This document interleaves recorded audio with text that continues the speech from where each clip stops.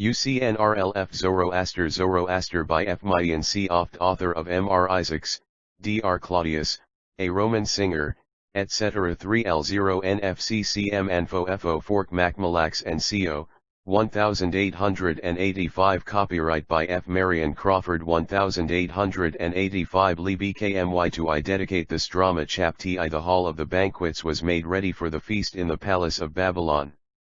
That night Belshazzar the king would drink wine with 1,000 of his lords, and be merry before them, and everything was made ready. From end to end of the mighty nave, the tables of wood, overlaid with gold and silver, stood spread with those things which the heart of man can desire, with cups of gold and of glass and of jade, with great dishes heaped high with rare fruits and rarer flowers, and over all, the last purple rays of the great southern sun came floating through the open colonnades of the porch, glancing o'er the polished marbles, tinging with a softer hue the smooth red plaster of the walls, and lingering lovingly on the golden features and the red gold draperies of the vast statue that sat on high and overlooked the scene. On his head the head-dress of thrice royal supremacy, in his right hand and his left the scepter of power and the winged wheel of immortality and life, beneath his feet the bowed necks of prostrate captives, so sat the kingly presence of great Nebuchadnezzar, as waiting to see what should come to pass upon his son, and the perfume of the flowers and the fruits and the rich wine came up to his mighty nostrils, and *B2 Zokostek. Chap I he seemed to smile there in the evening sunlight, half in satisfaction, half in scorn. On each side of the great building, in the aisles and wings, among the polished pillars of marble thronged the serving men, bearing ever fresh spices and flowers and fruits, wherewith to deck the feast, whispering together in a dozen Indian, Persian, and Egyptian dialects, or in the rich speech of those nobler captives whose pale faces and eagle eyes stood forth everywhere in strong contrast with the coarser features and duskier skins of their fellows in servitude, the race not born to dominate, but born to endure even to the end. These all mingled together in the strange and broken reflections of the evening light, and here and there the purple dye of the sun tinged the white tunic of some poor slave to as fair a color as a king's son might wear. On this side and on that of the tables that were spread for the feast, stood great candlesticks, as tall as the height of 2 men, tapering from the thickness and heavy carving below to the fineness and delicate tracery above, and bearing upon them cups of bronze, each having its wick steeped in fine oil mixed with wax. Moreover, in the midst of the hall, where the seat of the king was put upon a raised floor, the pillars stood apart for a space, so that there was a chamber, as it were, from the wall on the right to the wall on the left, roofed with great carved rafters, and the color of the walls was red, a deep and glorious red that seemed to make of the smooth plaster a sheet of precious marble. Beyond, beneath the pillars, the panels of the aisles were pictured and made many-colored with the story of Nebuchadnezzar the king, his conquests and his feasts, his captives and his chapai. Zoroaster. 3 courtiers, in endless train upon the splendid wall. But where the king should sit in the midst of the hall there were neither pillars nor paintings, only the broad blaze of the royal color, rich and even. Beside the table also stood a great lamp, taller and more cunningly wrought than the rest, the foot of rare marble and chiseled bronze and the lamp above of pure gold from southern Ophir. But it was not yet kindled, for the sun was not set and the hour for the feast was not fully come. At the upper end of the hall, before the gigantic statue of wrought gold, there was an open space, unencumbered by tables, where the smooth, polished marble floor came to view in all its rich design and color. 2 persons, entering the hall with slow steps, came to this place and stood together, looking up at the face of the golden king. Between the 2 there was the gulf of a lifetime.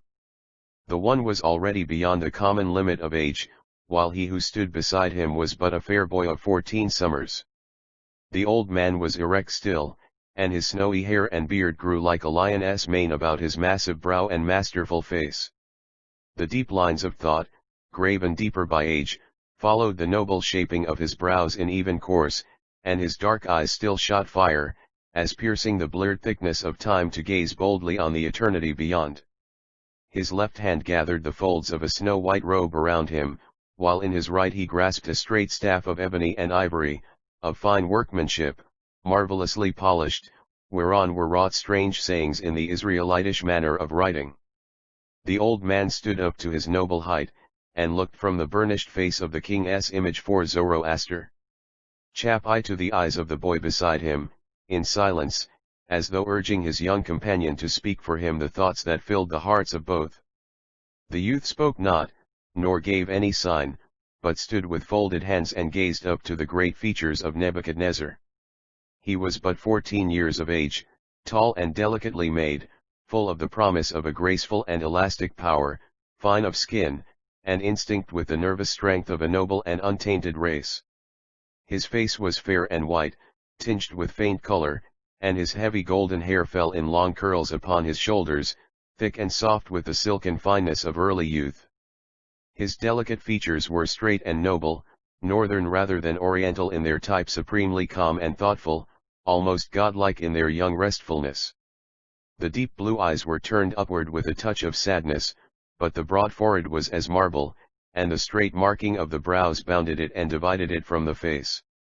He wore the straight white tunic, edged about with fine embroideries of gold and gathered at the waist with a rich belt, while his legs were covered with wide Persian trousers wrought in many colors of silk upon fine linen. He wore also a small cap of linen, stiffened to a point and worked with a cunning design in gold and silver. But the old man's head was covered only by the thick masses of his snowy hair, and his wide white mantle hid the details of his dress from view. Again he glanced from the statue to his companion's eyes, and at last he spoke, in a deep smooth voice, in the Hebrew tongue. Nebuchadnezzar the king is gathered to his fathers, and his son also, and Nabonidin Belshazzar reigns Chapai. Zoroaster. 5:3 Hested, yet have I endured to this day, in Babylon, these 67 years, since Nebuchadnezzar the king destroyed our place upon the earth and led us away captive. Unto this day, Zoroaster, have I endured, and yet a little longer shall I stand and bear witness for Israel. The old man's eyes flashed, and his strong aquiline features assumed an expression of intense vitality and life. Zoroaster turned to him and spoke softly, almost sadly, Say, Daniel, prophet and priest of the Lord, why does the golden image seem to smile today? Are the times accomplished of thy vision which thou sawest in Shushan, in the palace, and is the dead king glad? I think his face was never so gentle before to look upon, surely he rejoices at the feast, and the countenance of his image is gladdened. Nay, rather then should his face be sorrowful for the destruction of his seed and of his kingdom, answered the prophet somewhat scornfully. Verily the end is at hand, and the stones of Babylon shall no longer cry out for the burden of the sins of Belshazzar, and the people call upon Bel to restore unto life the king Nebuchadnezzar, nay, or to send hither a Parmenion or to be a just ruler in the land. Hast thou read it in the stars, or have thine eyes seen these things in the visions of the night, master? The boy came nearer to the aged prophet and spoke in low earnest tones. But Daniel only bent his head, till his brow touched his ebony staff, and so he remained, deep in thought. Have for I also dreamed, continued Zoroaster, after a short pause, and dream took hold of me, and I am sorry and full of great weariness. Cow 6 Zokostek. Chap I this is the manner of dreaming, stopped and glanced down the great nave of the hall through the open porch at the other end. The full glory of the red sun, just touching the western plain, streamed upon his face and made the tables, the preparations, and the crowd of busy serving men look like black shadows between him and the light. But Daniel leaned upon his staff and spoke no word, nor moved from his position. Saw my dream, said Zoroaster, there was darkness, and upon the winds of the night arose the sound of war, and the cry and the clash of battle, mighty men striving one with another for the mastery and the victory, which should be to the stronger. And I saw again, and behold it was morning, and the people were led away captive, by tens, and by hundreds, and by thousands, and the maidens also and young women into a far country. And I looked, and the face of one of the maidens was as the face of the fairest among the daughters of thy people. Then my heart yearned for her, and I would have followed after into the captivity, but darkness came upon me, and I saw her no more. Therefore am I troubled and go heavily all the day. He ceased, and the cadence of the boy's voice trembled and was sad. The sun set out of sight beneath the plain, and from far off a great sound of music came in upon the evening breeze. Daniel raised his snowy head and gazed keenly on his young companion, and there was disappointment in his look. Wouldst, thou be a prophet? He asked, thou that dreamest of fair maidens and art disquieted for the love of a woman? Thinkest thou, boy, that a woman shall chap, I? Zoroaster. 7 Help thee when thou art grown to be a man, or that the word of the Lord dwelleth in vanity. Prophesy, and interpret thy vision, if so be that thou art able to interpret it. Come, let us depart, for the king is at hand, and the night shall be given over for a space to the rioters and the mirth-makers, with whom our portion is not. Verily I also have dreamed a dream. Let us depart. The venerable prophet stood up to his height, and grasping his staff in his right hand, began to lead the way from the hall. Zoroaster laid hold of him by the arm, as though entreating him to remain. And speak, he Master, cried earnestly, declare to me thy dream, and see whether it accords with mine, and whether there shall be darkness and rumor of war thee in land.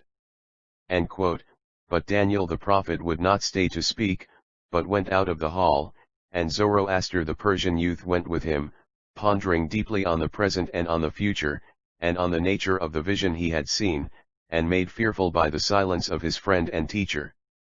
The darkness fell upon the twilight, and within the hall the lamps and candlesticks were kindled and gave out warm light and rare perfumes.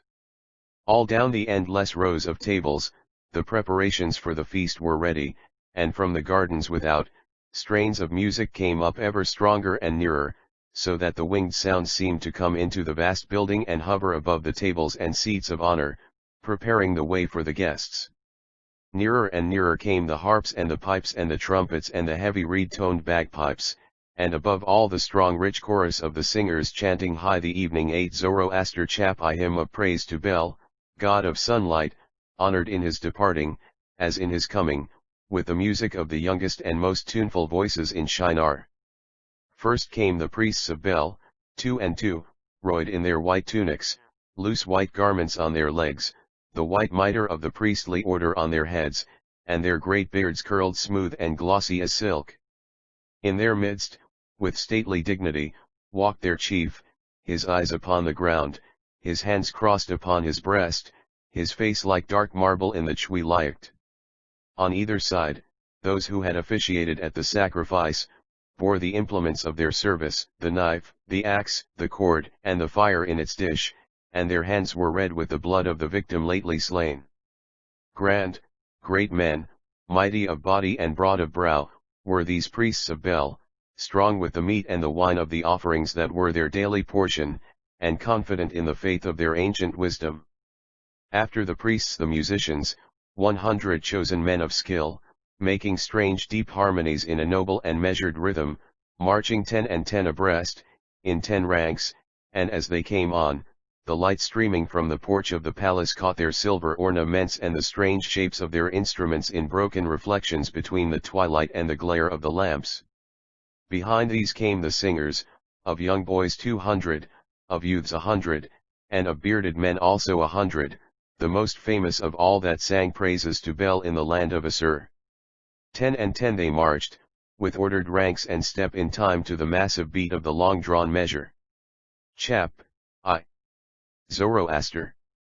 9 and mighty to rule the day, great in his glory and the pride of his heat, eschatologying great bolts of light into the dark earth, turning death into life, making the seed to grow, strongly and fairly, high in furrow and field, making the heart of man glad with his gladness, rideth over the dam Bel, the prince, the king of kings. Hotly his flaming jutir, streaming eye with brightness, and the locks of his beard curled into clouds of heat, sweeping the heavens, spread all over the sky.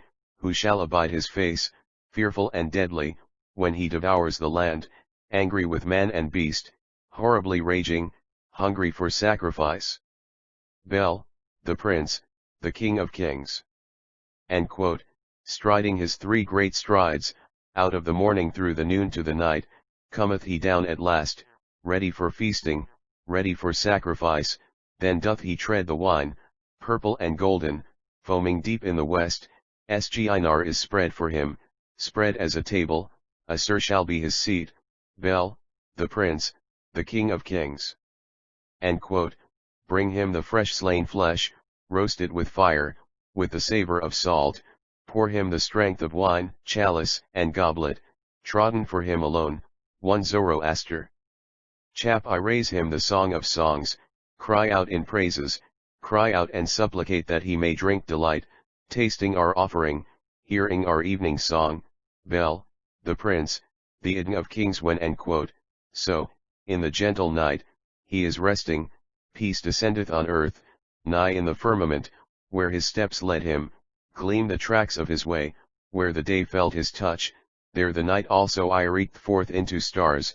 These are the flowers of heaven, garlands of blossoms, growing to weave his crown. Bel, the prince, the king of kings. Hail! End quote. Thou king of the earth, hail!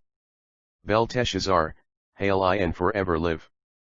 Born of the gods on high, prince of the nations, ruling over the world, thou art the son of Bel, full of his glory, king over death and life. Let all the people bow, nibble and worship, low them down and adore the prince of Bel, the king of kings. End quote. As the musicians played and the singers sang, they divided their ranks and came and stood on each side of the broad marble staircase, and the priests had done so before them, but the chief priest stood alone on the lowest step. Then, between the files of those who stood, advanced the royal procession, like a river of gold and purple and precious stones flowing between banks of pure chapai. Zoroaster. 11 White. 10 and 10, 1,000 lords of Babylon marched in stately throng, and in their midst rode Belshazzar the king, high upon his coal-black steed, crowned with the great tiara of white linen and gold and jewels, the golden scepter of the kingdom in his right hand. And after the lords and the king came a long procession of litters borne by stalwart slaves, wherein reclined the fairest women of all Assyria, bidden to the great feast. Last of all, the spearmen of the guard in armor all chased with gold, their mantles embroidered with the royal cognizance, and their beards trimmed and curled in the close soldier fashion, brought up the rear, a goodly company of men of war. As the rich voices of the singers intoned the grand plain chant of the last stanza in the hymn, the king was in the middle of the open space at the foot of the staircase. There he drew rein and sat motionless on his horse, awaiting the end. As the ripe corn bends in its furrows to the wind, so the royal host around turned to the monarch, and fell upon their faces as the music died away at the signal of the high priest. With one consent the lords, the priests, the singers and the spearmen bowed and prostrated themselves on the ground. The bearers of the litters set down their burden while they did homage, and each of those beautiful women bent far forward, kneeling in her litter, and hid her head beneath her veil. Only the king sat erect and motionless upon his steed, in the midst of the adoring throng. The light from the palace played strangely on his face, making the sneering smile more scornful upon his pale lips, and shading his sunken eyes with a darker shadow. While you might count a score there was silence. 12 Zoroaster. Chapai and the faint evening breeze wafted the sweet smell of the roses from the gardens to the king's nostrils, as though even the earth would bring incense of adoration to acknowledge his tremendous power. Then the host rose again and fell back on either side while the king rode to the staircase and dismounted, leading the way to the banquet, and the high priest followed him and all the ranks of the lords and princes and the ladies of Babylon, in their beauty and magnificence, went up the marble steps and under the marble porch, spreading then like a river, about the endless tables, almost to the feet of the golden image of Nebuchadnezzar. And presently, from beneath the colonnades a sound of sweet music stole out again and filled the air. The serving men hurried hither and thither, the black slaves plied their palm leaf fans behind each guest, and the banquet was begun. Surely, a most glorious feast, wherein the hearts of the courtiers waxed merry, and the dark eyes of the Assyrian women shot glances sweeter than the sweetmeats of Egypt and stronger than the wine of the south to move the spirit of man. Even the dark king, wasted and hollow-eyed with too much pleasure-seeking, smiled and laughed, sourly enough at first, it is true, but in time growing careless and merry by reason of his deep draughts. His hand trembled less weakly as the wine gave him back his lost strength, and more than once his fingers toyed playfully with the raven locks and the heavy earrings of the magnificent princess at his elbow. Some word of hers roused a thought in his whirling brain. Is not this day the feast of victories? He cried in sudden animation, and there was silence to catch the king's words. Is not this the day wherein Chapai, Zoroaster, 13 my sire brought home the wealth of the Israelites, kept holy with feasting forever? Bring me the vessels of the unbelievers' temple, that I may drink and pour out wine this night to Bel, the god of gods. The keeper of the treasure had anticipated the king's desire and had caused everything to be made ready, for scarcely had Belshazzar spoken when a long train of serving men entered the hall of the banquet and came and stood before the royal presence, their white garments and the rich vessels they bore aloft standing vividly out against the deep even red of the opposite wall. Among let the vessels be distributed cried us, man the king, every two a cup or a goblet till all are served. And so it was done, and the royal cupbearer came and filled the huge chalice that the king held, and the serving men hastened to fill all the cups and the small basins, while the lords and princes laughed at the strange shapes, and eyed greedily enough the thickness and the good workmanship of the gold and silver. And so each man and each woman had a vessel from the temple of Jerusalem wherein to drink to the glory of Bel the god and of Belshazzar his prince.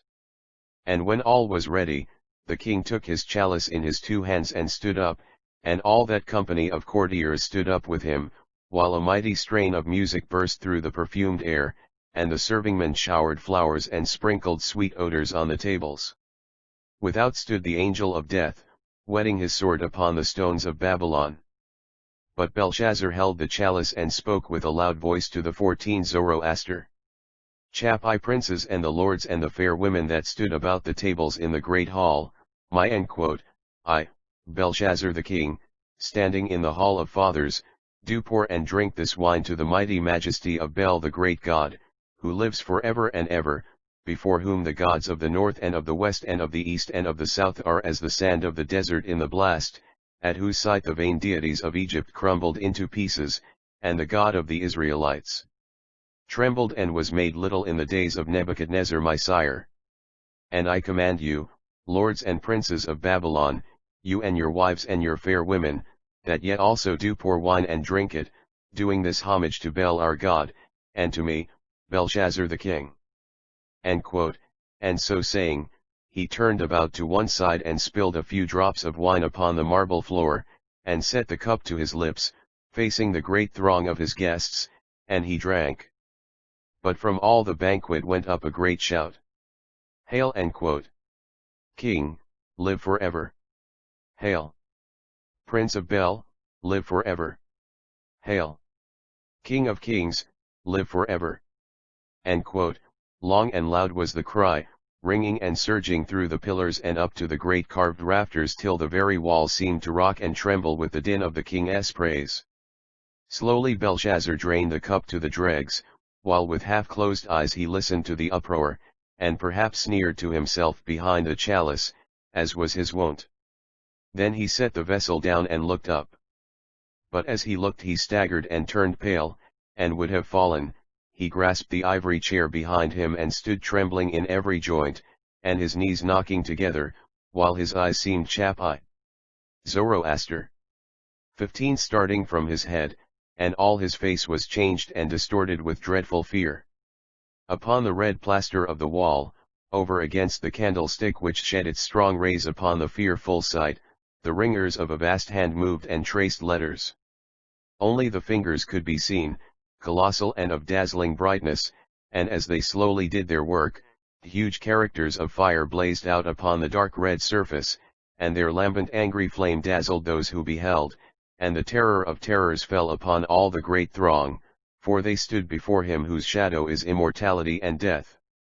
In a silence that could be felt, the dread hand completed its message and vanished out of sight, but the strange fire burned bright in the horrid characters of the writing that remained upon the wall.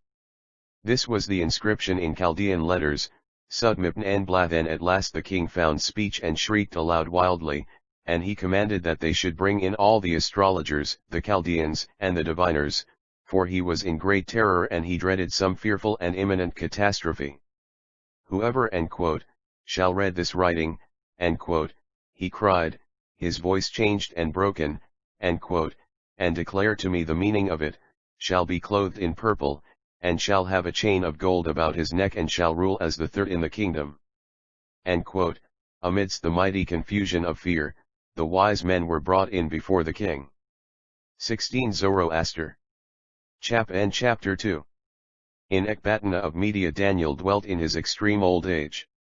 There he built himself a tower within the sevenfold walls of the royal fortress, upon the summit of the hill, looking northward towards the forests of the mountains, and southward over the plain, and eastward to the river, and westward to Mount Zagros. His life was spent, and he was well nigh 100 years old. 17 years had passed since he had interpreted the fatal writing on the wall of the banquet hall in Babylon in the night when Nabonidus Belshazzar was slain, and the kingdom of the Assyrians destroyed forever. Again and again invested with power and with the governorship of provinces, he had toiled unceasingly in the reigns of Cyrus and Cambyses, and though he was on the very boundary of possible lifetime, his brain was unclouded, and his eye keen and undimmed still. Only his grand figure was more bent and his step slower than before. He dwelt in Ecbatana of the north, in the tower he had built for himself. One in the midst of the royal palaces of the stronghold he had laid the foundations duly to the north and south, and story upon story had risen, row upon row of columns, balcony upon balcony of black marble, sculptured richly from basement to 1 Josephus, Antiquities of the Jews, Book X Chapter 11. 7 Chap. 2. Zoroaster. 17 turret, and so smooth and hard, that its polished corners and sides and ornaments glittered like black diamonds in the hot sun of the noonday, and cast back the moonbeams at night in a darkly brilliant reflection. Far down below, in the gorgeous dwellings that filled the interior of the fortress, dwelt the kinsfolk of the aged prophet, and the families of the 2 Levites who had remained with Daniel and had chosen to follow him to his new home in Media rather than to return to Jerusalem under Zerubbabel, when Cyrus issued the writ for the rebuilding of the temple. There lived also in the palace Zoroaster, the Persian prince, being now in the 31st year of his age, and captain of the city and of the stronghold. And there, too, surrounded by her handmaidens and slaves, in a wing of the palace apart from the rest, and more beautiful for its gardens and marvelous adornment, lived Nehushta, the last of the descendants of Jehoiakini the king remaining in Media. She was the fairest of all the women in Media, of royal blood and of more than royal beauty. She was born in that year when Babylon was overthrown, and Daniel had brought her with him to Shushan when he had quitted Assyria, and thence to Ecbatana. In the care of the prophet Eskin's women the little maid had thriven and grown fair in the stranger's land. Her soft child's eyes had lost their wondering look and had turned very proud and dark, and the long black lashes that fringed the heavy lids drooped to her cheek when she looked down. Her features were noble and almost straight in outline, but in the slight bend at the beginning of the nose, in the wide curved nostrils, the strong full lips, and in the pale olive skin, where the C18 Zoroaster chap and blood ebbed and flowed so generously, the signs of the Jewish race were all present and unmistakable. Jst Hushta, the high-born lady of Judah, was a princess in every movement, in every action, in every word she uttered. The turn of her proud head was sovereign in its expression of approval or contempt, and Zoroaster himself bowed to the simple gesture of her hand as obediently as he would have done before the great king in all his glory. Even the venerable prophet, sitting in his lofty tower high above the city and the fortress, absorbed in the contemplation of that other life which was so very near to him, smiled tenderly and stretched out his old hands to greet Nehushta when she mounted to his chamber at sunset, attended by her maidens and her slaves. She was the youngest of all his kinsfolk, fatherless and motherless, the last direct descendant of King Jehoiakim remaining in Media, and the aged prophet and governor cherished her and loved her for her royalty, as well as for her beauty and her kinship to himself. Assyrian in his education, Persian in his adherence to the conquering dynasty and in his long and faithful service of the Persians, Daniel was yet in his heart, as in his belief, a true son of Judah, proud of his race and tender of its Uric branches, as though he were himself the father of his country and the king of his people. The last red glow of the departed day faded and sank above the black Zagros mountains, to westward. The opposite sky was cold and grey, and all the green plain turned to a dull soft hue as the twilight crept over it, ever darker and more misty. In the gardens of the palace the birds in thousands sang together in chorus, as only eastern birds do sing at sunrise and at nightfall, and their voices sounded like one strong, sweet, high chord, unbroken and drawn out. Chap. 2. Zoroaster. 19 Ist Hushta wandered in the broad paths alone. The dry warm air of the summer's evening had no chill in it, and though a fine woven mantle of purple from Srinagur hung loosely from her shoulders, she needed not to draw it about her. The delicate folds of her upper tunic fell closely around her to her knees, and were gathered at the waist by a magnificent belt of wrought gold and pearls. The long sleeves, drawn in at the wrist by clasps of pearls, almost covered her slender hands, and as she walked her delicate feet moved daintily in rich embroidered sandals with high golden heels, below the folds of the wide trousers of white and gold embroidery, gathered in at the ankle. Upon her head the stiff linen tiara of spotless white sat proudly as a royal crown, the folds of it held by a single pearl of price, and from beneath it her magnificent hair rolled down below her waist in dark smooth waves. There was a terrace that looked eastward from the gardens. Thither Nehushta bent her steps, slowly, as though in deep thought, and when she reached the smooth marble balustrade, she leaned over it and let her dark eyes rest on the quiet landscape. The peace of the evening descended upon her, the birds of the day ceased singing with the growing darkness, and slowly, out of the plain, the yellow moon soared up and touched the river and the meadows with mystic light, while far off, in the rose thickets of the gardens, the first notes of a single nightingale floated upon the scented breeze, swelling and trilling, quivering and falling again, in a glory of angelic song. The faint air fanned her cheek, the odors of the box and the myrtle and the roses intoxicated her senses, and as the splendid shield of the rising moon cast its broad light into 20 Zoroaster. Chap in her dreaming eyes, her heart overflowed, and Nehushta the princess lifted up her voice and sang an ancient song of love, in the tongue of her people, to a soft minor melody, that sounded like a sigh from the southern desert. My come and quote, unto me, beloved, in the warmth of the darkness, come rise and hasten thy footsteps, to be with me at night time, come. I wait and quote, in the darkness for him, and the sand of the desert whirling is yon at the door of my tent which is open toward the desert. My end quote, ear in the darkness listeth for the sound of his coming nearer, mine eyes watch for him and rest not, for I would not he found me sleeping. My for when end quote, beloved cometh, he is like the learn of the one morning, even as the dawn in a strange land to the sight of a man journeying. My when end quote, yea, beloved cometh, as dew that descendeth from heaven, no man can hear when it falleth, but as rain it refresheth all things. In end quote, his hand bringeth he lilies, in his right hand are many flowers, me one end quote, thou art too as the beam of the east rising in a strange land. End quote, Ocean. Chap. 2. Zoroaster.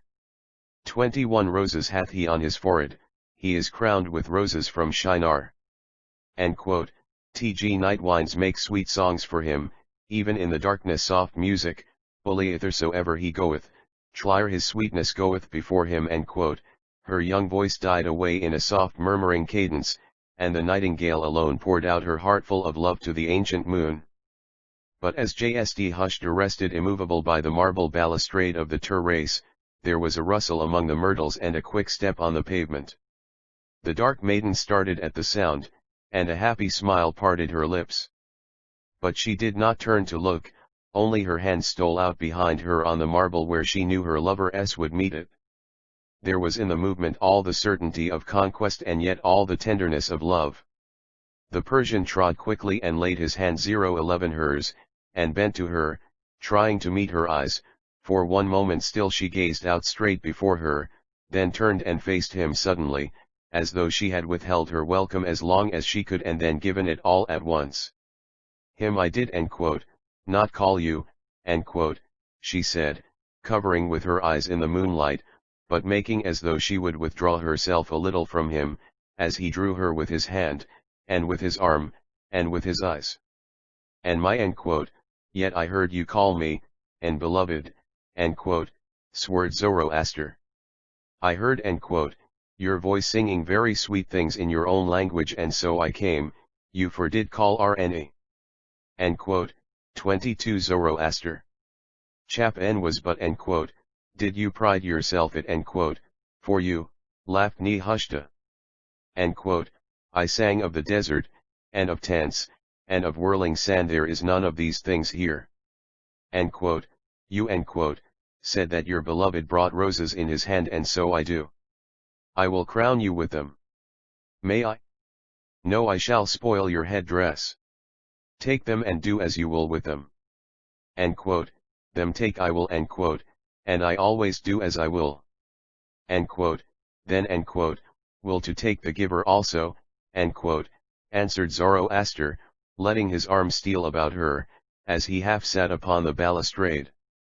Nehushta looked at him again, for he was good to see, and perhaps she loved his straight calm features the better in that his face was fair, and not dark like hers.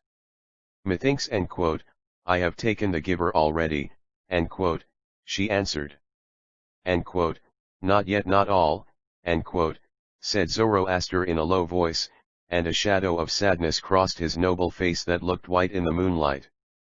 Nehushta sighed softly, and presently she laid her cheek upon his shoulder, where the folding of his purple mantle made a pillow between her face and the polished golden scales of his breastplate. News have I strange to tell you, beloved, said Zoroaster presently. Nehushta started and looked up, for his voice was sad. Fear nay, not. He continued, there is no harm in it, I trust, but there are great changes in the kingdom, and there will be greater changes yet.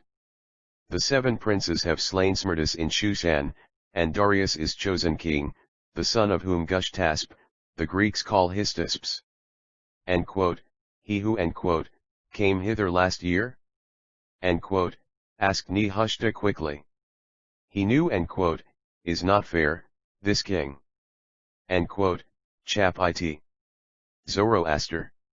23 not man fair, replied the Persian, but brave, and a good. He has, moreover, sent for me to go to Shushan, for you. Cried Nehushta, suddenly laying her 2 hands on Zoroaster's shoulders and gazing into his eyes. His face was to the moonlight, while hers was in the dark, and she could see every shade of he expression. Smiled. You laugh at me. She me cried indignantly. You Enoch, you are going away and you are glad. She would have turned away from him, but he held her 2 hands. Not he alone, answered. King the Great has sent an order that I shall bring to Shushan the kinsfolk of Jehoiakim, saving only Daniel, our master, for he is so old that he cannot perform the journey. The king would honor the royal seed of Judah, and to that end he sends for you, most noble and most beloved princess. Nehushta was silent and thoughtful, her hand slipped from Zoroaster's grasp, and her eyes looked dreamily out at the river, on which the beams of the now fully risen moon glanced, as on the scales of a silver serpent. My are you glad, beloved asked Zoroaster. He stood with his back to the balustrade, leaning on one elbow, and his right hand played carelessly with the heavy gold tassels of his cloak. He had come up from the fortress in his armor, as he was, to bring the news to Nehushta and to Daniel. His gilded harness was on his back, half hidden by the ample purple cloak, his sword was by his side, and on his head he wore the pointed helmet, richly inlaid with gold, bearing in front the winced wheel which the sovereigns of 24 Zoroaster Chapu the Persian Empire had assumed after the conquest of Assyria.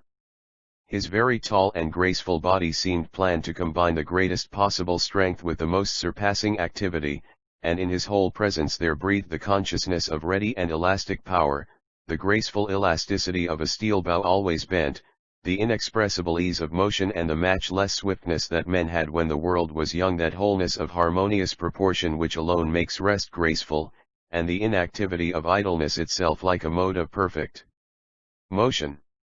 As they stood there together, the princess of Judah and the noble Persian, they were wholly beautiful and yet wholly contrasted, the Semite and the Aryan, the dark race of the south, on which the hot air of the desert had breathed for generations in the bondage of Egypt, and left its warm sign manual of southern sunshine, and the fair man of the people whose faces were already set northwards, on whom the north breathed already its icy fairness, and magnificent coldness of steely strength. Are you glad, beloved? Asked Zoroaster again, looking up arid, laying his right hand on the princess's arm. She had given no answer to his question, but only gazed dreamily out over the river.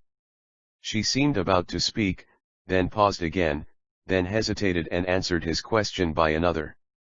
Zoroaster, you love me, again she paused, and, as he passionately seized her hands and pressed his lips to them, she said softly, turning her head away, what is love?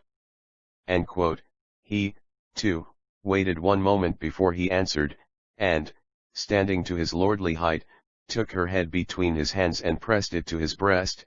Then, Chap-il Zoroaster 25 with one arm around her, he stood looking eastward and spoke, listen, beloved, and I, who love you, will tell you what love is. In the far-off dawn of the soul life, in the ethereal distance of the outer firmament, in the mist of the stardust, our spirits were quickened with the Spirit of God, and found one another, and met. Before earth was for us, we were one, before time was for us, we were one, even as we shall be one when there is no time for us any more. Then Ahura Mazda, the all-wise God, took our two souls from among the stars, and set them in the earth, clothed for a time with mortal bodies. But we know each other, that we were together from the first, although these earthly things obscure our immortal vision, and we see each other less clearly. Yet is our love none the less, rather, it seems every day greater, for our bodies can feel joy and sorrow, even as our spirits do, so that I am able to suffer for you, in which I rejoice, and I would that I might be chosen to lay down my life for you, that you might know how I love you, for often you doubt me, and sometimes you doubt yourself. There should be no doubt in love. Love is from the first, and will be to the end, and beyond the end. Love is so eternal, so great, so whole, that this mortal life of ours is but as a tiny instant, a moment of pausing in our journey from one star world to another along the endless paths of heavenly glory we shall tread together. It is nothing, this worldly life of ours. Before it shall seem long that we have loved, this earth we stand on, these things we touch, these bodies of ours that we think so strong and fair, will be forgotten and dissolved into their elements in the trackless and undiscoverable waste of past mortality, while we ourselves 26 Zoroaster Chap-n are ever young, arid ever fair, and forever living in our immortal love. JSV Hushta looked up wonderingly into her lover's eyes, then let her head rest on his shoulder. The high daring of his thoughts seemed ever trying to scale heaven itself, seeking to draw her to some wondrous region of mystic beauty and strange spirit life. She was awed for a moment, then she, too, spoke in her own fashion. You because you I love, she I love, life, said, live, not because you are a spirit chained and tied down for a time. I love this soft sweet earth, the dawn of it, and the twilight of it. I love the sun in his rising and in his setting, I love the moon in her fullness and in her waning, I love the smell of the box and of the myrtle, of the roses and of the violets, I love the glorious light of day, the splendor of heat and greenness, the song of the birds of the air and the song of the laborer in the field, the hum of the locust, and the soft buzzing of the bee. I love the brightness of gold and the richness of fine purple, the tramp of your splendid guards and the ring of their trumpets clanging in the fresh morning, as they march through the marble courts of the palace. I love the gloom of night for its softness, the song of the nightingale in the ivory moonlight, the rustle of the breeze in the dark rose thickets, and the odor of the sleeping my flowers in gardens. I love even the cry of the owl from the prophet's tower, and the soft thick sound my of the bat's wings, as he flits past the netting of window. I love it all, for the whole earth is rich and young and good to touch, and most sweet to live in. And I love you because you are more beautiful than other men, fairer and stronger and braver, and il Zoroaster. 27 Cause you love me, and will let no other love me but my yourself, if you were to die for it. Ah, beloved, I would that I had all the sweet voices of the earth, all the tuneful tongues of the air, to tell you how I love you. There is no lack of sweetness, nor of eloquence, my said Zoroaster, no there is need of princess, any voice sweeter than yours, nor of any tongue more tuneful. You love in your way, I in mine, the two together must surely be the perfect whole. Is it not so? Nay, seal the deed once again and again so. Love is stronger than death, says your preacher. Jealousy is as cruel as the grave / he says, too, added Nehushta, her eyes flashing fire as her lips met his.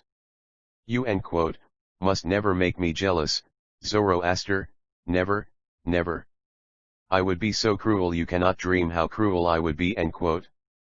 Zoroaster laughed under his silken beard, a deep, joyous, ringing laugh that startled the moonlit stillness. By Zaban and Bel, there is small cause for your jealousy here, he said. Swear not by your false gods. Laughed Nehushta. You know how not little it would need to rouse me. You not I will give that little, answered the Persian. And as for the false gods, they are well enough for a man to swear by in these days. But I will swear by any one you command me, or by any thing. Swear not, or you will say again that the oath has need of sealing, replied Nehushta, drawing her mantle around her, so as to cover half her face. Tell me, when are we to begin our journey? Have talked much and have said little, as it ever is. Shall we go at once, or are we to wait for another order? Is 28 Zoroaster Chap and Daria safe upon the throne? Who is to be chiefest at the court? One of the 7 princes, I suppose, or his old father? Come, do you know anything of all these changes? Why have you never told me what was going to happen, you who are high in power and know everything? Me your questions flock upon like doves to a maiden who feeds them from her hand, said Zoroaster, with a smile, and I know not which shall be fed first. As for the king, I know that he will be great, and will hold securely the throne, for he has already the love of the people from the western sea to the wild eastern mountains. But it seemed as though the 7 princes would have divided the empire amongst them, until this news came. I think he will more likely take one of your people for his close friend and trust to the princes. As for our journey, we must depart betimes, or the king will have gone before us from Shushan to Stakar in the south, where they say he will build himself a royal dwelling and stay in the coming winter my time. Prepare yourself for the journey, therefore, princess, lest anything be forgotten and you should be deprived of what you need for any time. I never deprived of what I need, said Hushta, half in pride and half in jest. Am I nor when I with beloved answered the Persian. And now the moon is high, and I must bear this news to our master, the prophet. So soon said Ist Hushta reproachfully, and she turned her head away.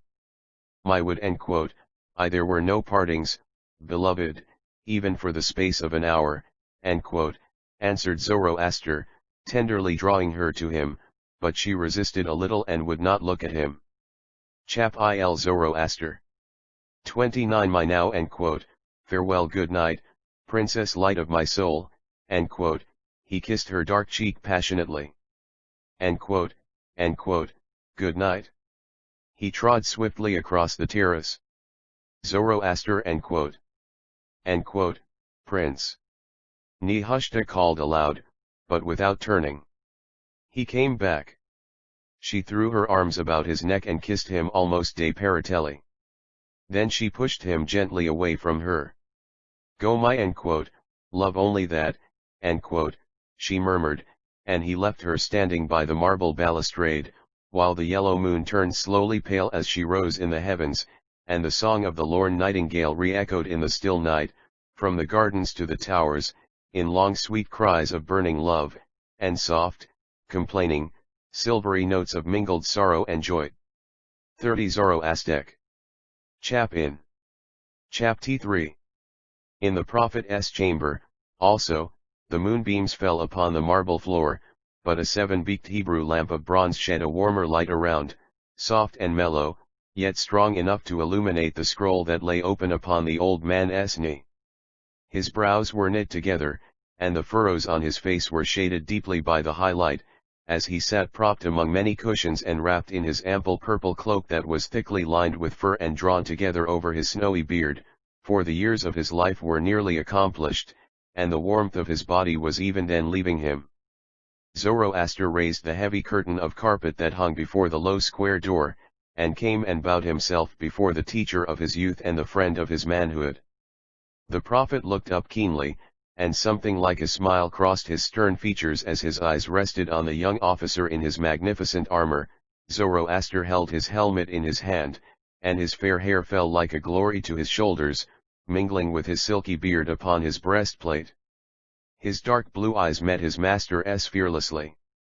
And hail live forever, chosen of the Lord he said in salutation.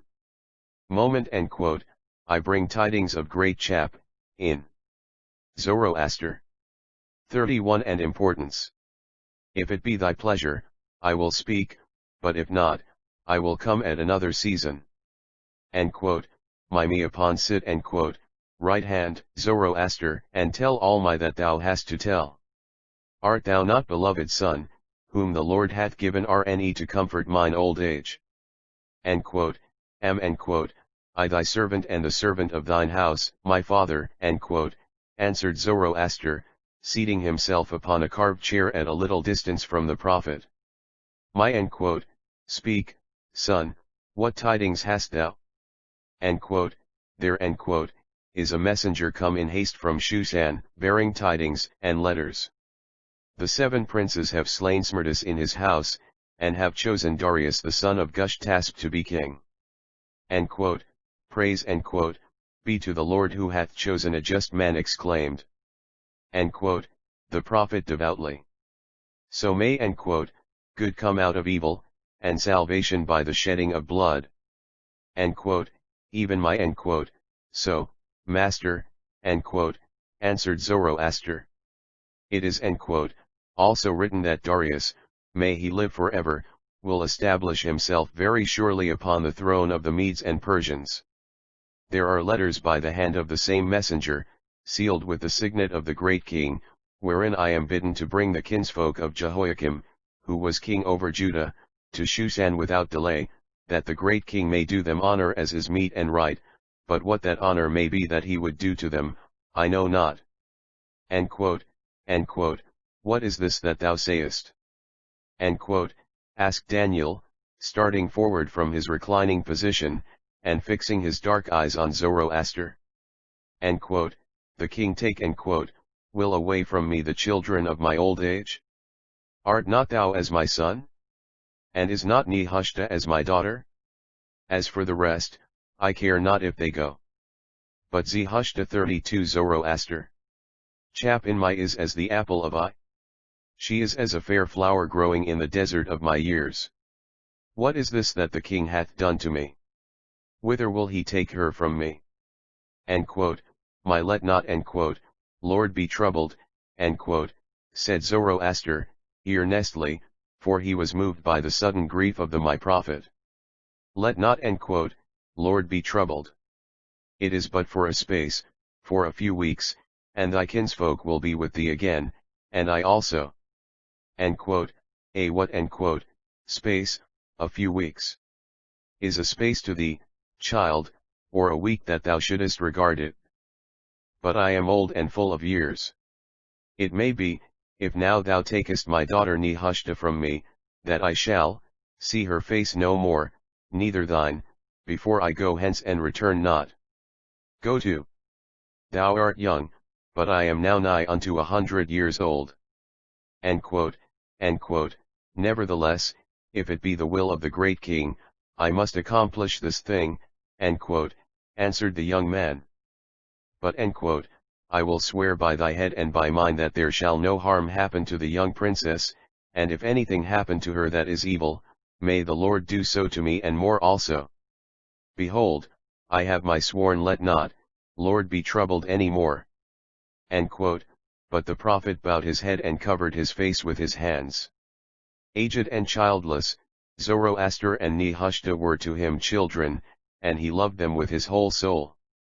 Moreover, he knew the Persian court, and he knew that if once they were taken into the whirl and eddy of its intrigue and stirring life, they would not return to Ecbatana, or returning, they would be changed and seem no more the same.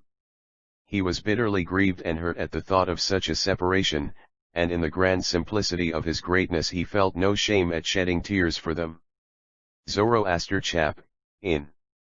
Zoroaster. 33 himself, in the pride of his brilliant youth, was overcome with pain at the thought of quitting the sage who had been a father to him for 30 years. He had never been separated from Daniel save for a few months at a time during the wars of Cambyses. At so 20 years of age he had been appointed to the high position of captain of the fortress of Ecbatana, since which time he had enjoyed the closest intercourse with the prophet, his master. Zoroaster was a soldier by force of circumstances, and he wore his gorgeous arms with matchless grace, but there were two things that, with him, went before his military profession, and completely eclipsed it in importance.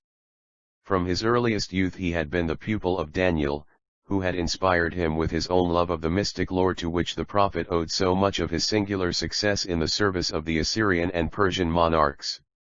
The boy's poetical mind, strengthened and developed by the study of the art of reasoning, and of the profound mathematical knowledge of the Chaldean astronomers, easily grasped the highest subjects, and showed from the first a capacity and lucidity that delighted his master. To attain by a life of rigid ascetic practice to the intuitive comprehension of knowledge, to the understanding of natural laws not discernible to the senses alone and to the menance of the soul and higher intelligence in the one universal and divine essence, were the objects Daniel proposed to his willing pupil.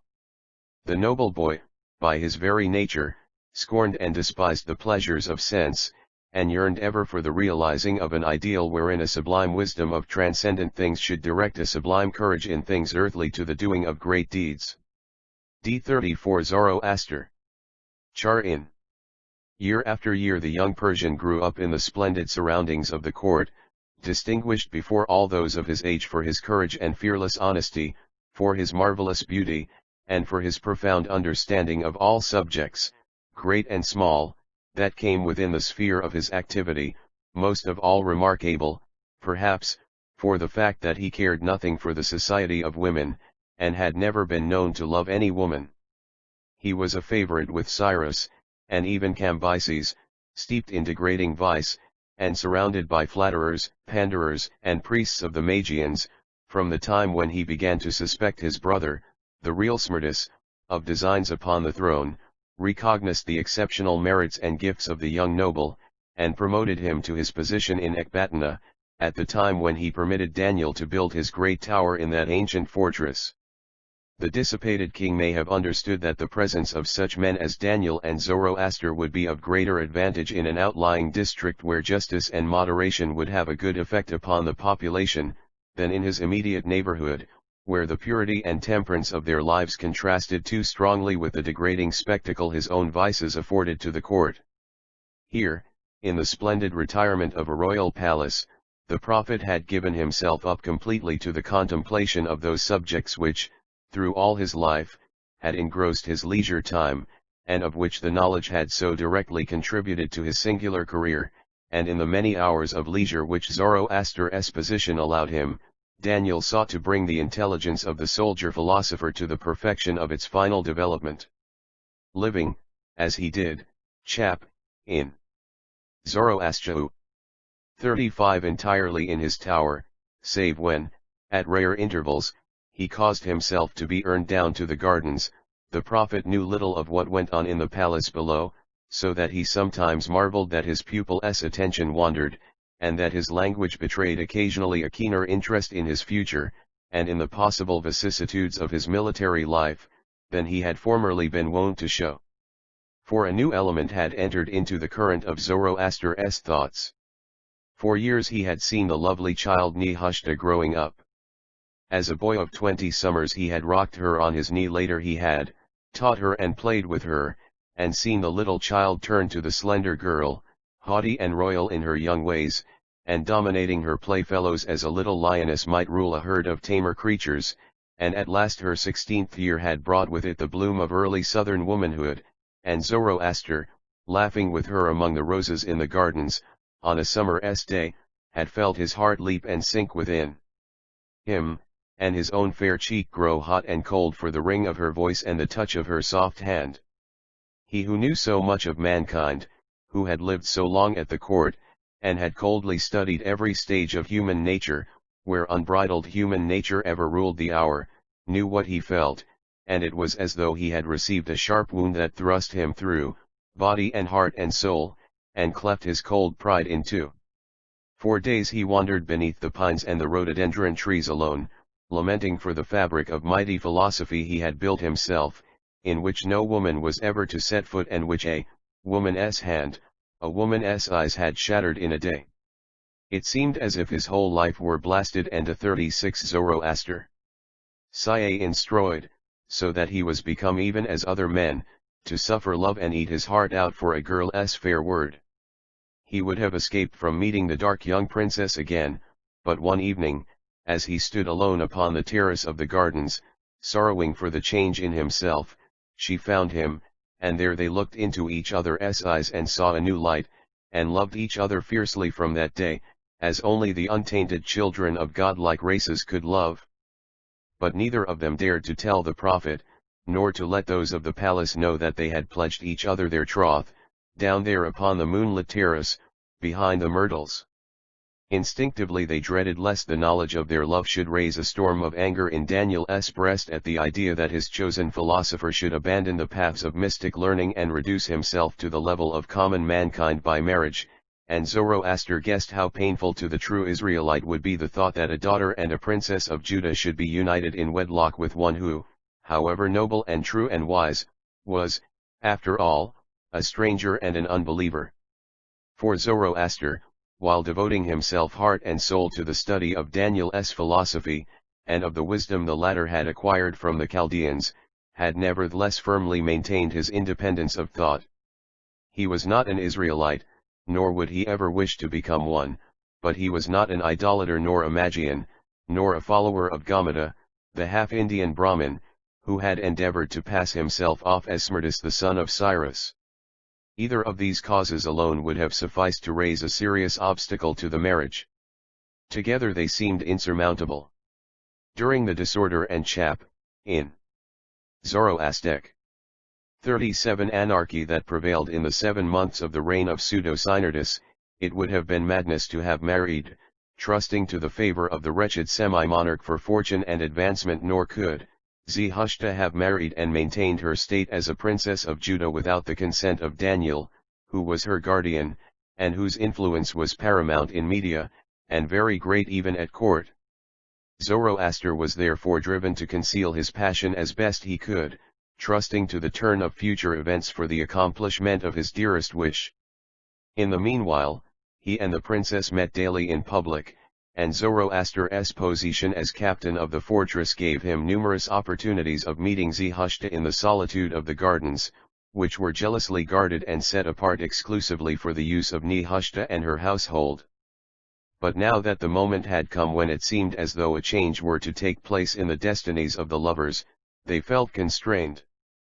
Beyond a few simple questions and answers, they had not discussed the matter of the journey when they were together, for Zarathustra was so much surprised and delighted at the idea of again seeing the magnificence of the court at Shushan, which she so well remembered from the period of her childhood, that she feared to let Zoroaster see how glad she was to leave Ecbatana, which, but for him, would have been to her little better than a prison. He, on the contrary, thinking that he foresaw an immediate removal of all obstacle and delay through the favor of Darius, was, nevertheless, too gentle and delicate of tact to bring suddenly before Zaratustra's mind the prospect of marrying which presented itself so vividly to his own fancy. But he felt no less disturbed in his heart when face to face with the old prophet's sorrow 38 Zoroaster. Chapin at losing his foster daughter, and, for the first time in his life, he felt guilty when he reflected that Daniel was grieved at his own departure almost as deeply as on account of Zarathustra. He experienced what is so common with persons of cold and even temperament when brought into close relation with more expansive and affectionate natures. He was overcome with the sense that his old master gave him more love and more thought than he could possibly give in return, and that he was therefore ungrateful, and the knowledge he alone possessed, that he surely intended to marry the princess in spite of the prophet, and by the help of the king, added painfully to his mental suffering. The silence lasted some minutes, till the old man suddenly lifted his head and leaned back among his cushions, gazing at his companion's face. "Hast thou no sorrow, nor any he regret?" asked sadly. "My me nay, Lord doth answered Zoro as injustice, his brows contracting in his perplexity. Should I be ungrateful if I repented not leaving Thlai even for the space of a day? But let my Lord be comforted, this parting is not for long, and before the flocks come down from Zagros to take shelter from the winter, we be with Wiltlai. Swear to me, then, that thou wilt return before the winter, insisted the prophet half scornfully. Answered I cannot swear, Zoroaster. Behold, I am in the hands of the great king. I cannot swear. Say rather that thou art in the hand of the Lord, and that therefore thou canst not swear. For I say thou wilt not return, and I shall see thy face no more. The winter cometh, and the birds of the air fly towards Chap, in Zoroaster. 39 The south, and I am alone in the land of snow and frost, and the spring cometh also, and I am yet alone, and my time is at hand, for thou comest not any more, neither my daughter Zarathustra, neither any of my kinsfolk. Behold, I go down to the grave alone. The yellow light of the hanging lamp above shone upon the old man's eyes, and there was a dull fire in them. His face was drawn and haggard, and every line and furrow traced by the struggles of his 100 years stood out dark and rugged and tremendous in power. Zoroaster shuddered as he looked on him, and, though he would have spoken, he was awed to silence. Go my forth, son, cried the prophet in deep tones, and as he spoke he slowly raised his body till he sat rigidly erect, and his wan and ancient fingers were stretched out towards the young soldier. Go forth and do thy part, for thou art in the hand of the Lord, and some things that thou wilt do shall be good, and some things evil. For thou hast departed from the path of crystal that leadeth among the stars, and thou hast fallen away from the ladder whereby the angels ascend and descend upon the earth, and thou art gone after the love of a woman which endureth lie not.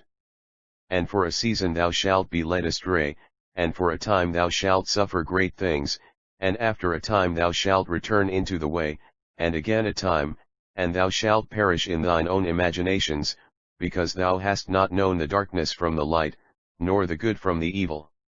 By a woman shalt thou go astray, and from a woman shalt thou return, yet thou shalt perish. But because there is some good in thee, it shall endure, and thy name also, for generations, and though the evil that besetteth thee shall undo thee, yet at the last thy soul shall live. 40 Zoroaster. Chap in. Zoroaster buried his face in his hands, overcome by the majesty of the mighty prophet and by the terror of his words. Rise and go forth, for the hand of the Lord is upon thee, and no man can hinder that thou doest. Thou shalt look upon the sun and shalt delight in him, and again thou shalt look and the light of the air shall be as darkness. Thou shalt boast in thy strength and in thine armor that there is none like thee, and again thou shalt cast thy glory from thee and say, this also is vanity. The king delighteth in thee, and thou shalt stand before the queen in armor of gold and in fine raiment, and the end is near, for the hand of the Lord is upon thee. If the Lord will work great things by thee, what is that to me? Go forth quickly, and rest not by the way, lest the woman tempt thee and thou perish. And as for me, I go also not with thee, but before thee. See that thou follow after, for I go. Yea, I see even now light in the darkness of the world, and the glory of the triumph of heaven is over me, triumphing greatly in the majesty of light. Zoroaster looked up and fell to the ground upon his knees in wonder and amazement at Daniel's feet, while his heavy helmet rolled clanging on the marble pavement. The prophet stood erect as a giant oak, stretching his withered hands to heaven, all the mass of his snow-white hair and beard falling about him to his waist.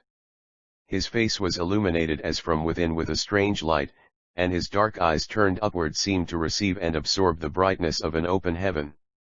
His voice rang again with the strength of youth, and his whole figure was clothed as with the majesty of another world. Again he spoke, chap, in. Zoroaster.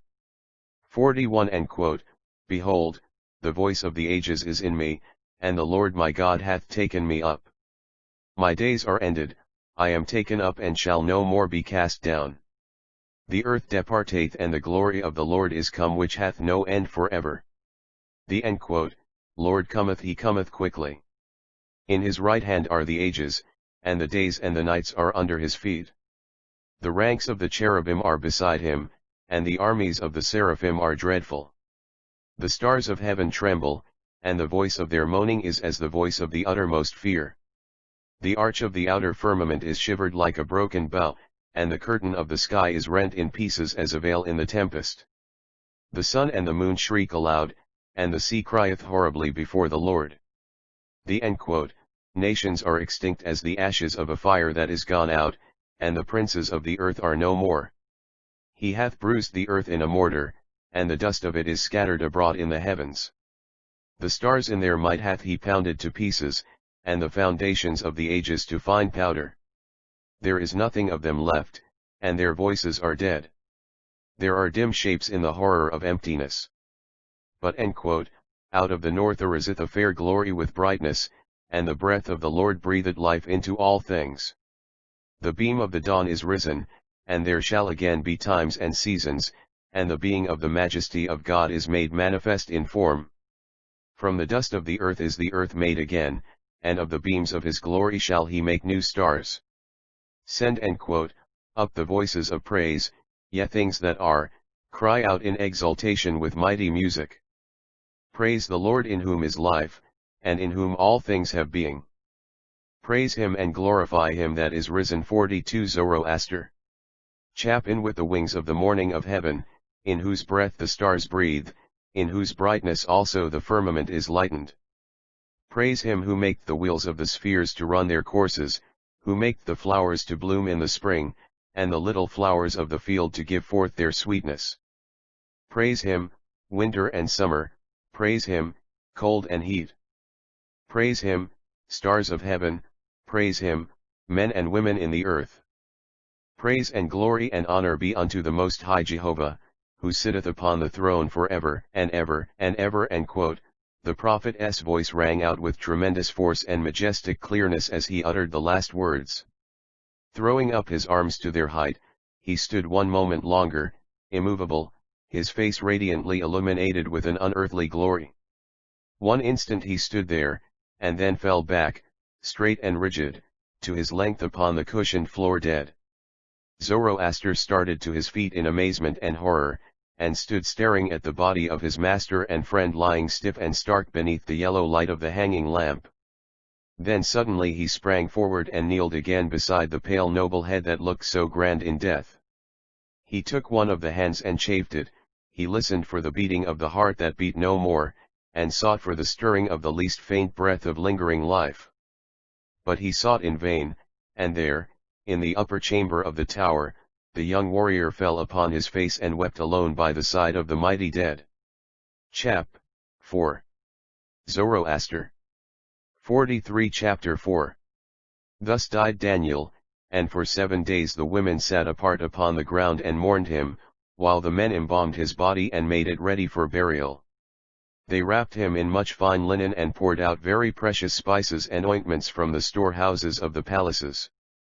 And about his body they burned frankincense and myrrh and amber, and the gurus of the Indian benzo and of the Persian fir, and great candles of pure wax.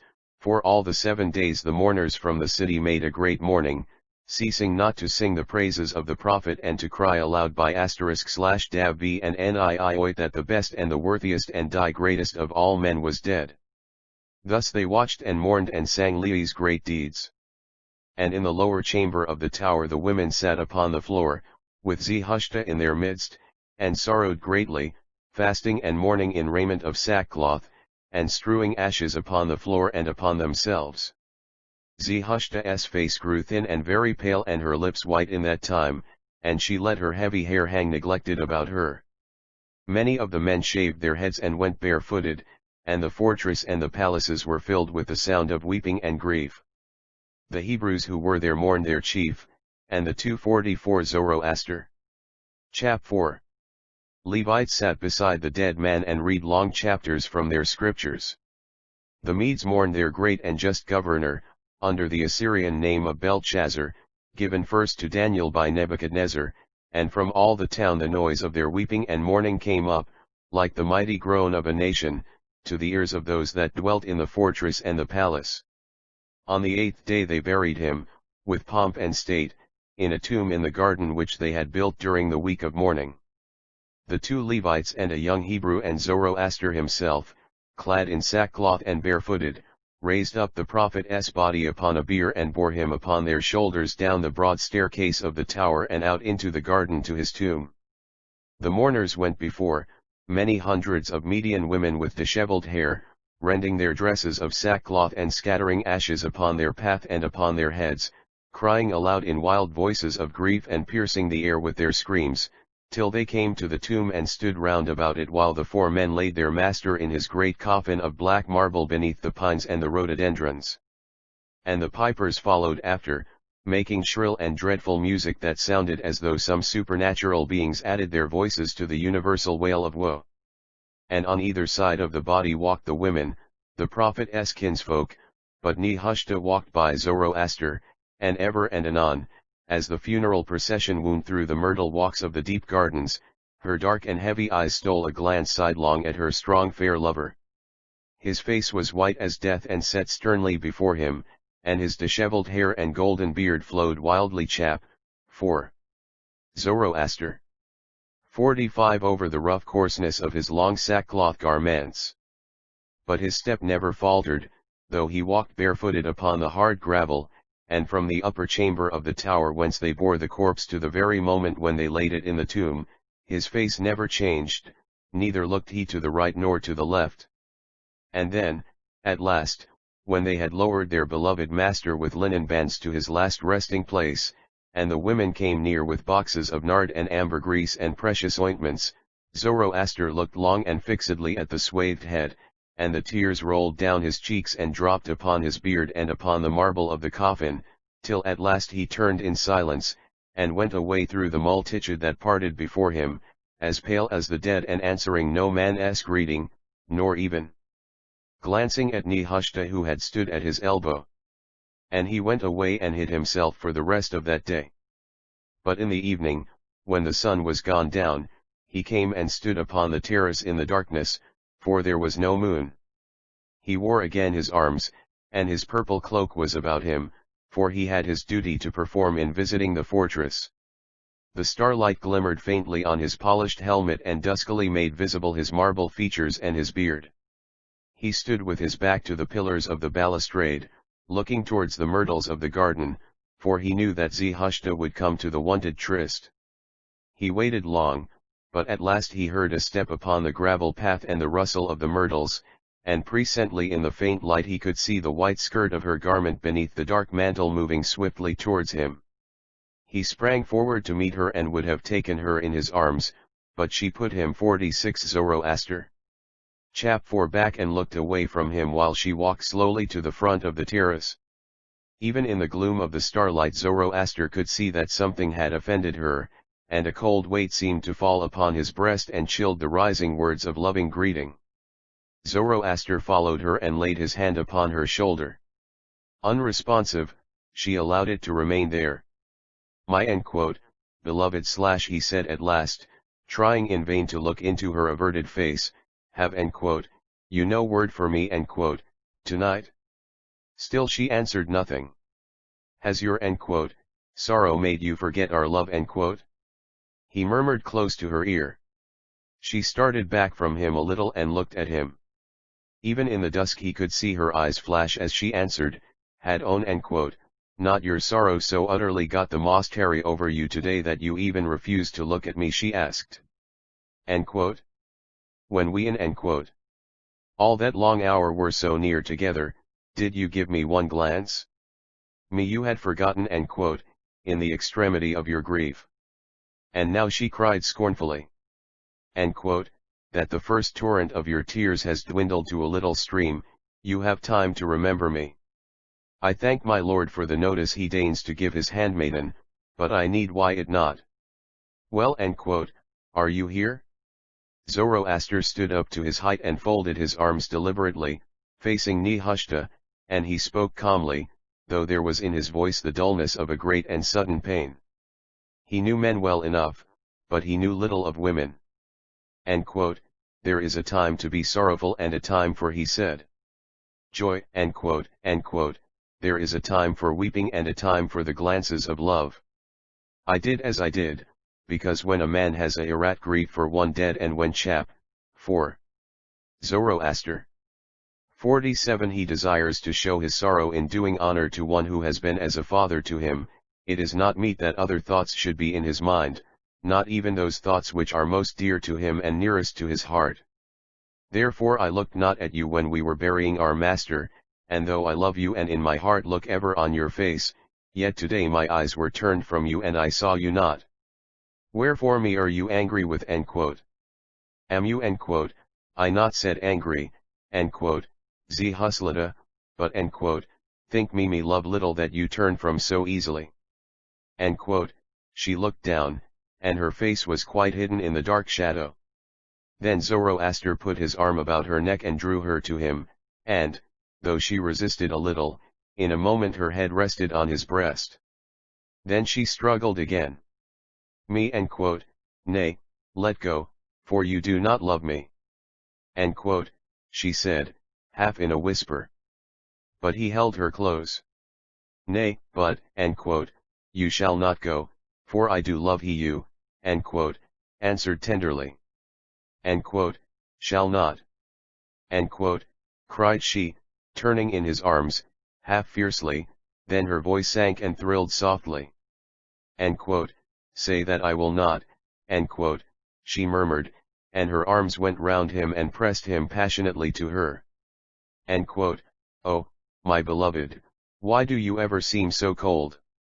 So cold when you I so love? Am not he I cold, said and fondly, I love you beyond all power of words to tell. Said we not that you had your way and I mine? Who shall tell us which is the sweeter music when both unite in so grand a harmony? Only doubt not, for doubting is as the drop that falls from the eaves upon the marble cornerstone, and, by ever falling, wears furrows in the stone that the whole ocean could not soften. 48 Zoroaster. CIIAR 4. I\vil. Not doubt any more, said Nehushta Sudmi. Denly, only can you not love a little sometimes in the way I do you? It is so sweet, my way of loving. Indeed, I will try, for it is very sweet, answered Zoroaster, and, bending down, he kissed her lips. Far off from the tower the melancholy cry of an owl echoed sadly across the gardens, and a cool damp breeze sprang up suddenly from the east. Nehushta shuddered slightly, and drew her cloak about her. Let walk upon us the she-terrace, said, it is, cold tonight. Is not this the last night here?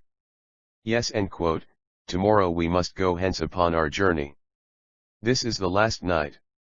Nehushta drew closer to her lover as they paced the terrace together, and each wound one arm about the other. For some minutes they walked in silence, each perhaps recalling the many meetings upon that very terrace since the first time their lips met in love under the ivory moonlight of the month Tammuz, more than a year ago. At last Nehushta spoke. Know you this? She asked. King. Saw I him but for a few moments last year. He was a young prince, but he is not fair. Young prince with an old man's head upon his he answered shoulders, Zoroaster. Is a year younger than I, but I would not have his battles to fight, nor, if I had, would I have taken Atossa to be wife.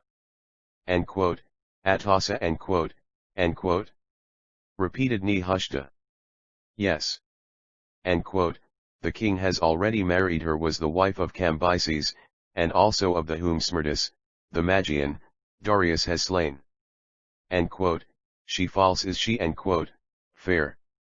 Have I not seen her? Asked Nehushta quickly. Chap. 4. Zoroaster. 49.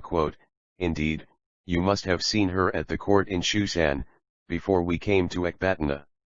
She was just married to Cambyses then, but he regarded her little, for he was ever oppressed with wine and feasting.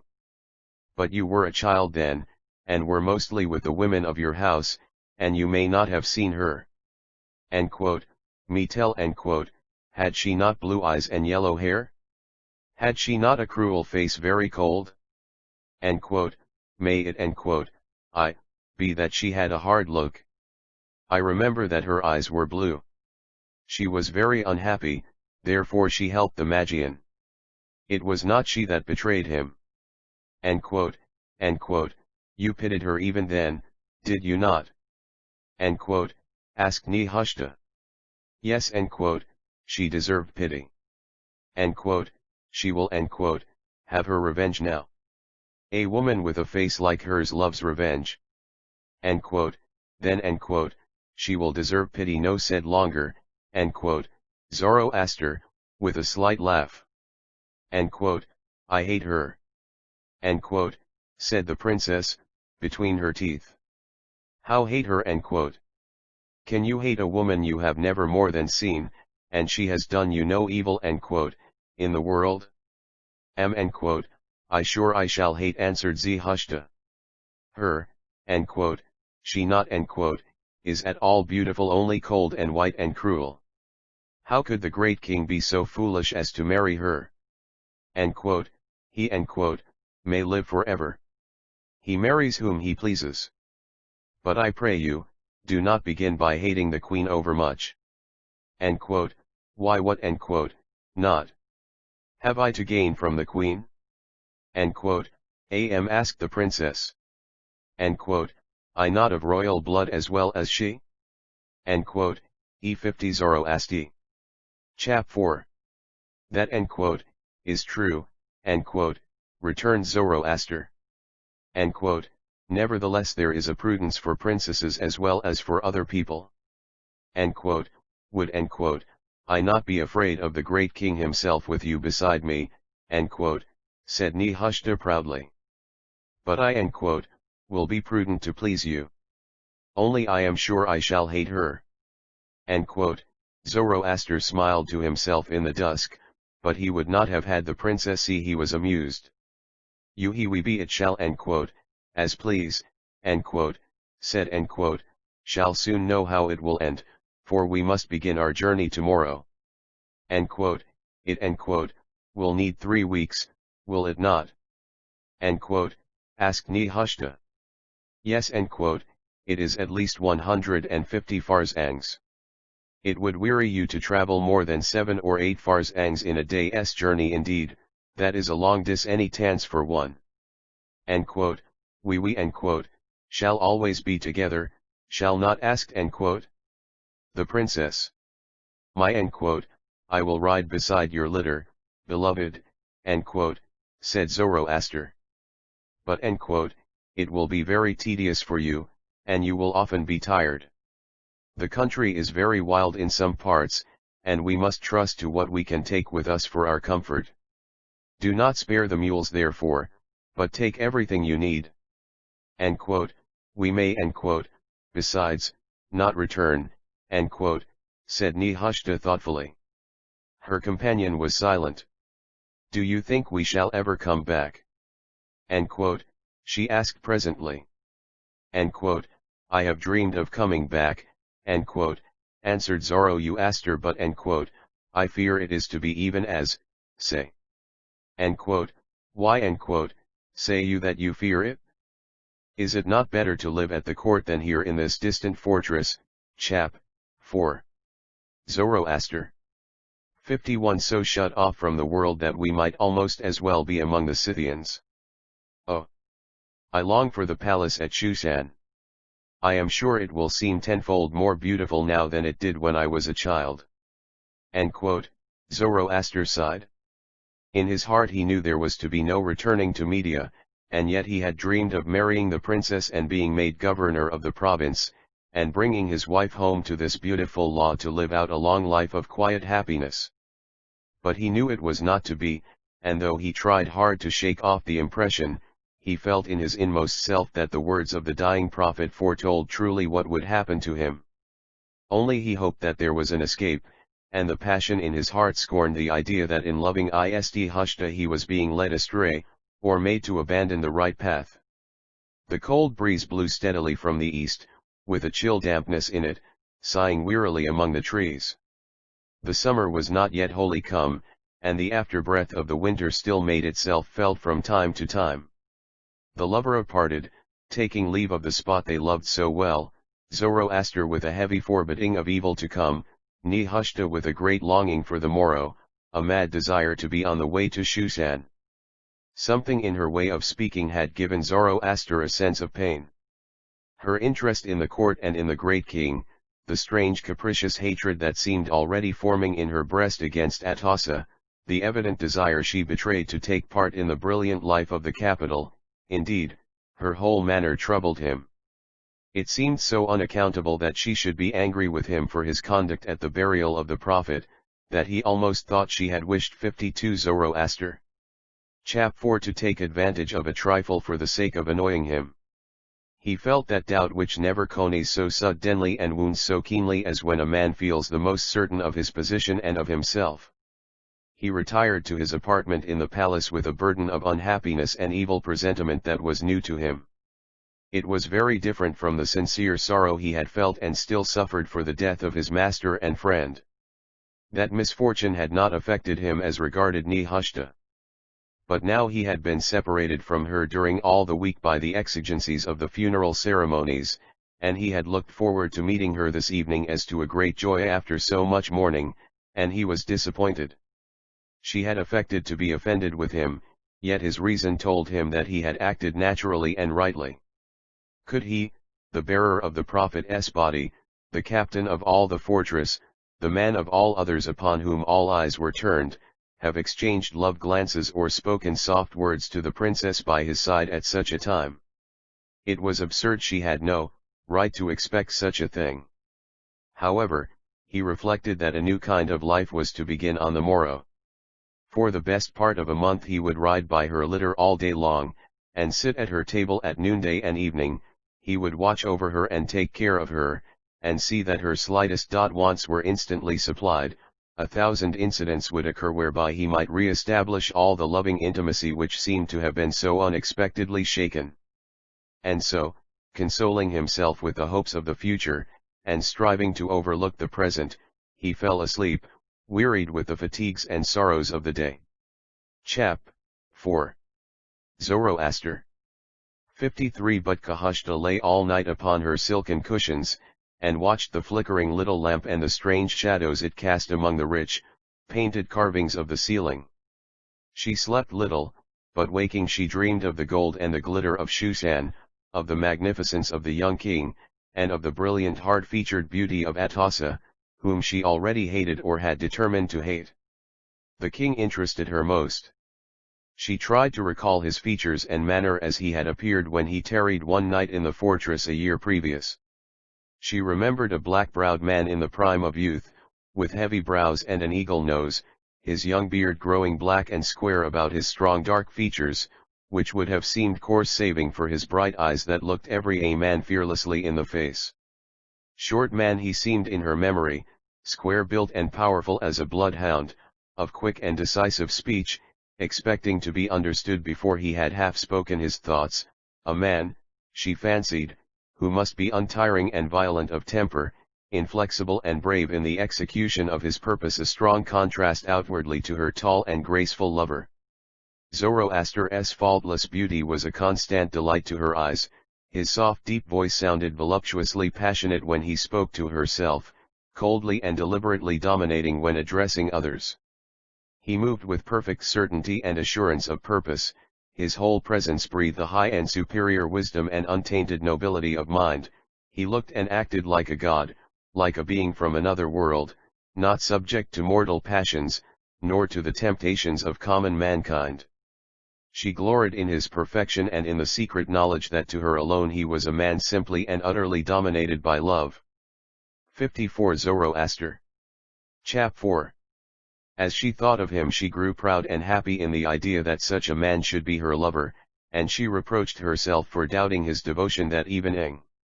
After all, she had only complained that he had neglected her as he had really done, she added. She wondered in her heart whether other men would have done the same in his place, or whether this power of coldly disregarding her presence when he was occupied with a serious matter were not due to a real and unconquerable hardness in his nature.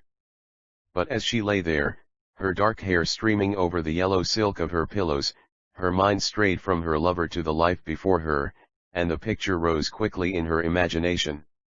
She even took up the silver mirror that lay beside her and looked at herself by the dim light of the little lamp, and said to herself that she was beautiful, and that many in Shushan would do her homage. She was glad that Atossa was so fair, it would be a better contrast for her own dark southern beauty.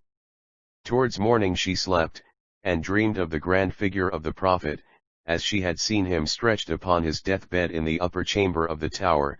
She thought the dead man stirred and opened his glazed eyes and pointed at her with his bony fingers, and spoke words of anger and reproach.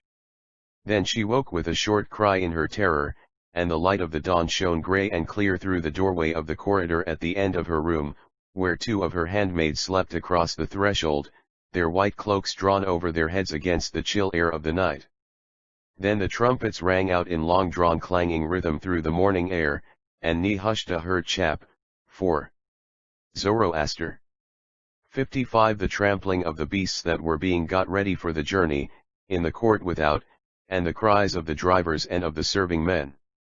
She rose quickly from her bed, a lithe white-clad figure in the dawnlight, and pushed the heavy curtains aside and looked out through the lattice, and she forgot her evil dream, for her heart leaped again at the thought that she should no more be shut up in Ecbatana, and that before another month was over she would be in Shusho, in the palace, where she longed to be. 56 Zoroaster. Chap TV. The sun was almost setting, and his light was already turning to a golden glow upon the vast plain of Shushan. As the caravan of travelers halted for the last time few stades away, the two mounds rose above the royal city like two tables out of the flat country, the lower one surmounted by the marble columns, the towers and turrets and gleaming architraves of the palace, and in front, upon the right, the higher elevation crowned by the dark and massive citadel of frowning walls and battlements. The place chosen for the halt was the point where the road from Nineveh, into which they had turned when about halfway from Ecbatana, joined the broad road from Babylon, near to the bridge. For some time they had followed the quiet stream of the Cosps, and, looking across it, had watched how the fortress seemed to come forward and overhang the river, while the mound of the palace fell away to the background. The city itself was, of course, completely hidden from their view by the steep mounds, that looked as inaccessible as though they had been built of solid masonry. Everything in the plain was green. Stade upon stade, and farsang upon farsang, the ploughed furrows stretched away to the west and south, the corn standing already green and high, and the fig trees putting chap, v. Zoroaster. 57. Out their broad green leaves. Here and there in the level expanse of country the rays of the declining sun were reflected from the whitewashed walls of a farmhouse, or in the farther distance lingered upon the burnt brick buildings of an outlying village. Beyond the river, in the broad meadow beneath the turret-clad mound, half-naked, sunburnt boys drove home the small humped cows to the milking, scaring away, as they went, the troops of white horses that pastured in the same field, clapping their hands and crying out at the little black foals that ran and frisked by the side of their white dams. Here and there a broad-shouldered, bearded fisherman angled in the stream, or flung out a brown casting net upon the placid waters, drawing it slowly back to the bank, with eyes intent upon the moving cords. The caravan halted on the turf by the side of the dusty road, the mounted guards, 80 stalwart riders from the Median plains, fell back to make room for the travelers, and, springing to the ground, set about picketing and watering their horses, their brazen armor and scarlet and blue mantles blazing in a mass of rich color in the evening sun, while their wild white horses, untired by the day's march, plunged and snorted, and shook themselves, and bit each other in play by mane and tail, in the delight of being at least half free. Zoroaster himself, his purple mantle somewhat whitened with the dust, and his fair face a little browned by the 3 weeks' journey, threw the bridle of his horse to a soldier and ran quickly forward. A magnificent litter, closed all around with a gilded lattice, and roofed with 3 awnings of white linen, one upon the other, as a protection against the sun. 58. Zoroaster. Chap. V was being carefully unyoked from the mules that had borne it. Tall Ethiopian slaves lifted it, and carried it to the greenest spot of the turf by the softly flowing river, and Zoroaster himself pushed back the lattice and spread a rich carpet before it. Nehushta took his proffered hand and stepped lightly out, and stood beside him in the red light. She was veiled, and her purple cloak fell in long folds to her feet, and she stood motionless, with her back to the city, looking towards the setting sun. Why do stop here? She asked suddenly. May the great king, he live forever, is said not to be in the city, answered Zoroaster, and it would ill become us to enter the palace before him. Spoke aloud in the Median language that the slaves might hear him, then he added in Hebrew and in a lower voice, it would be scarcely wise, or safe, to enter Shushan when the king is away. Who can tell what may have happened there in these days? Babylon has rebelled, the empire is far from settled. May all Persia be on the very point of a revolt. Amy, fitting time indeed for our journey for and my women to be traveling abroad with a score of horsemen for a guard. Why did you bring me here? How long are we to remain in camp by the roadside, waiting the pleasure of the populace to let us in, or the convenience of this new king to return? Nehushta turned upon her companion as she spoke, and there was a ring of mingled scorn and disappointment in her voice. Her dark eyes stared coldly at Zoroaster from the straight opening between her veils, and before he could answer, she turned her back upon him and moved a few steps away, gazing out at the setting sun across the fertile meadows. The warrior chap, v. Zoroaster. 59 stood still, and a dark flush overspread his face. Then he turned pale, but whatever were the words that rose to his lips, he did not speak them, but occupied himself with superintending the pitching of the women's tents. The other litters were brought, and set down with their occupants, the long file of camels, some laden with baggage and provisions, some bearing female slaves, kneeled down to be unloaded upon the grass, anxiously craning their long necks the while in the direction of the stream. The tent pitchers set to work, and at the last another score of horse-men, who had formed the rear guard of the caravan, cantered up and joined their companions who had already dismounted. With the rapid skill of long practice, all did their share, and in a few minutes all the immense paraphernalia of a Persian encampment were spread out and disposed in place for the night. Contrary to the usual habit, Zoroaster had not permitted the tent pitchers and other slaves to pass on while he and his charges made their noonday halt, for he feared some uprising in the neighborhood of the city in the absence of the king, and he wished to keep his whole company together as a measure of safety, even at the sacrifice of Zenshtah's convenience. She herself still stood apart, and haughtily turned away from her serving women, giving them no answer when they saluted her and offered her cushions and cooling drinks. She drew her cloak more closely about her and tightened her veil upon her face. She was weary, disappointed, almost angry. For days she had dreamed of the reception she would have at the palace, of the king and of the court, of the luxury of rest after her long journey, and of the thousand diversions and excitements she would find in revisiting Zoroaster. Chap v. The scenes of her childhood. It was no small disappointment to find herself condemned to another night in camp, and her first impulse was to blame Zoroaster. In spite of her love for him, her strong and dominating temper often chafed at his calmness, and resented the resolute superiority of his intelligence, and then, being conscious that her own dignity suffered by the storms of her temper, she was even more angry than before, with herself, with him, with everyone. But Zoroaster was as impassive as marble, saving that now and then his brow flushed, and paled quickly, and his words, if he spoke at all, had a chilled icy ring in them. Sooner or later, Nehushta's passionate temper cooled, and she found him the same as ever, devoted and gentle and loving. Then her heart went out to him anew, and all her being was filled with the love of him, even to overflowing. She had been disappointed now, and would speak to no one. She moved still farther from the crowd of slaves and tent pitchers, followed at a respectful distance by her handmaidens, who whispered together as they went, and again she stood still and looked westward.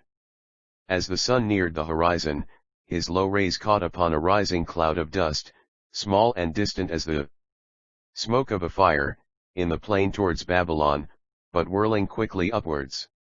Nehushta's eye rested on the far-off point, and she raised one hand to shade her sight. She remembered how, when she was a girl, she had watched the line of that very road from the palace above, and had seen a cloud of dust arise out of a mere speck, as a body of horsemen galloped into view. There was no mistaking what it was. Troop of Chap, v. Zoroaster. GL horse were coining perhaps the king himself. Instinctively she turned and looked for Zoroaster, and started, as she saw him standing at a little distance from her, with folded arms, his eyes bent on the horizon. She moved towards him in sudden excitement. What is it? She asked in low tones. King may great at the is he ever live for? Answered Zoroaster. None but he would ride so fast along the royal road. For a moment they stood side by side, watching the dust cloud, and as they stood, Nehushta's hand stole out from her cloak and touched the warrior's arm, softly, with a trembling of the fingers, as though she timidly sought something she would not ask for. Zoroaster turned his head and saw that her eyes were moistened with tears. He understood, but he would not take her hand, for there were many slaves near, besides Nehushta's kinsfolk, and he would not have had them see, but he looked on her tenderly, and on a sudden, his eyes grew less sad, and the light returned in them. "My beloved," he said softly. "I was wrong, Zoroaster, forgive me," murmured. She suffered him to lead her to her Muur tent, which was already pitched, and he left her there, sitting at the door and watching his movements, while he called together his men and drew them up in a compact rank by the roadside, to be ready to salute the king. Nearer and nearer came the cloud, and the red glow turned to purple and the sun went out of sight, and still it came nearer, that whirling cloud canopy of fine powdered dust, rising to right and left of the road. 62 Zoroaster. Chap v 3 vast round puffs, and hanging overhead like the smoke from some great moving fire. Then, from beneath it, there seemed to come a distant roar like thunder, rising and falling on the silent air, but rising ever louder, and a dark gleam of polished bronze, with something more purple than the purple sunset, took shape slowly, then with the low roar of sound, came now and then more often, the clank of harness and arms, till at last, the whole stamping, rushing, clanging crowd of galloping horsemen seemed to emerge suddenly from the dust in a thundering charge, the very earth shaking beneath their weight, and the whole air vibrating to the tremendous shock of pounding hoofs and the din of clashing brass. A few lengths before the serried ranks rode one man alone, a square figure, wrapped in a cloak of deeper and richer purple than any worn by the ordinary nobles, sitting like a rock upon a great white horse. As he came up, Zoroaster and his 80 men threw up their hands. And "Hail, King of Kings! And hail, ever live for!" They cried, and as one man, they prostrated themselves upon their faces on the grass by the roadside. Darius drew rein suddenly, bringing his steed from his full gallop to his haunches in an instant. After him the rushing riders threw up their right hands as a signal to those behind, and with a deafening concussion, as of the ocean breaking at once against a wall of rock, those matchless Persian horsemen halted in a body in the space of a few yards, their steeds plunging wildly, rearing to their height and struggling on the curb, but helpless to advance against the strong hands that held them. The blossom and flower of all the Persian nobles rode there, their purple mantles flying. Chap v. Zoroaster. 63 With the wild motion, their bronze cuirasses black in the gathering twilight, their bearded faces dark and square beneath their gilded helmets. "Whom I arn Darius, the King of Kings, on ye call," cried the king, whose steed now stood like a marble statue, immovable in the middle of the road. "Pies, speak and fear nothing, unless ye speak lies." Zoroaster rose to his feet, then bent low, and taking a few grains of dust from the roadside, touched his mouth with his hand and let the dust fall upon his forehead. "Hail, live forever. I thy servant, Zoroaster, who was captain over the fortress and treasury of Ecbatana. According to thy word I have brought the kinsfolk of Jehoiakim, king of Judah, chief of whom is Zarathustra, the princess. I heard that thou wast absent from Shushan, and here I have waited for thy coming. I also sent thee messengers to announce that Daniel, surnamed Belteshazzar, who was satrap of Media from the time of Cambyses, is dead, and I have buried him fittingly in a new tomb in the garden of, the palace of Ecbatana." Darius, quick and impulsive in every thought and action, sprang to the ground as Zoroaster finished speaking, and coming to him, took both his hands and kissed him on both cheeks. "What thou hast done is well done, I know thee of old. Ahura Mazda is with thee. He is also with me. By his grace I have slain the rebels at Babylon. They spoke lies, so I slew them. Show me Zarathustra, the daughter of the kings of Judah. I thy servant. The princess is at hand," answered Zoroaster, but as he spoke, he turned pale to the lips. 64 Zoroaster. Chap v. By this time it had grown dark, and the moon, just past the full, had not yet risen from behind the mount of the fortress. The slaves brought torches of mingled wax and fir gum, and their black figures shone strangely in the red glare, as they pressed toward the door of Nelmslida's tent, lighting the way for the king.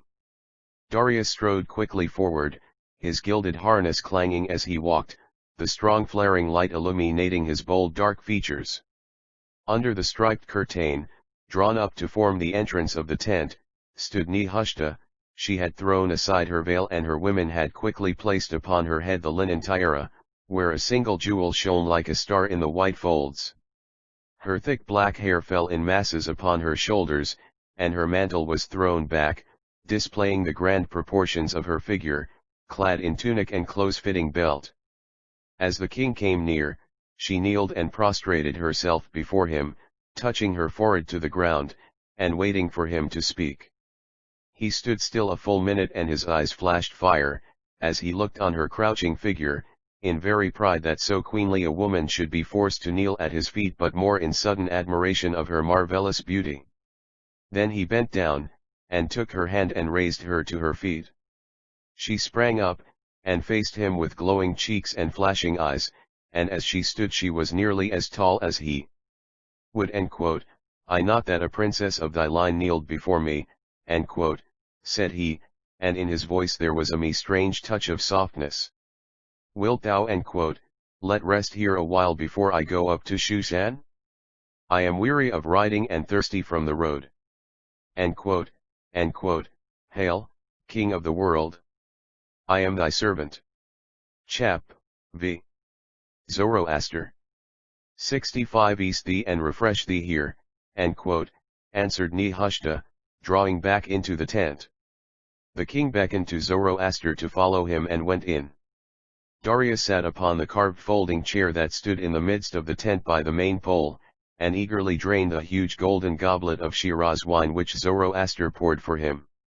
Then he took off his headpiece, and his thick, coarse hair fell in a mass of dark curls to his neck, like the mane of a black lion.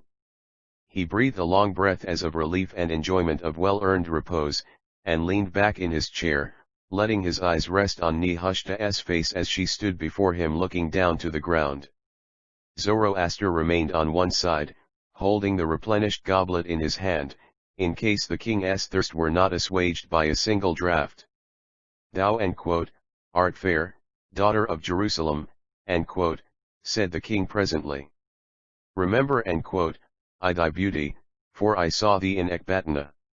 I sent for thee and thy kinsfolk that I might do thee honor, and I will also fulfill my words. I will take thee to be wife. Darius spoke quietly, in his usual tone of absolute determination. But if the concentrated fury of 1,000 storms had suddenly broken loose in the very midst of the tent, the effect could not have been more terrible on his hearers. Nehushta's face flushed suddenly, and for a moment she trembled in every joint, then she fell on her knees, prostrate before the king's feet, all the wealth of her splendid hair falling loose about her. Darius sat still, as though watching the result of his speech. He might have sat long, but in an instant, Zoroaster sprang between the king and the kneeling woman, and the golden goblet he had held rolled across the F66 Zoroaster.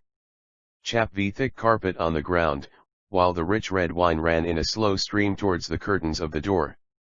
His face was livid and his eyes like coals of blue fire, his fair locks and his long golden beard caught the torchlight and shone about him like a glory, as he stood up to his grand height and faced the king. Darius never quailed nor moved, his look met Zoroaster's with fearless boldness. Zoroaster spoke first, in low accents of concentrated fury, my Nehushta the princess is betrothed bride. Though thou wert king of the stars as well as king of the earth, thou shalt not have her for thy wife. Darius smiled, not scornfully, an honest smile of amusement, as he stared at the wrathful figure of the northern man before him. I the king of kings, he answered.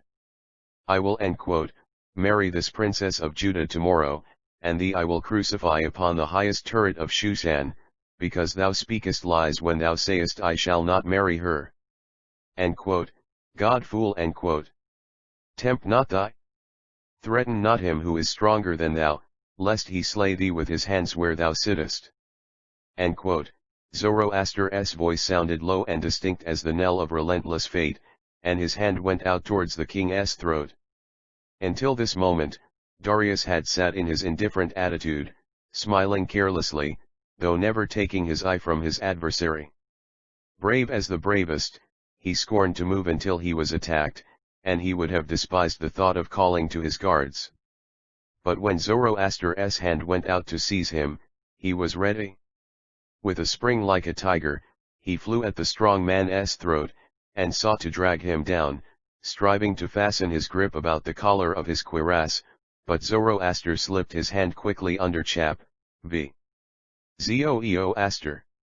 67 His adversary's, his sleeve went back and his long white arm ran like a fetter of steel about the king's neck, while his other hand gripped him by the middle, so they held each other like wrestlers, one arm above the shoulder and one below, and strove with all their might.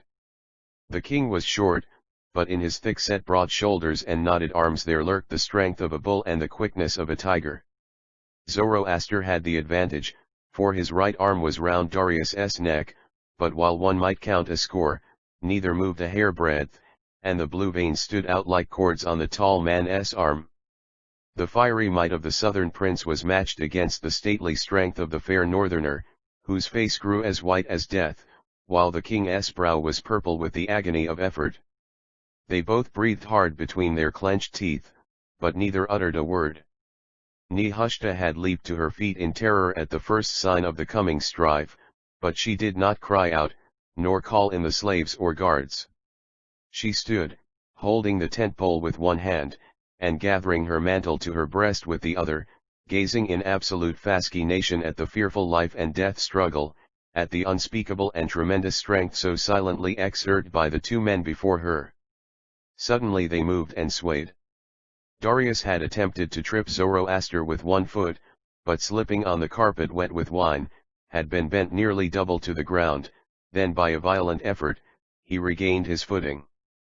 But the great exertion had weakened his strength. Nehushta thought a smile nickered on Zoroaster's pale face and his flashing dark blue eyes met hers for a moment, and then the end 68 Zoroaster. Chap B began. Slowly, and by imperceptible degrees, Zoroaster forced the king down before him, doubling him backwards with irresistible strength, till it seemed as though bone and sinew and muscle must be broken and torn asunder in the desperate resistance. Then, at last, when his head almost touched the ground, Darius groaned and his limbs relaxed. Instantly Zoroaster threw him on his back and kneeled with his whole weight upon his chest, the gilded scales of the corselet cracking beneath the burden, and he held the king's hands down on either side, pinioned to the floor. Darius struggled desperately twice and then lay quite still. Zoroaster gazed down upon him with blazing eyes. "Me who thou wouldst crucify upon Shushan," he said through his teeth. "I will slay thee here even as thou didst slay Smerdis. Hast thou anything to say? Speak quickly, for thy hour is come." Even in the extremity of his agony, vanquished and at the point of death, Darius was brave, as brave men are, to the very last. He would indeed have called for help now, but there was no breath in him. He still gazed fearlessly into the eyes of his terrible conqueror. His voice came in a hoarse whisper. "I fear not death. Slay on if thou wilt, thou hast conquered." Nehushta had come near. She trembled now that the fight was over, and looked anxiously to the heavy curtains of the tent door. "You whispered tell she him, to Zoroaster, that will spare him if he will do no harm to you, nor to me." Him spare echoed Zoroaster scornfully. "Is almost dead now, why him should I spare He chap, v. Zoroaster. 69 My forsake, beloved, answered Nehushta, with, a sudden and passionate gesture of entreaty. Is the king he speaks truth, if he says he will not harm you, trust him. Me if I slay thee not, swear thou wilt not harm nor Nehushta, said Zoroaster, removing one knee from the chest of his adversary. By name the of Ahura Mazda, gasped Darius, I will not harm thee nor her. It is well, said Zoroaster. I will let thee go. And as for taking her to be thy wife, thou mayest ask he wed her if she will he thee, added. Rose and helped the king to his feet. Darius shook himself and breathed hard for a few minutes. He felt his limbs as a man might do who had fallen from his horse, and then he sat down upon the chair, and broke into a loud laugh. Darius was well known to all Persia and Media before the events of the last 2 months, and such was his reputation for abiding by his promise that he was universally trusted by those about him. Zoroaster had known him also, and he remembered his easy familiarity and love of jesting, so that even when he held the king at such vantage that he might have killed him by a little additional pressure of his weight, he felt not the least hesitation in accepting his promise of safety. But remembering what a stake had been played for in the desperate issue, he could not join in the king's laugh. He stood silently apart, and looked at Nehushta, who leaned back against the tent pole in violent agitation, her hands wringing each other beneath her long sleeves, and her eyes turning from the king to Zoroaster, and back again to the king, in evident distress and fear. 70 Zoroaster. Chap be thou hast a mighty arm, Zoroaster, cried Darius, as his laughter subsided, and thou hadst well nigh made an end of the great king and of Persia, Media, Babylon, and Egypt in thy grip, let the king pardon his servant, answered Zoroaster, if his knee was heavy and his hand strong. Had not the king slipped upon the spilled wine, his servant would have been thrown down. Thou wouldst have been crucified at dawn, added Darius, laughing again. It is well for thee that I am Darius and not Cambyses, or thou wouldst not be standing there before me while my guards are gossiping idly in the road. Give me a cup of wine since thou my hast spared life. Again the king laughed as though his sides would break. Zoroaster hastily filled another goblet and offered it, kneeling before the monarch. Darius paused before he took the cup, and looked at the kneeling warrior's pale proud face. Then he spoke and his voice dropped to a less mirthful key, as he laid his hand on Zoroaster's shoulder. He thou love I thee, prince, said, because art stronger than I, and as brave and more merciful. Therefore shalt thou stand ever at my right hand, and my I will trust thee with life in thy hand. And in pledge hereunto I put my own chain of gold about thy neck, and I drink this cup to thee, and whosoever shall harm a hair of thine head shall perish in torments. The king drank, and Zoroaster, overcome with genuine admiration of the great soul that could so easily forgive so dire an offense, bent and embraced the king's knees in token of adherence, and as a seal of that friendship which was never to be broken until death parted the two men asunder. Then they arose, and at Zoroaster's order, the chap Zoroaster. 71 princess' litter was brought, and leaving the encampment to follow after them, they went up to the palace. Nehushta was borne between the litters of her women and her slaves on foot, but Zoroaster mounted his horse and rode slowly and in silence by the right side of the great king. 72 Zoroaster. Chap 6. Chap T6. Athwart the gleaming colonnades of the eastern balcony, the early morning sun shone brightly, and all the shadows of the white marble cornices and capitals and jutting frieze work were blue with the reflection of the cloudless sky.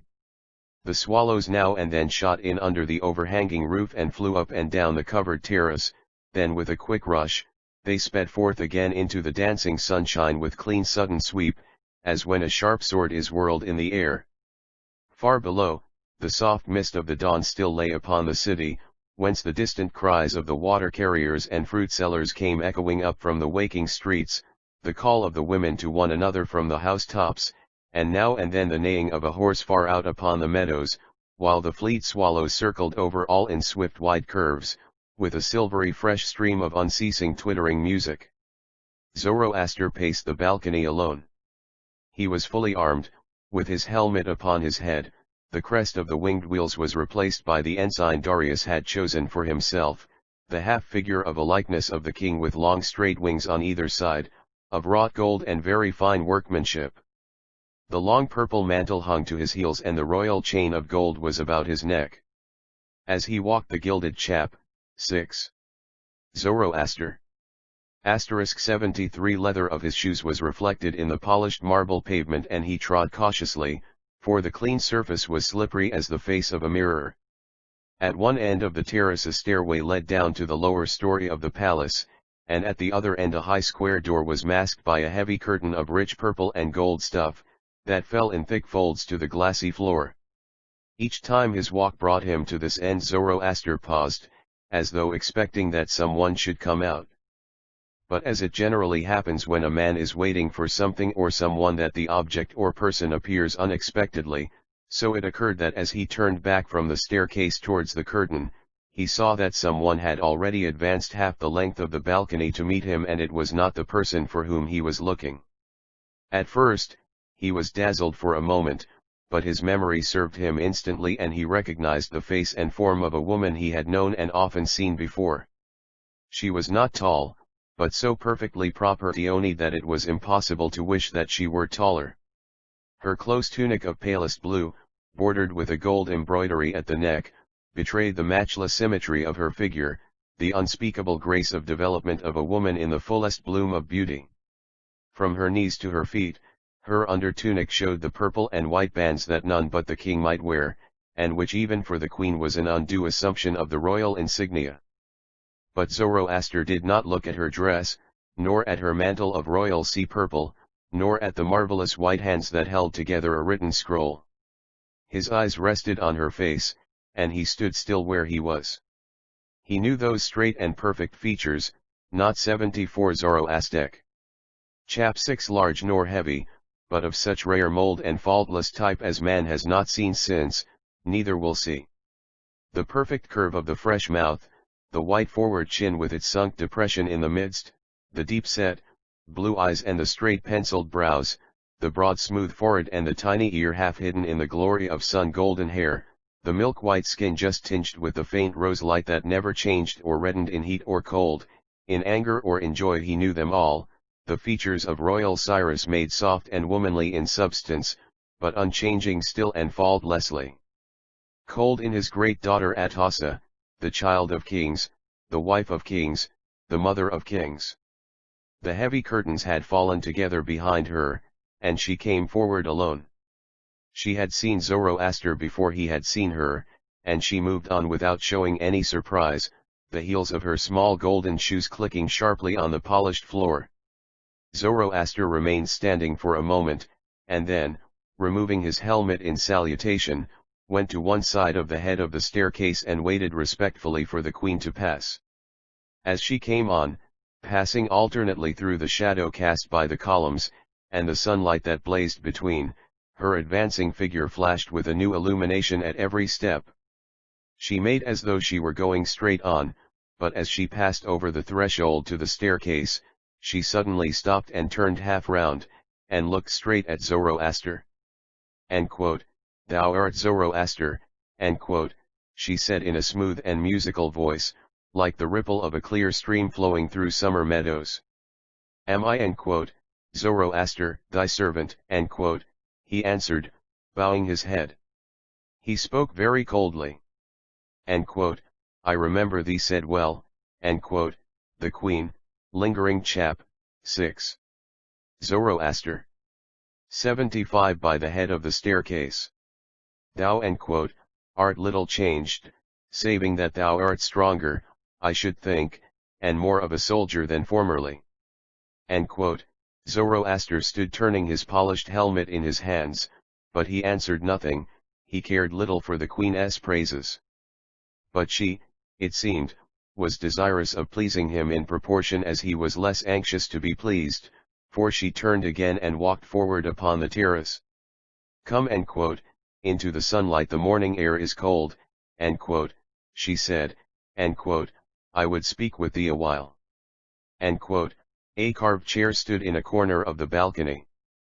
Zoroaster moved it into the sunshine, and Atossa sat down, smiling her thanks to him, while he stood leaning against the balustrade, a magnificent figure as the light caught his gilded harness and gold neck chain, and played on his long fair beard and nestled in the folds of his purple mantle. Me tell, you came last night? She asked, spreading her dainty hands in the sunshine as though to warm them. She never feared the sun, for he was friendly to her nativity and never seemed to scorch her fair skin like that of meaner women. Thy servant came last night, answered the prince. Bringing Zarathustra and the other Hebrews. Added the queen. Even so. Me tell something of this Zarathustra, said Atossa. She had dropped into a more familiar form of speech. But Zoroaster was careful of his words and never allowed his language to relapse from the distant form of address of a subject to his sovereign. The queen knowed her. She was here as a young child a few years since, he replied. He chose to 76 Zoroaster. Chap 6 let Atossa ask questions for all the information she needed with she it so long is ago, said, a little sigh she fair, is nay, she is dark, after the manner of the Hebrews and the Persians too, she interrupted. She is very beautiful, continued Zoroaster. Very is tall. Atossa looked up quickly with a smile. She was not tall herself, with all her beauty. You women admire tall calmly said Zoroaster yes, well knowing what he said. He did not wish to flatter the queen, and besides he knew her too well to do so if he wished to please her. She was one of those women who are not accustomed to doubt their own superiority over the rest of their sex. Then you admire this Hebrew princess? Said she, and paused for an answer. But her companion was as cold and calm as she. Seeing himself directly pressed by a suspicion, he changed his tactics and flattered Atossa for the sake of putting a stop to her questions. Height is not of itself beauty, he answered with a courteous smile. There is a kind of beauty which no height can improve, a perfection which needs not men to be set high for all to acknowledge it. The queen simply took no notice of the compliment, but it had its desired effect, for she changed the tone of her talk a little, speaking more seriously. Where is she? I will go and see her, she said. She rested last night in the upper chambers in the southern part of the palace. Thy servant will bid her come be thy if it desire. Presently, answered the queen. It is yet early, and she was doubtless weary of the journey. Chap 6. Zoroaster. 77 There was a pause. Zoroaster looked down at the beautiful queen as she sat beside him, and wondered whether she had changed, and as he gazed, he fell to comparing her beauty with Zaratustra's, and his glance grew more intent than he had meant it should be, so that Atossa looked up suddenly and met his eyes resting on her face. We long it is since have met, Zoroaster, she said me you quickly. Tell of your life in that wild fortress. Have prospered in your profession of arms you wear the royal chain. She put up her hand and touched the links as though to feel them. Indeed it is very like the chain Darius wore when he went to Babylon the other day. She paused a moment as though trying to recall something, then continued, yes now I think of it, he had no chain when he came back. Why it is his of course has he given it to you. Her tones had a tinge of uncertainty in the question, half imperious, as demanding an answer, half persuading, as though not sure the answer would be given. Zoroaster remembered that intonation of her sweet voice, and he smiled in his beard. King Hu, he answered, great indeed, the liveth forever, put this chain about my neck with his own hands last night, when he halted by the roadside, as a reward, I presume, for certain qualities he believeth his servant Zoroaster to possess. Qualities, what qualities? Me, nay, the queen cannot expect to sing faithfully my own praises. Nevertheless, I am ready to die for the great king. He knoweth that I am. May he live forever. May it, be that one of the qualities was the successful performance of the extremely difficult task U78 Zoroaster. Chap 6 have lately accomplished said Ahura, with a touch of scorn. Task. Repeated Zoroaster. Yes, have you not brought a handful of Hebrew women all the way from Ecbatana to Shushan, through numberless dangers and difficulties, safe and sound, and so carefully prudent of their comfort that they are not even weary, nor have they once hungered or thirsted by the way, nor lost the smallest box of perfume, nor the tiniest of their golden hairpins? Surely you have deserved to have a royal chain hung about your neck and to be called the king's friend. The reward was doubtless greater than desert. It was no great feat of arms that I had to perform, and yet, in these days a man may leave Media under one king, and reach Shushan under another. The queen knoweth better than anyone what sudden changes may take place in the empire answered Zoroaster, looking calmly into her face as he stood, and she who had been the wife of Cambyses and the wife of the murdered Gaumetismerdis, and who was now the wife of Darius, looked down and was silent, turning over in her beautiful hands the sealed scroll she bore. The sun had risen higher while they talked, and his rays were growing hot in the clear air. The mist had lifted from the city below, and all the streets and open places were alive with noisy buyers and sellers, whose loud talking and disputing came up in a continuous hum to the palace on the hill, like the drone of a swarm of bees. The queen rose from her seat. Warmit too, is she here, said, and she once more moved toward the stairway. Zoroaster followed her respectfully, still holding his helmet in his hand. Ahura did not speak till she reached the threshold. Chap. 6. Zoroaster. Asterisk 79. Then, as Zoroaster bowed low before her, she paused and looked at him with her clear, deep blue eyes. You have grown very formal in 4 years, she said softly. You used to be more outspoken and less of a courtier. I am not changed, we must be friends we as were formerly. Zoroaster hesitated a moment before he answered, Am king I the great he man, said slowly. I am, therefore, also the queen's servant.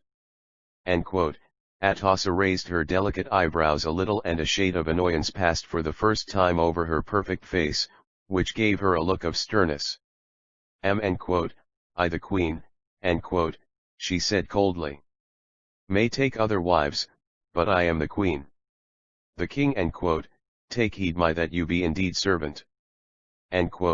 Then, as she gathered her mantle about her and put one foot upon the stairs, she touched his shoulder gently with the tips of her fingers and added with a sudden smile, I will be your friend.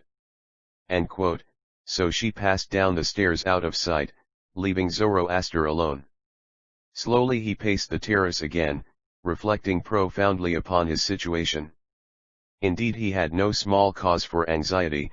It was evident that the queen suspected his love for Nehushta, and he was more than half convinced that there were reasons why such an affection would inevitably meet with her disapproval. In former days, before she was married to Cambyses, and afterwards, before Zoroaster had been sent into Media, Ahura had shown so marked a liking for him, that a man more acquainted with the world, would have guessed that she loved him. He had not suspected such a thing, but with a keen perception of character, he had understood that beneath the beautiful features and the frank gentleness of the young princess, deity Zoroaster Chap Br lurked a profound intelligence, an unbending ambition and a cold selfishness without equal. He had mistrusted her, but he had humored her caprices and been in truth a good friend to her, without in the least wishing to accept her friendship for himself in return. He was but a young captain of 500 then, although he was the favorite of the court, but his strong arm was dreaded as well as the cutting force of his replies when questioned, and no word of the court gossip had therefore reached his ears concerning Atosa's admiration for him. It was, moreover, so evident that he cared nothing for her beyond the most unaffected friendliness, that her disappointment in not moving his heart was a constant source of satisfaction to her enemies. There had reigned in those days a great and unbridled license in the court, and the fact of the daughter of Cyrus loving and being loved by the handsomest of the king's guards, would not of itself have attracted overmuch notice. But the evident innocence of Zoroaster in the whole affair, and the masterly fashion in which Atosa concealed her anger, if she felt any, caused the matter to be completely forgotten as soon as Zoroaster left Shushan, and events had, since then, succeeded each other too rapidly to give the courtiers leisure for gossiping about old scandals. The isolation in which Gaumata had lived during the 7 months while he maintained the popular impression that he was not Gaumata Smerdis, but Smerdis the brother of Cambyses, had broken up the court, and the strong, manly character of Darius had checked the license of the nobles suddenly, as a horsebreaker brings up an unbroken colt by flinging the noose about his neck. The king permitted that the ancient custom of marrying as many as 4 wives should be maintained, and he himself soon set in chap. 6. Zoroaster. 81 example by so doing, but he had determined that the whole corrupt fabric of court life should be shattered at one blow, and with his usual intrepid disregard of consequences and his iron determination to maintain his opinions, he had suffered no contradiction of his will. He had married Atosa, in the first place, because she was the most beautiful woman in Persia, and secondly, because he comprehended her great intelligence and capacity for affairs, and believed himself able to make use of her at his pleasure. As for Atosa herself, she had not hesitated a moment in concurring in the marriage. She had ruled her former husbands, and she would rule Darius in like manner, she thought, to her own complete aggrandizement and in the face of all rivals. As yet, the king had taken no second wife, although he looked with growing admiration upon the maiden Artistone, who was then but 15 years of age, the youngest daughter of Cyrus and own sister to Atosa. All this Zoroaster knew, and he recognized also from the meeting he had just had with the queen, that she was desirous of maintaining her friendship with himself. But since the violent scene of the previous night, he had determined to be the king's man in truest loyalty, and he feared lest Atosa's plans might, before long, cross her husband's. Therefore he accepted her offer of friendship coldly, and treated her with the most formal courtesy. On the other hand, he understood well enough that if she resented his manner of acting towards her, and ascertained that he really loved Nehushta, it would be in her power to produce difficulties and complications which he would have every cause for fearing. She would certainly discover the king's admiration for Nehushta. Darius was a man g82 Zoroaster. Chap 6 almost incapable of concealment, with whom to think was to act instantly and without hesitation. He generally acted rightly, for his instincts were noble and kingly, and his heart as honest and open as the very light of day. He said what he thought and instantly he fulfilled his words.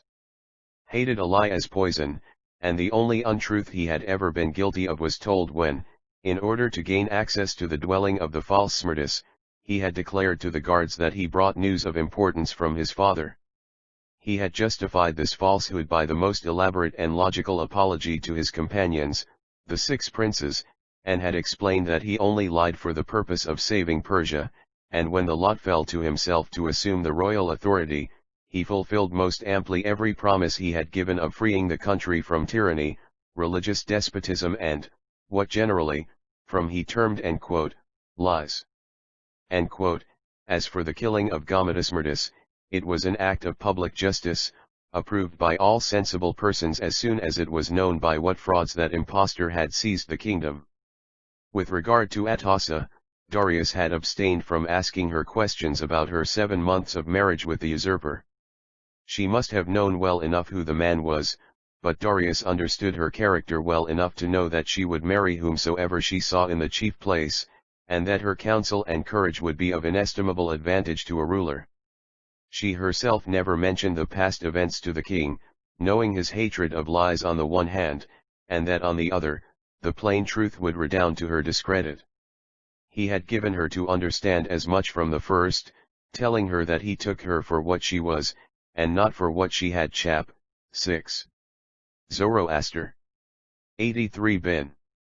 Her mind was at rest about the past, and as for the future, she promised herself her full share in her husband's success, should he succeed, and unbounded liberty in the choice of his successor, should he fail.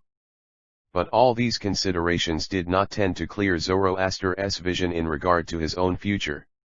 He saw himself already placed in a position of extreme difficulty between Nehushta and the king. On the other hand, he dreaded lest he should before long fall into disgrace with the king on account of Atossa's treatment of himself, or incur Atossa's displeasure through the great favor he received from Darius.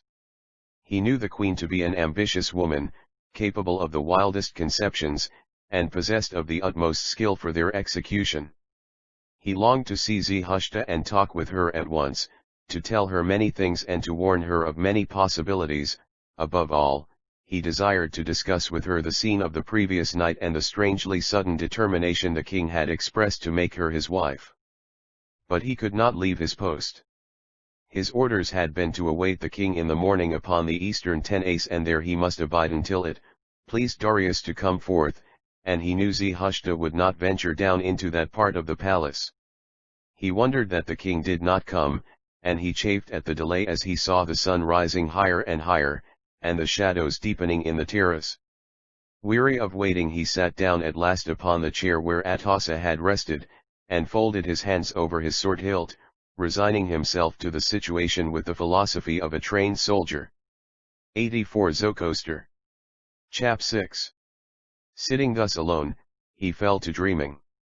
As he gazed out at the bright sky, he forgot his life and his love, and all things of the present, and his mind wandered away among the thoughts most natural and most congenial to his profound intellect. His attention became fixed in the contemplation of a larger dimension of intelligences. The veil of darkness parted a little, and for a time he saw clearly in the light of a greater universe. Chap. 7. J. Zoroaster. 85 Chaptiville. Atossa quitted the terrace where she had been talking with Zoroaster, in the full intention of returning speedily, but as she descended the steps, a plan formed itself in her mind, which she determined to put into immediate execution. Instead, therefore, of pursuing her way into the portico of the inner court, when she reached the foot of the staircase, she turned into a narrow passage that led into a long corridor, lighted only by occasional small openings in the wall. Little door gave access to this covered way, and when she entered, she closed it behind her, and tried to fasten it. But the bolt was rusty, and in order to draw it, she laid down the scroll she carried, upon a narrow stone seat by the side of the door, and then, with a strong effort of both her small white hands, she succeeded in moving the lock into its place. Then she turned quickly and hastened down the dusky corridor. At the opposite end a small winding stair led upwards into darkness. There were stains upon the lowest steps, just visible in the half-light. Atossa gathered up her mantle and her under tunic, and trod daintily, with a look of repugnance on her beautiful face. The stains were made by the blood of the false Smerdis, her last husband, slain in that dark stairway by Darius, scarcely 3 months before. 86 Zoroaster. Chap Vn. Cautiously the queen felt her way upward till she reached a landing, where a narrow aperture admitted a little light. Higher up there were windows, and she looked carefully to her dress, and brushed away a little dust that her mantle had swept from the wall in passing, and once or twice, she looked back at the dark staircase with an expression of something akin to disgust. At last she reached a door which opened upon a terrace, much like the one where she had left Zoroaster a few moments before, saving that the floor was less polished, and that the spaces between the columns were half filled with hanging plants and creepers. Upon the pavement at one end were spread rich carpets, and half a dozen enormous cushions of soft-colored silk were thrown negligently one upon the other. 3 doors, hung with curtains, opened upon the balcony, and near to the middle one, 2 slave girls, clad in white, crouched upon their heels and talked in an undertone. Atossa stepped forward upon the marble, and the rustle of her dress and the quick short sound of her heeled shoes, roused the 2 slave girls to spring to their feet. They did not know the queen, but they thought it best to make a low obeisance, while their dark eyes endeavored quickly to scan the details of her dress, without exhibiting too much boldness. Atossa beckoned to one of them to come to her, and smiled graciously as the dark-skinned girl approached. "Is not thy mistress Nehushta?" she inquired, but the girl looked stupidly at her, not comprehending her speech. "Nehushta," repeated the queen, pronouncing the name very distinctly with a questioning intonation, and pointing to the curtained door. The slave understood the name and the question, and quick as thought, chap. 7. Zoroaster. 87. She disappeared within, leaving Atossa in some hesitation. She had not intended to send for the Hebrew princess, for she thought it would be a greater compliment to let Nehushta find her waiting, but since the barbarian slave had gone to call her mistress, there was nothing to be done but to abide the result. Nehushta, however, seemed in no hurry to answer the summons, for the queen had ample time to examine the terrace, and to glance through the hanging plants at the sunlit meadows and the flowing stream to southward, before she heard steps behind the curtain, and saw it lifted to allow the princess to pass. The dark maiden was now fully refreshed and rested from the journey, and she came forward to greet her guest in her tunic, without her mantle, a cloud of soft white Indian gauze loosely pinned upon her black hair and half covering her neck. Her bodice-like belt was of scarlet and gold, and from one side there hung a rich hilted knife of Indian steel in a jeweled sheath. The long sleeves of her tunic were drawn upon her arms into hundreds of minute folds, and where the delicate stuff hung in an oblong lappet over her hands, there was fine needlework and embroidery of gold. She moved easily, with a languid grace of secure motion, and she bent her head a little as Atossa came quickly to meet her. The queen's frank smile was on her face as she grasped both Nehushta's hands in cordial welcome, and for a moment, the 2 women looked into each other's eyes. Nehushta had made up her mind to hate Atossa from the first, but she did not belong to that class of women who allow their feelings to show themselves, and afterwards feel bound by the memory of what they have shown. She, too, smiled most sweetly as she ate Zoroaster. Chap 7 surveyed the beautiful fair queen from beneath her long drooping lids, and examined her appearance with all possible minuteness. She remembered her well enough, but so warm was the welcome she received, that she almost thought she had misjudged Atossa in calling her hard and cold. She drew her guest to the cushions upon the carpets, and they sat down side by side. "I have been talking about you already this morning, my princess / began Atossa, speaking at once in familiar terms, as though she were conversing with an intimate friend. Nehushta was very proud. She knew herself to be of a race as royal as Atossa, though now almost extinct, and in answering, she spoke in the same manner as the queen, so that the latter was inwardly amused at the self-confidence of the Hebrew princess. "Must more indeed Nehushta, said there, be far interesting things than I in Shushan. I would have talked of you had I found any one to talk with." The queen laughed a little. "As was I coming out this morning, I met an old friend of mine upon the balcony before the king's wee apartment, Zoroaster, the handsome captain. Fell into conversation. How handsome he has grown since saw him I last." The queen watched Nehushta closely while affecting the greatest unconcern, and she thought the shadows about the princess's eyes turned a shade darker at the mention of the brilliant warrior. but Nehushta answered calmly enough, he took the most excellent care of us. I should like to see him today, to thank him for all he did. I was tired last night and must have seemed ungrateful. What need is there of ever telling men we are grateful for what they do for us? Returned the queen. Chap. 7. Zoroaster. 89 Should I think there were not a noble in the great king Asgard who would not give his right hand to take care of you for a month, even if you never so much as noticed his existence. Nehushta laughed lightly at the compliment. You me honor Supshi but too much, said, I pose it is because most women think as you do that men call us so ungrateful. I think you judge from the standpoint of the queen, whereas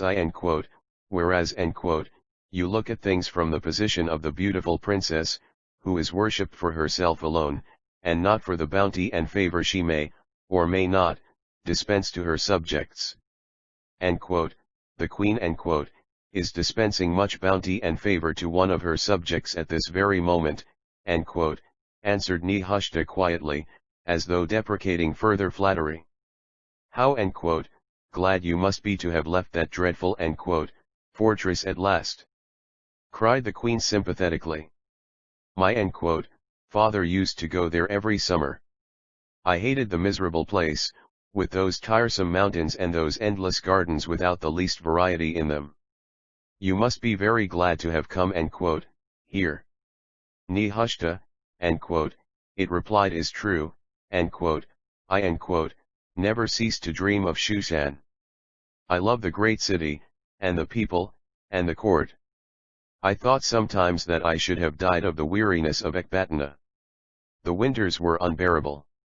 You must learn to love us, too, said Atossa, very sweetly.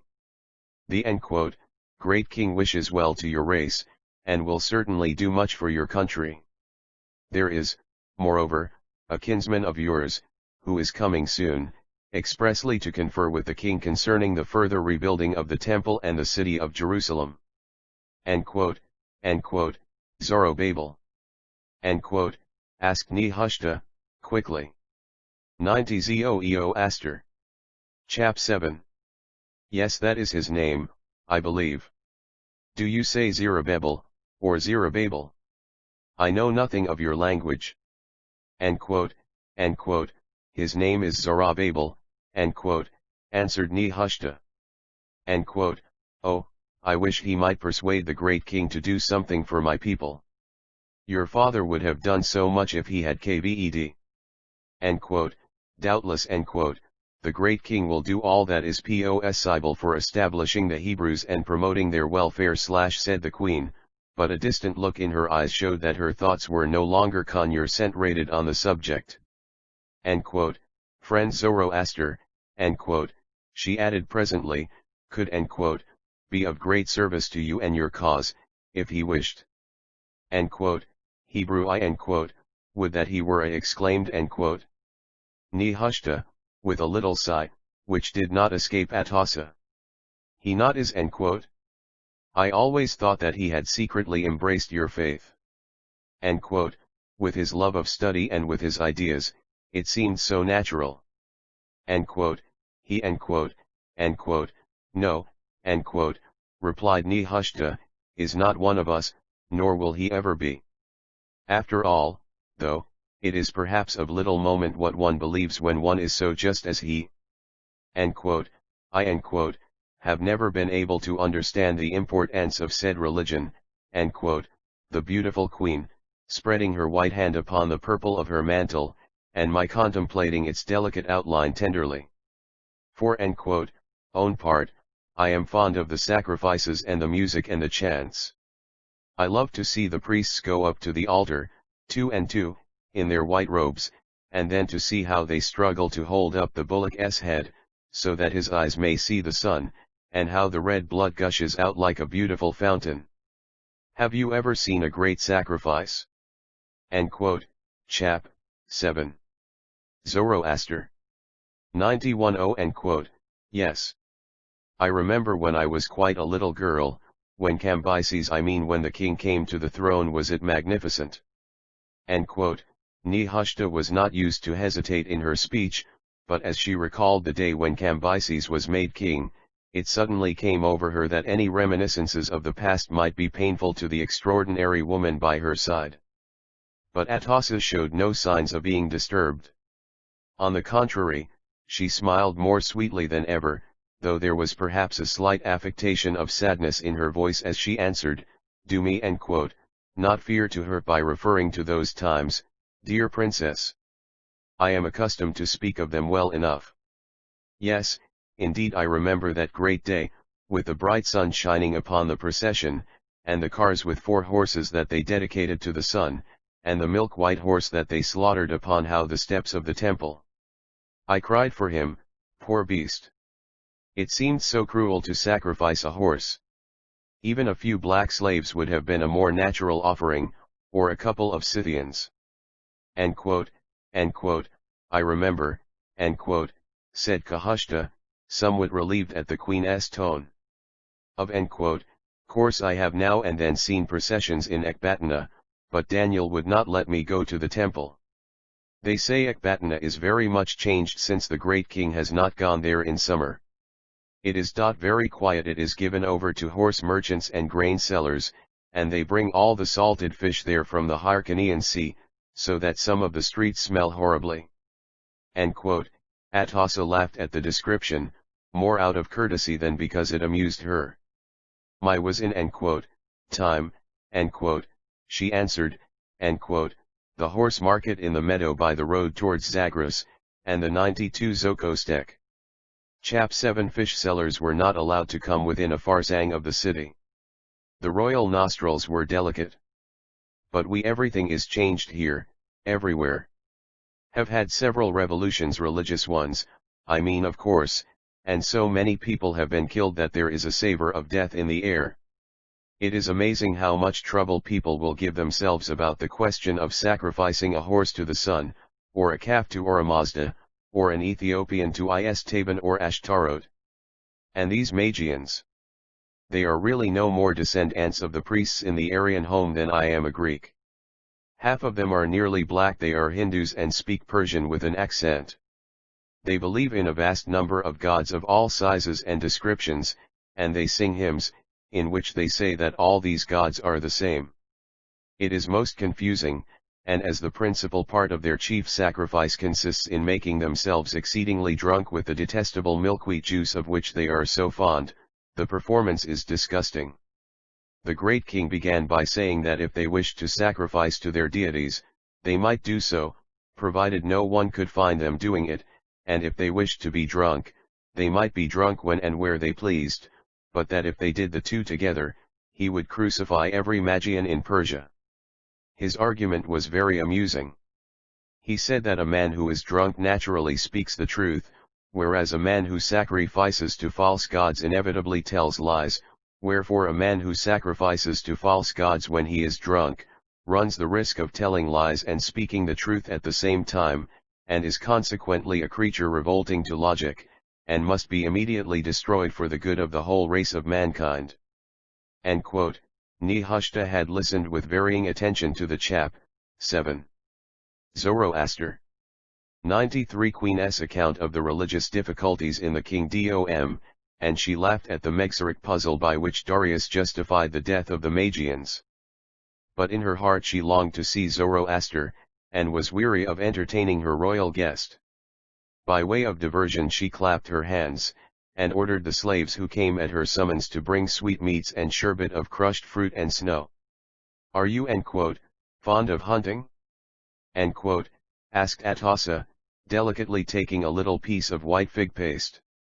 "I have never been allowed to hunt," answered Nehushta. "Must besides, it be very tiring." "I delight in it. The fig paste is not so good as it used to be. There is a new confectioner." Darius considered that the former one had religious convictions involving the telling of lies, and this is the result. "We are fallen low indeed when we cannot eat a Magian's pastry. I am passionately fond of hunting, but it is far from here to the desert and the lions are scarce. Besides, the men who are fit for lion hunting are generally engaged in hunting their fellow creatures. End quote. Does the great king hunt? End quote, inquired Nehushta, languidly sipping her sherbet from a green jade goblet, as she lay among her cushions, supporting herself upon one elbow. He whenever he has leisure. Will talk of nothing else to you surely, interrupted Nehushta, with an air of perfect innocence, I shall not be so far honored as that the great king should talk with me. Atossa raised her blue eyes and looked curiously at the dark princess. She knew nothing of what had passed the night before, save that the king had seen Nehushta for a few moments, but she knew his char 94 Zoroaster. Chap viz actor well enough to imagine that his frank and, as she thought, undignified manner might have struck Nehushta even in that brief interview. The idea that the princess was already deceiving her flashed across her mind. She smiled more tenderly than ever, with a little added air of sadness that gave her a wonderful charm. Yes, the great king is very gracious to the ladies you of the court, she said. Are so beautiful and so different from them all that he will certainly talk long with you after the banquet this evening when he has much drunk wine. The last words were added with a most especial sweetness of tone. Nehushta's face flushed a little and she drank more sherbet before she answered. Then, letting her soft dark eyes rest, as though in admiration, upon the queen's face, she spoke in a tone of gentle deprecation, Man shall prefer the darkness of night to the glories of risen day? Or shall a man turn from the lilies to pluck the lowly flower of the field? You know are poets, too. Exclaimed Atossa, pleased with the graceful tone of the compliment, but still looking at Nehushta with curious eyes. There was a self-possession about the Hebrew princess that she did not like. It was as though someone had suddenly taken a quality of her own and made it theirs and displayed it before her eyes. There was indeed this difference, that while Atossa's calm and undisturbed manner was generally real, Nehushta's was assumed, and she herself felt that, at any moment, it might desert her at her utmost need. No so you are poets? Repeated the queen, and Chapville Zoroaster. 95 This time she laughed lightly. Indeed I fear the king will talk to you more than ever, for he loves poetry. I dare say Zoroaster, too, has repeated many verses to you in the winter evenings at Ecbatana. He used to know endless poetry when he was a boy. This time Nehushta looked at the queen, and wondered how she, who could not be more than 2 or 23 years old, although now married to her third husband, could speak of having known Zoroaster as a boy, seeing that he was past 30 years of age. She turned the question upon the queen. You must have seen Zoroaster very often before he left Shushan, she said. Know him you so well. He yes everyone knew him. Was the favorite of the court, with his beauty and his courage and his strange affection for the old Hebrew prophet. That is why Cambyses sent them both away, added she with a light laugh. They were far too good, both of them, to be endured among the doings of those times. Atossa spoke readily enough of Cambyses. Nehushta wondered whether she could be induced to speak of Smerdis. Her supposed ignorance of the true nature of what had occurred in the last few months would permit her to speak of the dead usurper with impunity. I suppose there have been great changes lately in the manners of the court during this last year, suggested Nehushta carelessly. She pulled a raisin from the dry stem, and tried to peel it with her delicate fingers. Indeed there have been changes, answered Atossa, a many calmly. Great things that used to be tolerated will never be heard of now. On the whole, the 96 Zoroastic Chap 7 change has been rather in relation to religion than otherwise. You will understand that in 1 year we have had 3 court religions. Cambyses sacrificed to Ashtaroth, and I must say he made a most appropriate choice of his tutelary goddess. Smerdis, continued the queen in measured tones and with the utmost calmness of manner. Smerdis, devoted himself wholly to the worship of Indra, who appeared to be a convenient association of all the most agreeable gods, and the great king now rules the earth by the grace of Ahura Mazda. I, for part, have always inclined to the Hebrew conception of one God, perhaps that is much the same as Ahura Mazda, the All-Wise. What you do think? Nehushta smiled at the deft way in which the queen avoided speaking of Smerdis by turning the conversation again to religious topics. But fearing another lecture on the comparative merits of idolatry, human sacrifice, and monotheism, she manifested very little interest in the subject. Dare say it is the same. Zoroaster always says so, and that was the one point that Daniel could never forgive him. The sun is coming through those plants upon your head, shall we not have our cushions moved into the shade at the other end? She clapped her hands and rose languidly, offering her hand to Atossa. But the queen sprang lightly to her feet. Have I stayed too long, she said. Come with me, dearest princess, and we will go out into the orange gardens upon the upper terrace. Perhaps, she added, adjusting the folds of her mantle, we shall find Zoroaster there, or some of the princes, or even the great king himself. Or, perhaps, it would amuse you where to see I live. Chap, Veer. Zoroaster. 97 Zarathustra received her mantle from her slaves, and one of them brought her a linen tiara in place of the gauze veil she had twisted about her hair. But Atossa would not permit the change. It is too beautiful, she cried enthusiastically. Nu must so You really not change it? She put her arm around Zarathustra affectionately and led her towards the door of the inner staircase. Then suddenly she paused, as though recollecting herself. Show you way, she said, I will exo,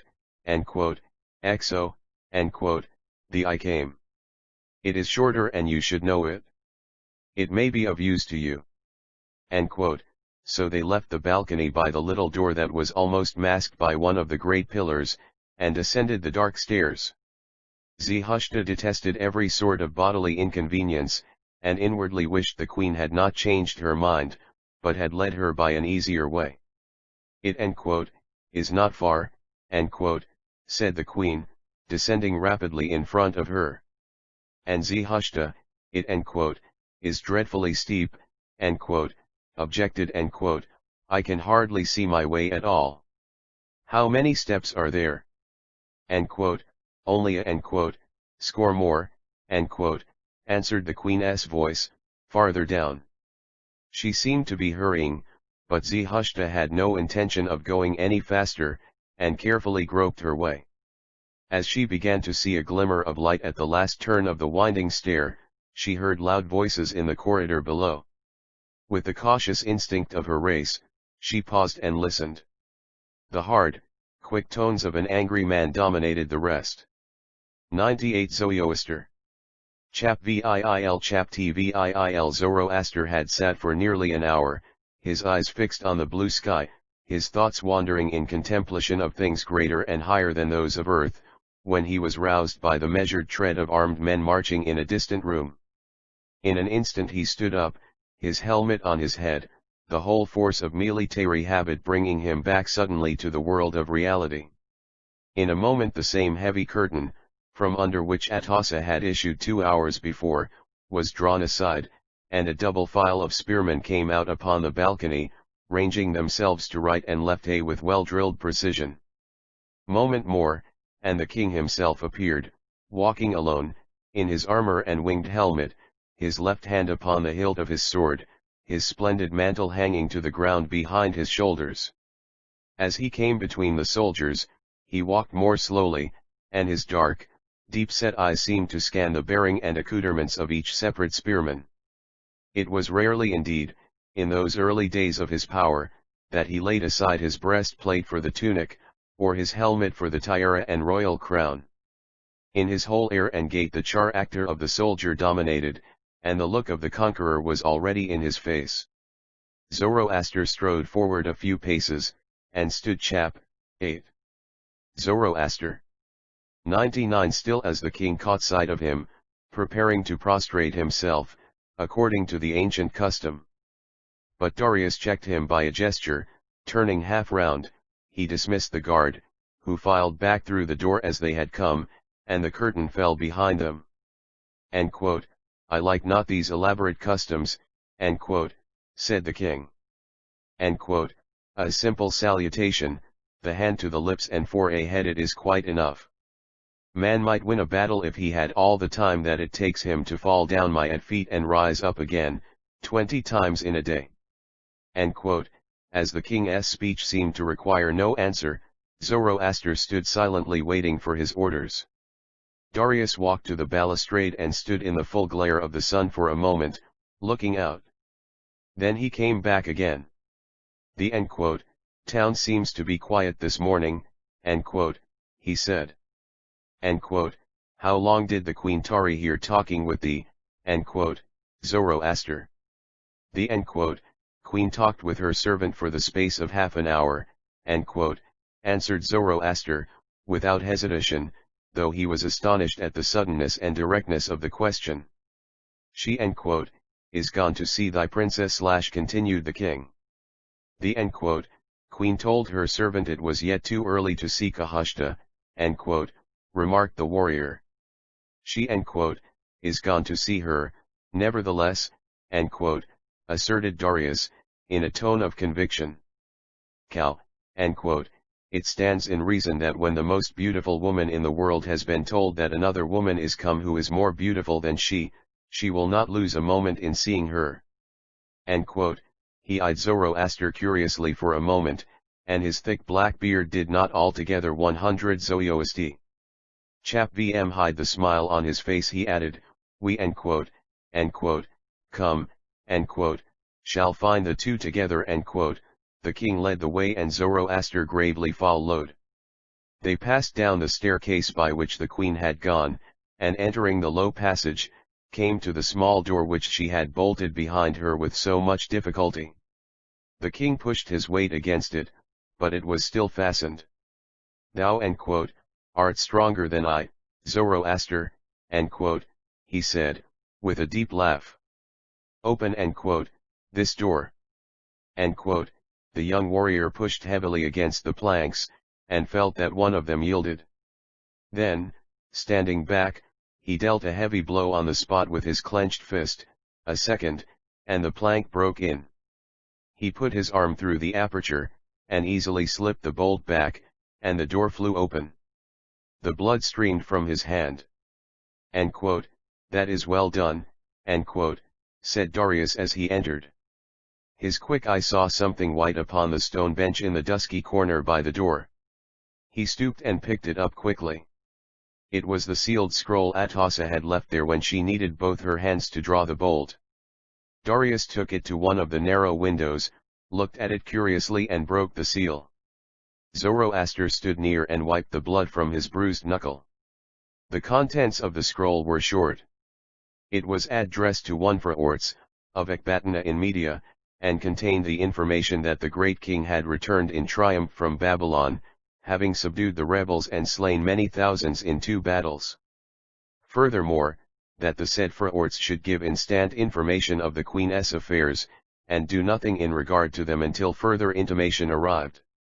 Chap. 8. Zoroaster. 101 The king stood a moment in deep thought. Then he walked slowly down the corridor, holding the scroll loose in his hand.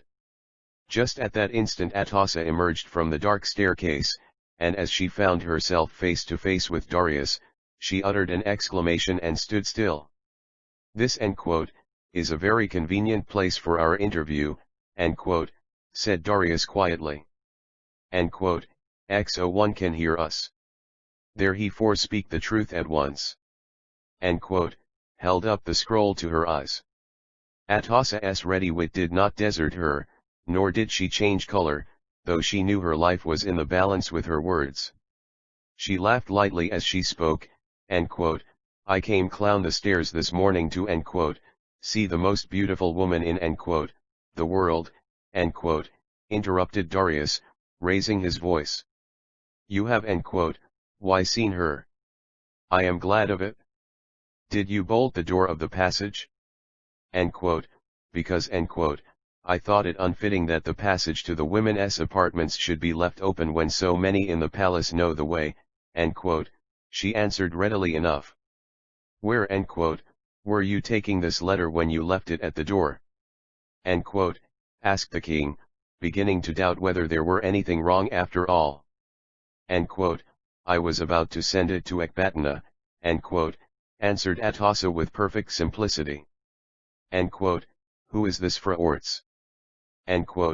He is the governor of the lands father gave me for my own in media. I wrote him to tell him of the great king's victory, and that he should send me information concerning my affairs, and do nothing further until he hears from me. 102 Zoroaster. Chap Ben. Why not? Because I thought it possible that the great king would spend the summer in Ecbatana, and that I should therefore be there myself to give my own directions. I forgot the letter because I had to take both hands to draw the bolt, and I was coming back to get it. Nehushta the princess is with me, she is now upon the staircase. The king looked thoughtfully at his wife's beautiful face. You have evidently spoken the truth, he said slowly. But it is not always easy to understand what your truth signifies. I often think it would be much wiser to strangle you. Say you that Nehushta Y is near? Call her, then. Does she tarry? In truth Nehushta had trembled as she crouched upon the stairs, not knowing whether to descend or to fly up the steps again. As she heard the queen pronounce her name, however, she judged it prudent to seem to have been out of earshot, and with quick, soft steps, she went up till she came to the lighted part, and there she waited. Let the great king go himself and find her, said Atossa proudly, if he doubts any further. She stood aside to let him pass. But Darius beckoned to Zoroaster to go. He had remained standing at some distance, an unwilling witness to the royal altercation that had taken place before him, but as he passed the queen, she gave him a glance of imploring sadness, as though beseeching his sympathy in what she was made to suffer. He ran quickly up the steps in spite of the darkness, and found Nehushta waiting by the window higher up. She started as he appeared, for he was the person she least expected. But he took chap. 8. Zoroaster. 103 her quickly in his arms, and kissed her passionately twice. Come my quickly, beloved, he whispered. The king waits below. I heard his voice and then I fled, she whispered hurriedly, and they began to descend again. I hate her, I knew I should, she whispered, as she leaned upon his arm. So they emerged into the corridor, and met Darius waiting for them.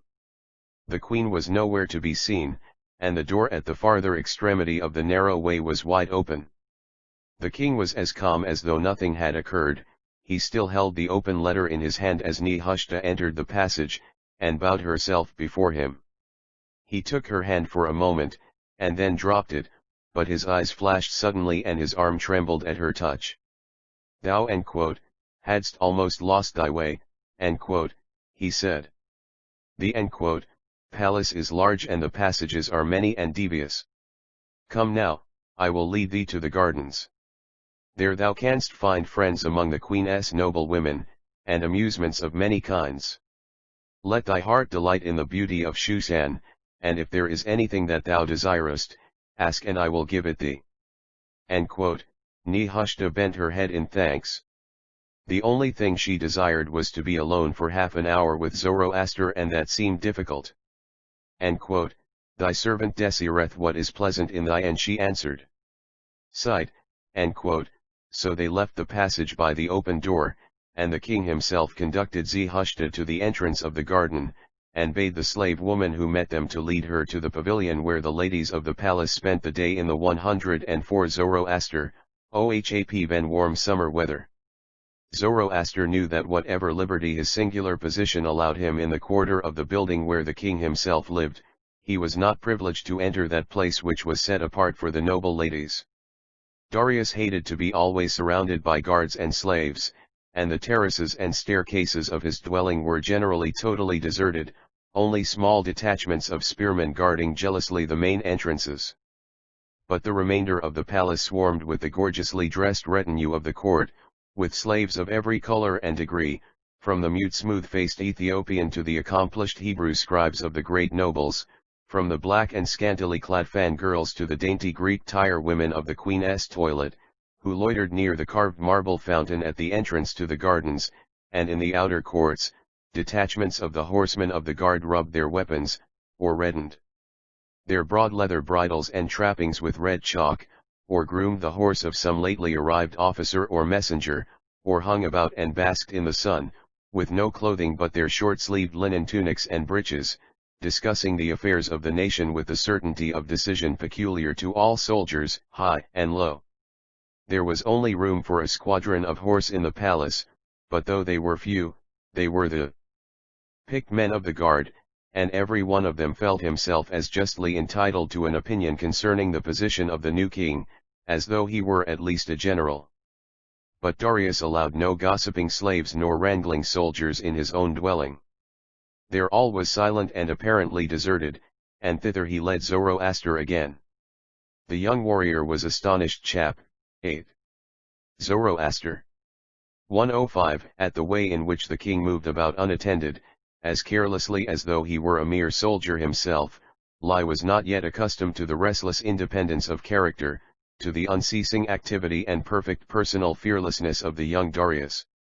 It was hard to realize that this simple, hard-handed, outspoken man was the great king, and occupied the throne of the magnificent and stately Cyrus, who never stirred abroad without the full state of the court about him, or that Lai reigned in the stead of the luxurious Cambyses, who feared to tread upon uncovered marble, or to expose himself to the draught of a staircase, and who, after 7 years of caring for his body, had destroyed himself in a fit of impotent passion. Darius succeeded to the throne of Persia as a lion coming into the place of jackals, as an eagle into a nest of crows and carrion birds, untiring, violent, relentless, and brave. Knowest, thou one for Orts, Ecbatana of the king asked suddenly when he was alone with Zoroaster. Know I him, answered the prince. A man rich and powerful, full of vanity as a peacock, and of wiles like a serpent. Caught noble. He is the son of a fish vendor, grown rich by selling salted sturgeons in the marketplace. He is also the overseer of the Queen's farmlands in Media, and of the great king's horse-breeding stables. Go and him forth bring to me, shortly. Without a word, Zoroaster said the maid a king brief salute and turned upon Ms heel to go. But it was as though a man had thrust him through with a knife. The king gazed after him in admiration of his magnificent obedience. Stay, he called, out, how, long wilt thou be gone? 106 Zoroaster. Chap vm. Zoroaster turned sharply round in military fashion, as he answered, it is 150 farsangs to Ecbatana. By the king's relays I can ride there in 6 days, and I can bring back for Orts in 6 days more if he die not of the riding, he added, with a grim smile. Young he is old, or fat, or meager? Asked the king, laughing. He man is of 40 years, neither thin nor fat, a good horseman in his way, but not as we are. Bind him to his horse if he falls off from weariness. And tell him he is summoned to appear before me. Tell him the business brooks no delay. Ahura Mazda be with thee and bring thee help. Go with speed. Again Zoroaster turned and in a moment he was gone. He had sworn to be the king's faithful servant, and he would keep his oath, cost what it might, though it was bitterness to him to leave Nehushta without a word. He bethought him as he hastily put on light garments for the journey, that he might send her a letter, and he wrote a few words upon a piece of parchment, and folded it together. As he passed by the entrance of the garden on his way to the stables, he looked about for one of Nehushta's slaves, but seeing none, he beckoned to one of the Greek tire women, and giving her a piece of gold, bade her take the little scroll to Nehushta, the Hebrew princess, who was in the gardens. Then he went quickly on, and mounting the best horse in the king's stables, galloped at a breakneck pace down the steep incline. In 5 minutes he had crossed the bridge, and was speeding between 500 and 600 English miles. South American postilions at the present day ride 600 miles a week for a bare living. Chap. 8. Zoroaster. 107 Over the straight, dusty road toward Nineveh. In a quarter of an hour, a person watching him from the palace would have seen his flying figure disappearing as in a tiny speck of dust far out upon the broad, green plain. But the Greek slave woman stood with Zoroaster's letter in her hand and held the gold piece he had given her in her mouth, debating what she should do. She was one of the queen's women, as it chanced, and she immediately reflected that she might turn the writing to some better account than by delivering it to Nehushta, whom she had seen for a moment that morning as she passed, and whose dark Hebrew face displeased the frivolous Greek, for some hidden reason. She thought of giving the scroll to the queen, but then she reflected that she did not know what it contained. The words were written hastily and in the Chaldean character. Their import might displease her mistress. The woman was not a newcomer, and she knew Zoroaster's face well enough from former times. She knew also, or suspected, that the queen secretly loved him, and she argued from the fact of Zoroaster, who was dressed for a journey, sending so hastily a word to Nehushta, that he loved the Hebrew princess. Therefore, if the letter were a mere love greeting, with no name written in it, the queen might apply it to herself, and she would be pleased, whereas, if it were in any way clear that the writing was intended for Nehushta, the queen would certainly be glad that it should never be delivered. The result of this cunning argument was that the Greek woman thrust the letter into her bosom, and the gold piece into her girdle, and went to seek an opportunity of seeing the queen alone. 108 Zoroaster. Chap. Vm. That day, towards evening, Ahura sat in an inner chamber before her great mirror.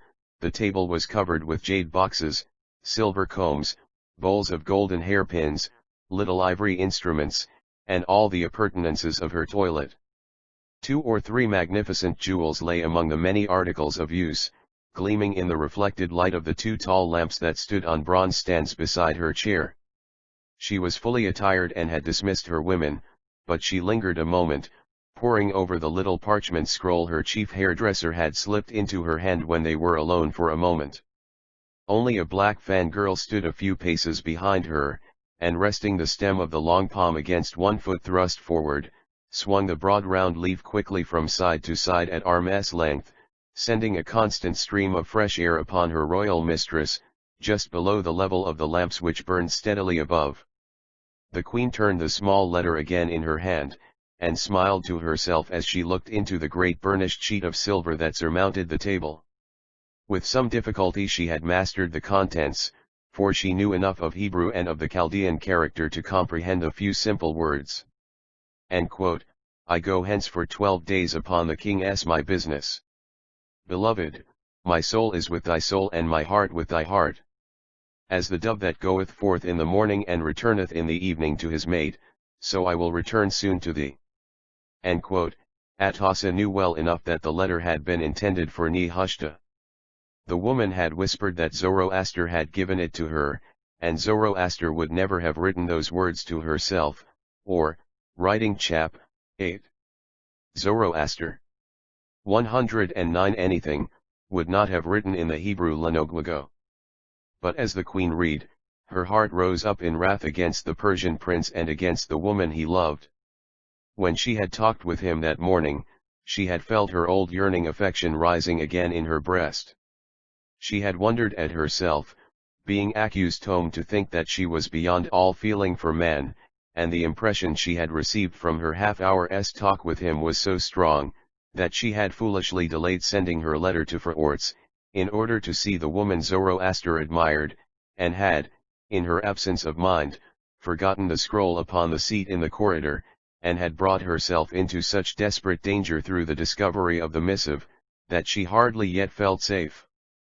The king had dismissed her peremptorily from his presence while he waited for Zarathustra, and she had not seen him during the rest of the day. As for Zoroaster, she had soon heard from her women that he had taken the road towards Nineveh before noon, alone and almost unarmed, mounted upon one of the fleetest horses in Persia. She had not a doubt that Darius had dispatched him at once to Ecbatana to meet Fraortz, or at least to inquire into the state of affairs in the city. She knew that no one could outride Zoroaster, and that there was nothing to be done but to await the issue. It was not possible to send a word of warning to her agent. He must inevitably take his chance, and if his conduct attracted suspicion, he would, in all probability, be at once put to death. She believed that, even in that event, she could easily clear herself, but she resolved, if possible, to warn him as soon as he reached Shushan, or even to induce the king to be absent from the palace for a few 110 Zoroaster. Chap. Bm days at the time when Fraortz might be expected. There was plenty of time, at least 11 days. Meanwhile, a desperate struggle was beginning within her, and the letter her woman had brought her hastened the conclusion to which her thoughts were rapidly tending.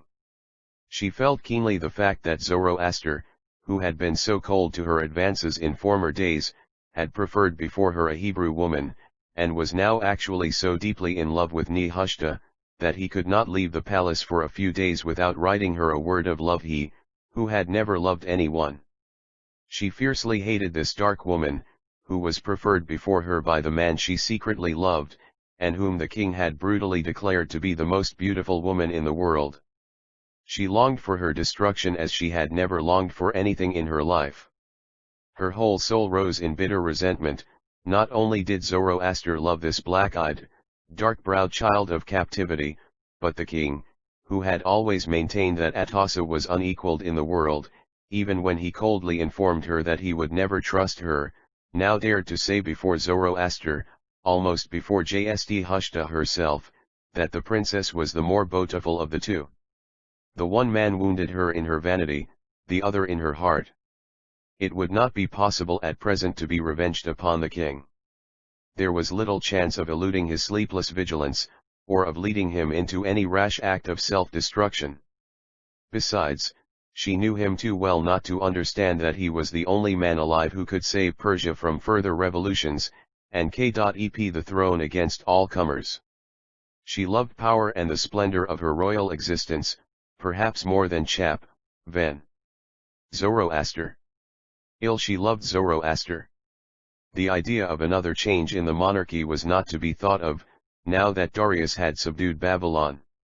She had indeed a half-concerted plan with Fraortz to seize the power in Media in case the king were defeated in Babylonia, and the scroll she had so imprudently forgotten that very morning was merely an order to lay aside all such plans for the present, since the king had returned in triumph. As far as her conscience was concerned, Atossa would as soon have overthrown and murdered the king to gratify the personal anger she felt against him at the present moment, as she would have wrecked the universe to possess a jewel she fancied. There existed in her mind no idea of proportion between the gratification of her passions and the means she might employ thereto, provided one gratification did not interfere with another which she always saw beyond. Nothing startled her on account of its mere magnitude. No plan was rejected by her merely because it implied ruin to a countless number of human beings who were useless to her. She coldly calculated the amount of satisfaction she could at any time obtain for her wishes and desires, so as not to prejudice the gratification of all the possible passions she might hereafter experience. As for injuring Zoroaster, she would not have thought of it. She loved him in a way peculiar to herself, but it was love, nevertheless, and she had no idea of wreaking her disappointment upon the object on which she had set her heart. As a logical consequence, she determined to turn all her anger against Zarathustra, and she pictured to herself the delicious pleasure of torturing the young princess's jealousy to desperation. 112 Zoroaster. Chap VNR.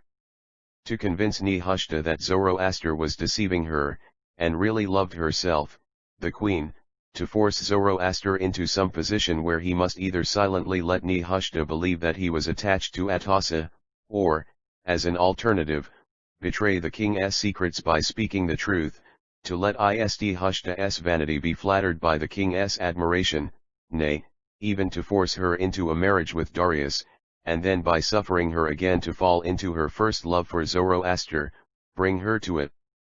Public disgrace by suddenly unmasking her to the king to accomplish these things surely and quickly, reserving for herself the final delight of scoffing at her worsted rival. All this seemed to Atossa to constitute a plan at once worthy of her profound and scheming intelligence, and most sweetly satisfactory to her injured vanity and rejected love. It would be hard for her to see Nehushta married to the king, and occupying the position of chief favorite even for a time. But the triumph would be the sweeter when Nehushta was finally overthrown, and meanwhile there would be much daily delight in tormenting the princess's jealousy. Chance, or rather the cunning of her Greek tirewoman, had thrown a weapon in her way which could easily be turned into an instrument of torture, and as she sat before her mirror, she twisted and untwisted the little bit of parchment, and smiled to herself, a sweet bright smile, and leaned her head back to the pleasant breeze of the fan. Chap. 9. Zoroaster. 113 Chap. 9. The noonday air was hot and dry in the garden of the palace, but in the graceful marble pavilion there was coolness and the sound of gently plashing water. Eas trees and climbing plants screened the sunlight from the long windows, and gave a soft green tinge to the eight-sided hall, where a fountain played in the midst, its little jet falling into a basin hollowed in the floor. On the rippling surface a few water lilies swayed gently with the constant motion, anchored by their long stems to the bottom. All was cool and quiet and restful, and Nehushta stood looking at the fountain. She was alone and very unhappy. Zoroaster had left the palace without a word to her, and she knew only by the vague reports her slaves brought her, that he was gone for many days.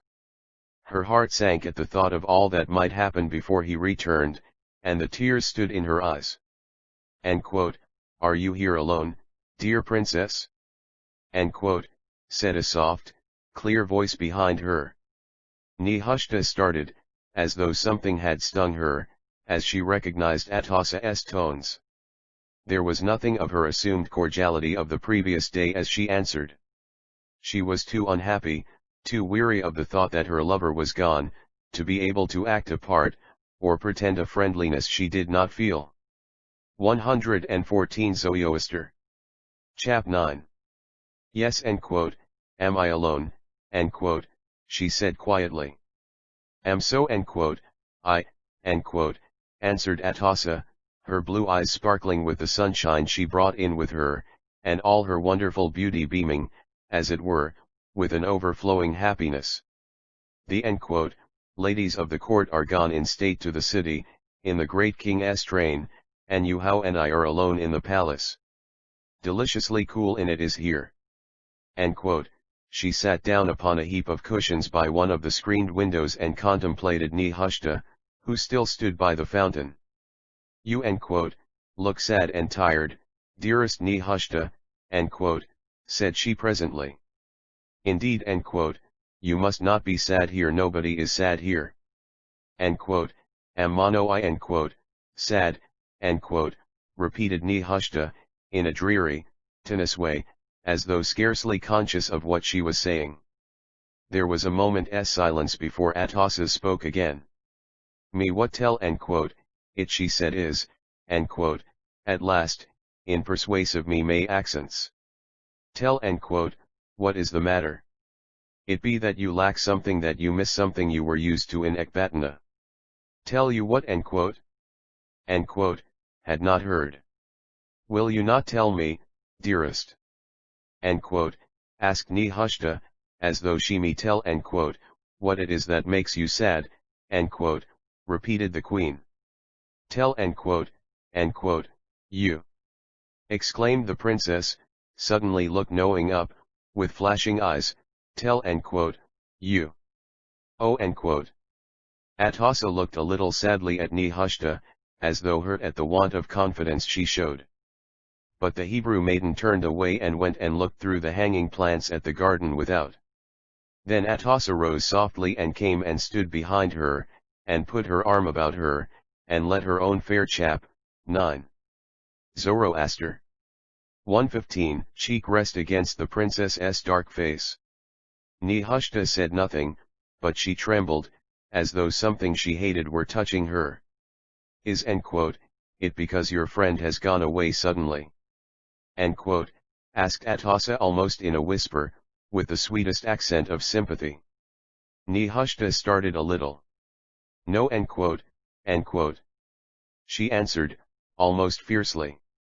Why do you say that? Me only he wrote a little word before he went. I thought you might like to know he was safe, replied the queen, gently pressing her arm about Nehushta's slender waist. Wrote to you? Repeated the princess, in angry surprise. Down yes, dearest, answered the queen, looking in well-feigned embarrassment. I would not have told you, only I thought you would wish to hear of him. If you like, I will read you a part of what he says, she added, producing from her bosom the little piece of parchment carefully rolled together. It was more than Nehushta could bear. Her olive skin turned suddenly pale, and she tore herself away from the queen. Oh, no. No. I will not hear it. Leave me in peace, for your God's sake, leave in peace. Atossa drew herself up and stared coldly at Nehushta, as though she were surprised beyond measure and deeply offended. Truly, I need not to be told twice to leave you in peace, she said proudly. I thought to comfort you, because I saw you were sad even at the expense of my own feelings. I will leave you now, but I bear no malice against you. You are very, very young, and very, very foolish. 116 Zoroaster.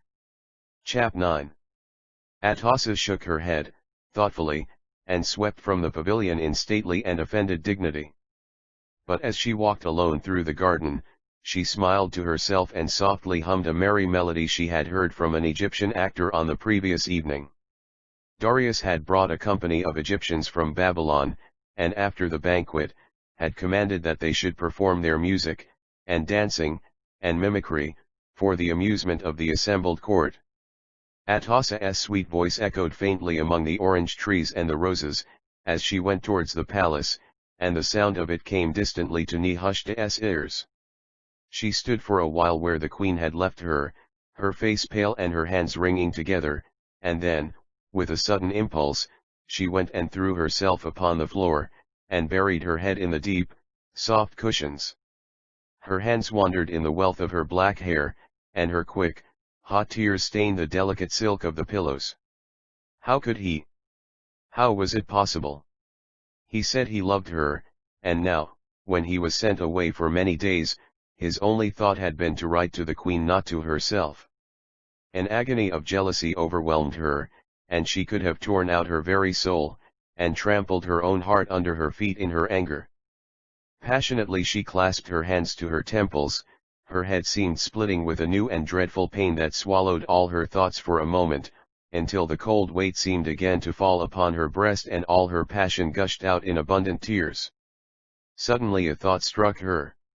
She roused herself, leaning upon one hand, and stared vacantly a moment at her small gilded shoe which had fallen from her bare foot upon the marble pavement. She absently reached forward, chap, 9. Zoroaster. 117 And took the thing in her hand, and gravely contemplated the delicate embroidery and thick gilding, through her tears, as one will do a foolish and meaningless thing in the midst of a great sorrow. Was it possible that the queen had deceived her? How she wished she had let her read the writing as she had offered to do. She did not imagine at first that the letter was for herself and had gone astray. But she thought the queen might easily have pretended to have received something, or had even scratched a few words upon a bit of parchment, meaning to pass it off upon her as a letter from Zoroaster. She longed to possess the thing and to judge of it with her own eyes. It would hardly be possible to say whether it were written by him or not, as far as the handwriting was concerned, but Zarathustra was sure she should recognize some word, some turn of language that would assure her that it was his. She could almost have risen and gone in search of the queen at once, to prove the lie upon her, to challenge her to show the writing. But her pride forbade her. She had been so weak she should not have let Ahura see, even for a moment, that she was hurt, not even that she loved Zoroaster. She had tried to conceal her feelings, but Ahura had gone too far, had tortured her beyond all endurance, and she knew that, even if she had known what to expect, she could not have easily borne the soft, infuriating, deadly, caressing, goading taunts of that fair, cruel woman. Then again, the whole possibility of Zoroaster's unfaithfulness came and took shape before her. He had known and loved Ahura of old, perhaps, and now the old love had risen up and killed the new he had sworn so truly under the ivory moonlight in Ecbatana. 118 Zoroaster. Chap 9. And yet he had written to this other woman and not to her. Was it true? Was it Ahura's cruel lie? In a storm of doubt and furious passion, her tears welled forth again, and once more she hid her face in the pale yellow cushions, and her whole beautiful body trembled and was wrung with her sobs. Suddenly she was aware that someone entered the little hall and stood beside her. She dared not look up at first, she was unstrung and wretched in her grief and anger, and it was the strong, firm tread of a man. The footsteps ceased, and the intruder, whoever he might be, was standing still. She took courage and looked quickly up. It was the king himself. Indeed, she might have known that no other man would dare to penetrate into the recesses of the garden set apart for the ladies of the palace. Darius stood quietly gazing at her with an expression of doubt and curiosity, that was almost amusing, on his stern, dark face. Nehushta was frightened, and sprang to her feet with the graceful quickness of a startled deer. She was indolent by nature, but as swift as light when she was roused by fear or excitement. "My you so unhappy in palace?" asked Darius why who gently. "Are you weeping? Has hurt you?" Nehushta turned her face away and dashed the tears from her eyes, while her cheeks flushed hotly.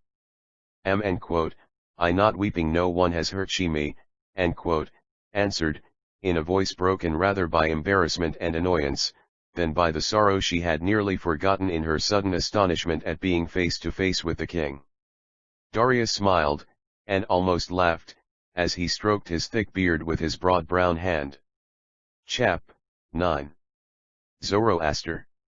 119 You down princess he will said, "Sit again? I will deliver you a discourse upon the extreme folly of ever telling." He hesitated of saying anything which is not precisely true. There was something so simple and honest in his manner of speaking, that Nehushta almost smiled through her half-dried tears as she sat upon the cushions at the king's feet. He himself sat down upon the broad marble seat that ran round the eight-sided little building, and composing his face to a serious expression, that was more than half assumed, began to deliver his lecture. I take it for granted that when one tells a lie, he expects to be believed. There must, then, be something or circumstance which can help to make his lies credible. Now, dear princess, in the present instance, while I was looking you in the face and counting the tears upon your very beautiful cheeks, you deliberately told me that you were not weeping. There was, therefore, not even the shadow of a thing, or circumstance which could make what you said credible. It is evident that what you said was not true. Not is it so? Nehushta could not help smiling as she looked up and saw the kindly light in the king's dark eyes. She thought she understood he was amusing her for the sake of giving her time to collect herself, and in spite of the determined intention of marrying her he had so lately expressed, she felt safe with him. The king lives forever, she answered, in the set phrase of assent common at the court. It is very probable, replied Darius gravely. So many people say so, that I should have to believe all mankind liars if that were not true. But I must 120 Zoroaster. Chap 9. Return to your own particular case. It would have been easy for you not to have said what you did. I must therefore suppose that in going out of the way to make an attempt to deceive me in the face of such evidence by saying you were not weeping when the tears were actually falling from those very soft eyes of yours, you had an object to gain. Men employ a truth and falsehood for much the same reason. Man who does not respect truth will, therefore, lie when he can hope to gain more by it. The man who lies expects to gain something by his lie, and the man who tells the truth hopes that, in so doing, he will establish himself a credit which he can use upon future exercise. 1. But the object is the same. Tell me, therefore, princess, what did you hope to gain by trying to me deceive? Darius laughed as he concluded his argument and looked at Nehushta to see what she would say. Nehushta laughed also, she could hardly tell why. The king's brilliant, active humor was catching.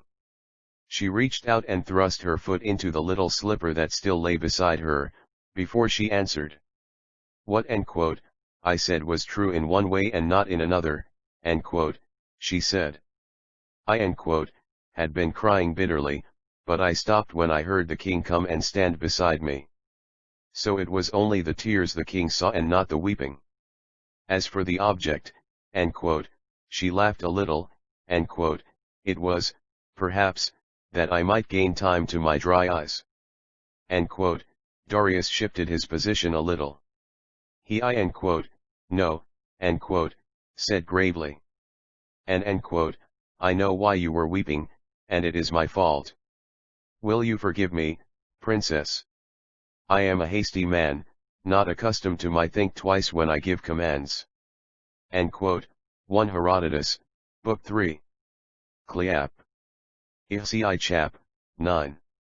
Zoroaster. 121 Nehushta looked up suddenly with an expression of inquiry. I sent him away very quickly, continued the king. If I had thought, I would have told him to come and bid you farewell. He would not have willingly gone without seeing you. It was fault. He will return in 12 days. Nehushta was silent and bit her lip as the bitter thought arose in her heart that it was not alone Zoroaster's sudden departure that had pained her.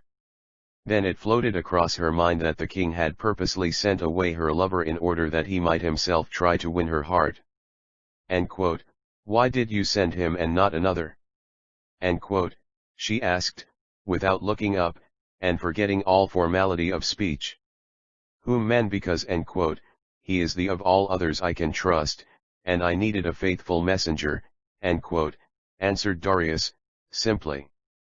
Nehushta gazed into the king's face searching for some sign there, but he had spoken earnestly enough. Thought I she began, and then stopped short, blushing crimson. You had answered thought, Darius, that I sent him away never to return because I desire you for my wife. It was natural, but it was unjust. I sent him because I was obliged to do so. If you wish it, I will leave you now, and I will promise you that I will not look upon your face till Zoroaster returns. Nehushta looked down and she still blushed. She could hardly believe her ears. She were perhaps indeed, faltered, it mean, she could not finish the sentence.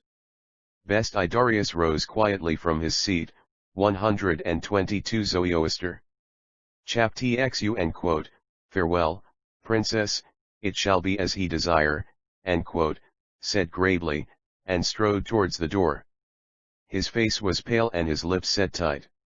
Nehushta hesitated, and then, in a moment, she comprehended the whole nobility of soul of the young king, a man at whose words the whole land trembled, who crushed his enemies like empty eggshells beneath his feet, and yet who, when he held the woman he loved completely in his power, refused, even for a moment, to intrude his presence upon her against her wish.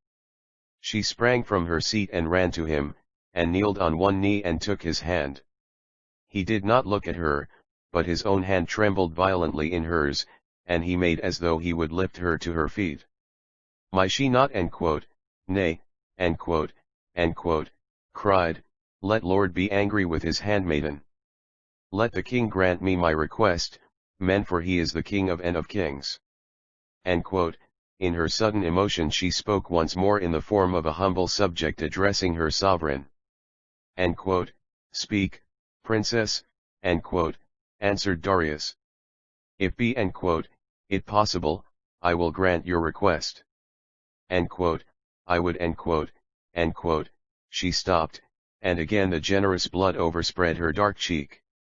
Would I, I know not what I would, saving to thank thee for thy goodness and kindness. I was unhappy, and thou hast comforted me. I meant not that it was best that I should not look upon the king's face. She spoke the last words in so low a tone as she bent her head, that Darius could scarcely hear them. But his willing ears interpreted rightly what she said, and he understood. Shall, I come to you tomorrow, princess, at the same hour? He asked, almost humbly. Chap. 9. Zoroaster. 123. Nay, the king knoweth that the garden is ever full of the women of the court. Said Nehushta, hesitating, for she thought that it would be a very different matter to be seen from a distance by all the ladies of the palace in conversation with the king. Do the answered not fear, Darius. Garden shall be yours. There are other bowers of roses in Shushan whither the women can go. None but you shall enter here, so long as it be your pleasure. Farewell, I will come to you tomorrow at noon. He turned and looked into her eyes, and then she took his hand and silently placed it upon her forehead in thanks. In a moment he was gone, and she could hear his quick tread upon the marble of the steps outside, and in the path through the roses. When she knew that he was out of sight, Nehushta went out and stood in the broad blaze of the noonday sun. She passed her hand over her forehead, as though she had been dazed. It seemed as though a change had come over her and she could not understand it. In the glad security of being alone, she ran swiftly down one of the paths, and across by another. Then she stopped short and bent down a great bough of blooming roses and buried her beautiful dark face in the sweet leaves and smelled the perfume, and laughed. Oh, am happy, I. So, she cried aloud. But her face suddenly became grave, as she tried to understand what she felt. After all, Zoroaster was only gone for 12 days, and meanwhile she had secured her liberty, the freedom of wandering all day in the beautiful gardens, and she could dream of him to her heart's content. And the letter? It was a forgery, of course. That wicked queen loved Zoroaster and wished to make Nehushta give him up. Perhaps she might tell the 124 Zoroaster. Chap 9 King something of it when he came on the next day. He would be so royally angry. He would so hate the lie.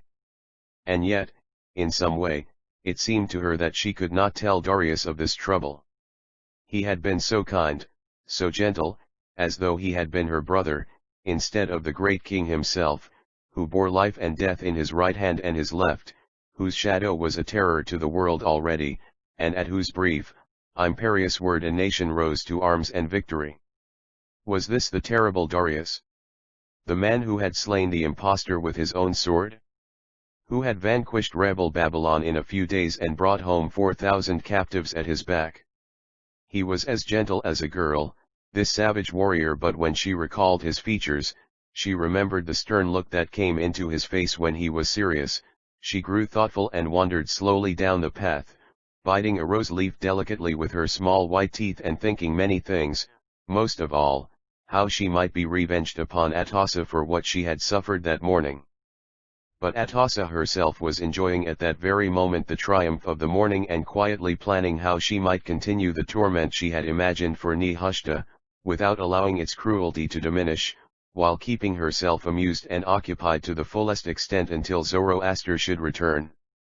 It was not long before she learned from her chief tire-woman that the king had been in the pavilion of the garden with Nehushta that morning, and it at once occurred to her that, if the king returned on the following day, it would be an easy thing to appear while he was with the princess, and by veiled words and allusions to Zoroaster, to make her rival suffer the most excruciating chap.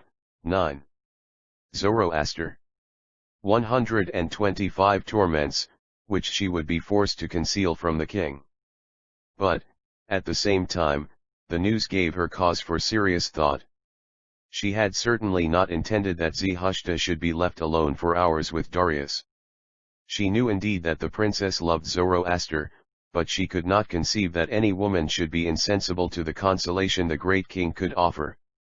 If affairs took such a turn, she fully intended to allow the king to marry Nehushta, while she confidently believed it in her power to destroy her just when she had reached the summit of her ambition.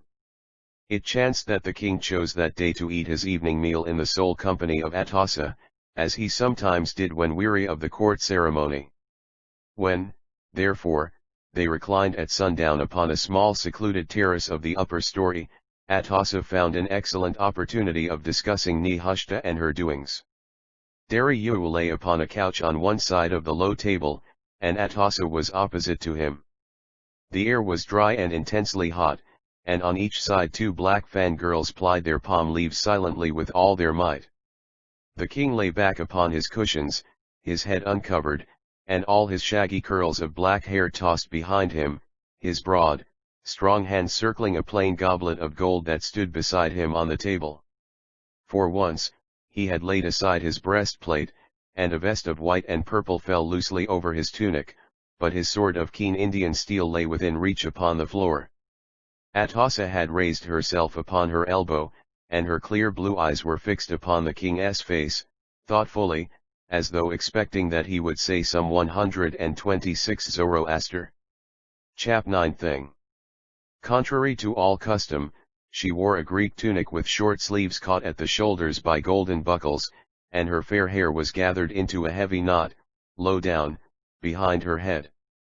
Her dazzling arms and throat were bare, but above her right elbow she wore a thick twisted snake of gold, her only ornament. The king is not athirst said tonight, Atossa at last, watching the full goblet that he grasped, but did not raise. I not always thirsty, answered Darius moodily. Would you have me always drunk, like a Babylonian dog? No nor always sober, like a Persian captain. What Persian captain? Asked the king, suddenly looking at her and knitting his brows. Why, like him, whom, for his sobriety you have sent today on the way to Nineveh, answered Atossa. I have sent no one to Nineveh today. To Ecbatana then, to inquire whether I told you the truth about my poor servant Fraorts you as call him, said the queen, with a flash of spite in her blue eyes. Answered I assure you, the king, laughing, that it is solely on account of your remarkable beauty that I have not had you strangled. So soon as you grow ugly you shall surely die. It is very unwise of me, as it is. The queen, too, laughed, a low, silvery laugh.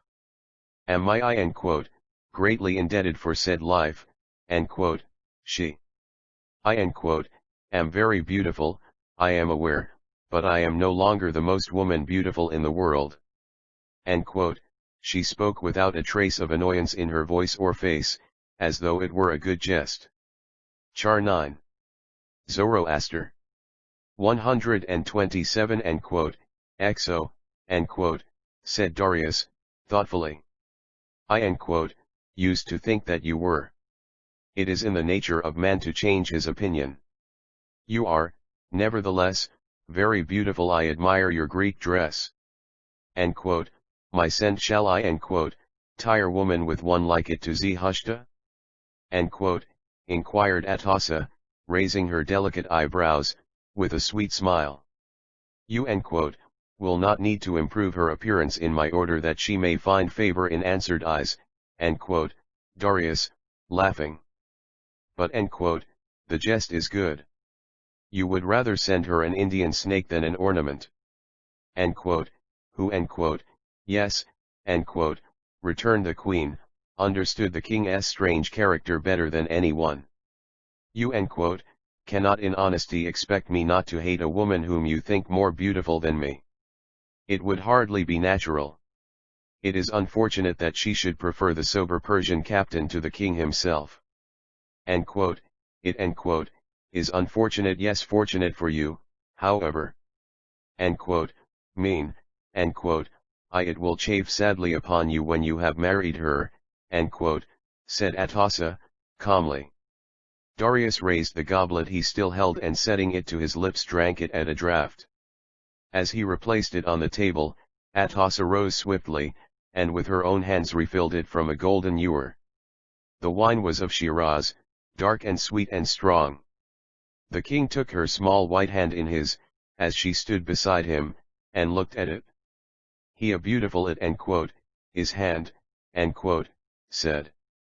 Zarathustra end quote, S fingers are a trifle shorter than yours, a little more pointed, a little less grasping. Shall I marry he Zarathustra, or not? End quote, looked up as he asked the question, and he laughed. End quote, exo, end quote, answered Atossa, laughing too. 128 Zoroaster, chap 9. Shall end quote, I inari her to Zoroaster end quote? She answered end quote, no, end quote, again, but her laugh was less natural. What end quote, shall I do with her? End quote, asked the king. End quote, strangle her. End quote, replied Atossa, with a little fierce pressure on his hand as he held hers, and without the least hesitation. There end quote, would be frequent sudden deaths in Persia, if you were king, end quote, said Darius. Me seems it end quote, to there are enough slain, as it is, end quote, answered the queen.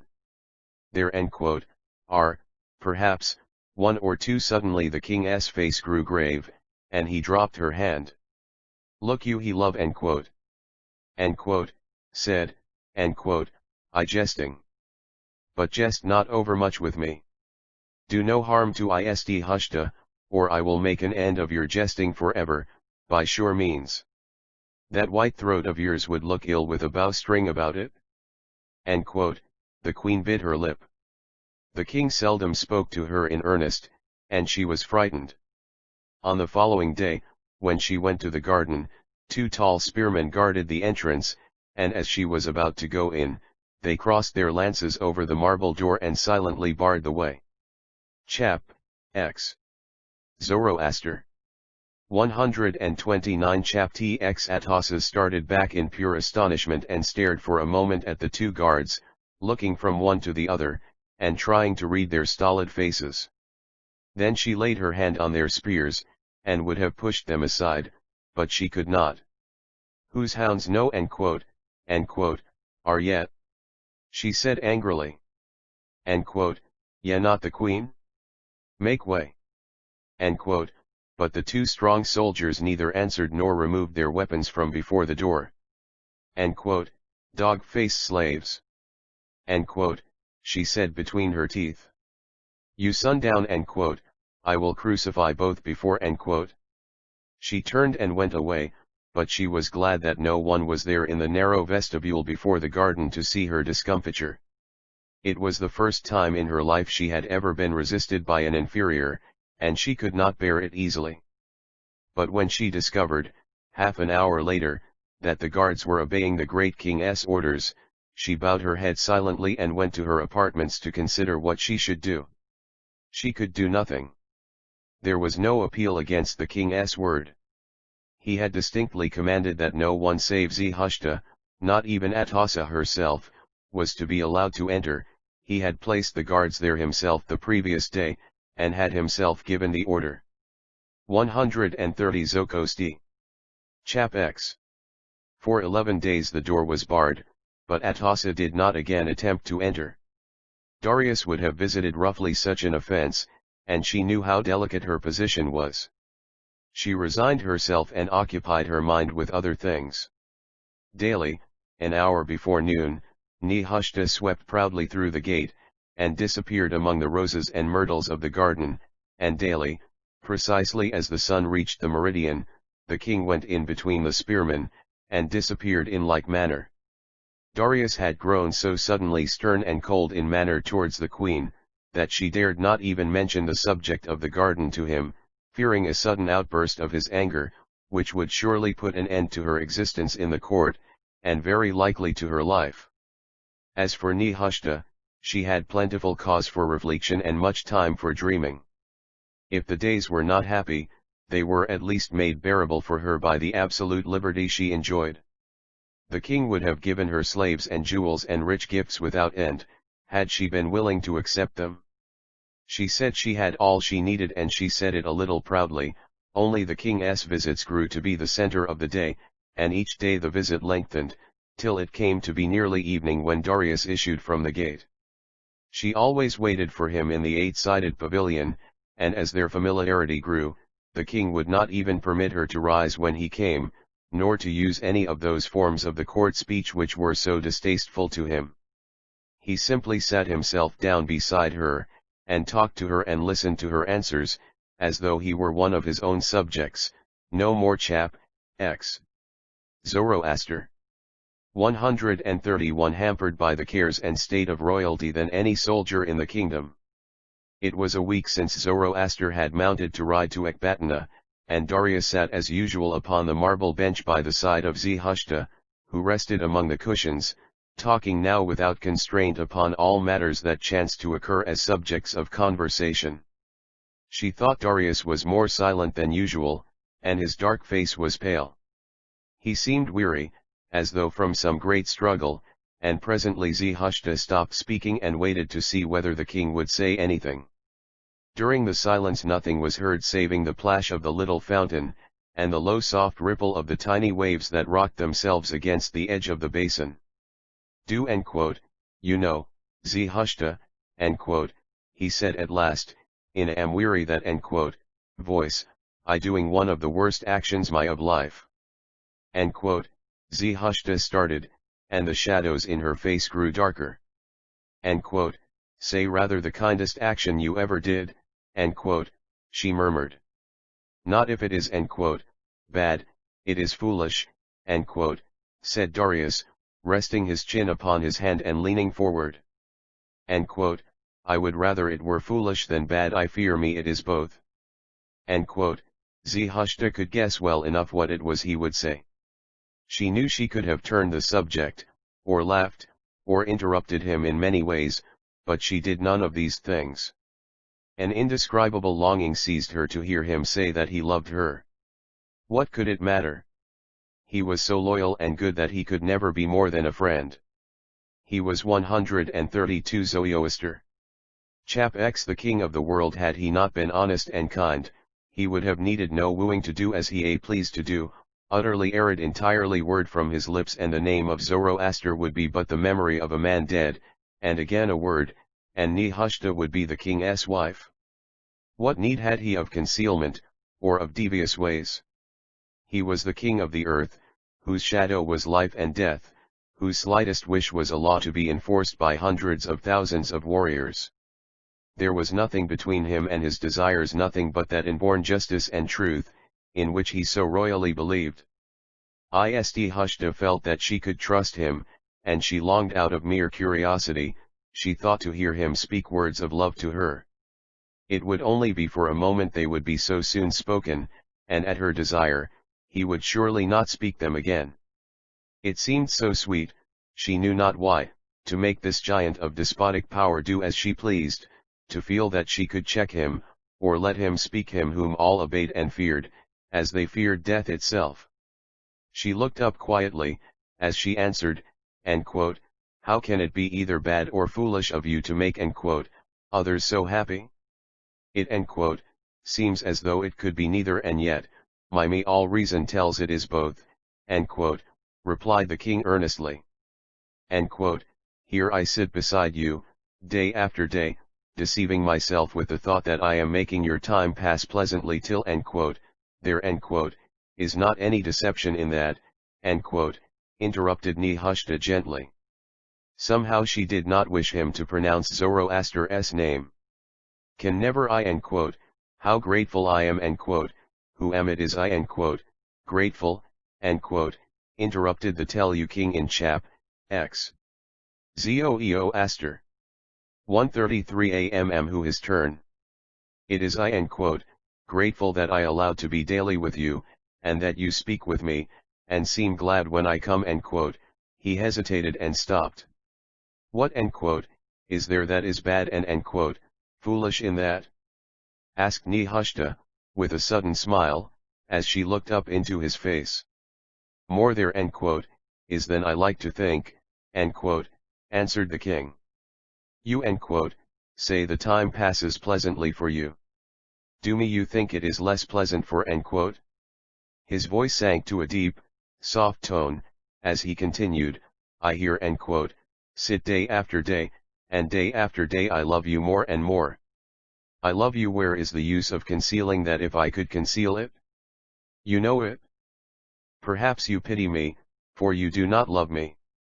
You pity me who hold the whole earth my under feet, forsooth, as an Egyptian juggler stands upon a ball, and rolls it he whither he will." Ceased suddenly. "Indeed I would that you did not love," said me, Nehushta very gravely. She looked down.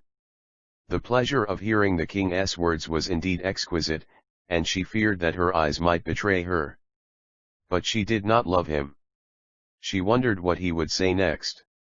"You might as well wish that dry pastures should not burn when the sun shines on them, and there is no rain," he answered with a passing bitterness. "It is at least a satisfaction that love does not harm you, that you are willing to have me for your friend willing. Your friendship is almost the sweetest thing I know," exclaimed the princess. The king's eyes flashed darkly. "Almost Yes, truly my friendship and another 134 Zoroaster. Chap X man's love are the sweetest things. What would my friendship be without his love? By Ahura Mazda and the 6 Amshaspans of heaven, I would it were my love and his friendship. I would that Zoroaster were the king, and I Zoroaster, the king's servant. I would give all Persia and Media, Babylon and Egypt, and all the uttermost parts of my kingdom, to hear your sweet voice say, 'Darius, I love thee.' I would give my right hand, I would give my heart from my breast and my soul from my body, my life and my strength, and my glory and my kingdom would I give to hear you say, 'Come, my beloved, and put thine arms about me.' Ah, child! You know not what my love is, how it is higher than the heavens in worshipping you, and broader than the earth to be filled with you, and deeper than the depths of the sea, to change not, but to abide for you always." The king's voice was strong, and the power of his words found wings in it, and seemed to fly forth irresistibly with a message that demanded an answer. Nehushta regretted within herself that she had let him speak, but for all the world she could not have given up the possession of the words he had spoken. She covered her eyes with one hand and remained silent, for she could say nothing. New emotion had got possession of her, and seemed to close her lips. "You are silent," continued the king. "Right. What should you answer me?" "You are, my voice sounds like the raving of a madman," chained by a chain that he cannot break. If I had the strength of the mountains, I could not move you. I know it. All things I have but this love of yours that you have given to another. I would I had it. I should have the strength to surpass the deeds of men, had I chap, x. Zoroaster. 135a Your love. Who is this whom you love? Captain. A warrior? I tell you because you have so honored him, so raised him upon the throne of your heart, I will honor him too, and I will raise him above all men, and all the nations shall bow before him. I will make a decree that he shall be worshipped as a god, this man whom you have made a god of by your love. I will build a great temple for you too, and I will go up with all the people, and fall down and bow before you, and worship you, and love you with every sinew and bone of my body, and with every hope and joy and sorrow of my soul. He whom you love shall ask, and whatsoever he asks I will give to him and to you. There shall not be anything left in the whole world that you desire, but I will give it to you. I not the king of the whole earth, the king of all living things but you. End quote. Darius breathed savagely hard through his clenched teeth, and rising suddenly, paced the pavement between Nehushta and the fountain. She was silent still, overcome with a sort of terror at his words, every one of which he was able to fulfill, if he so chose. Presently he stood still before her.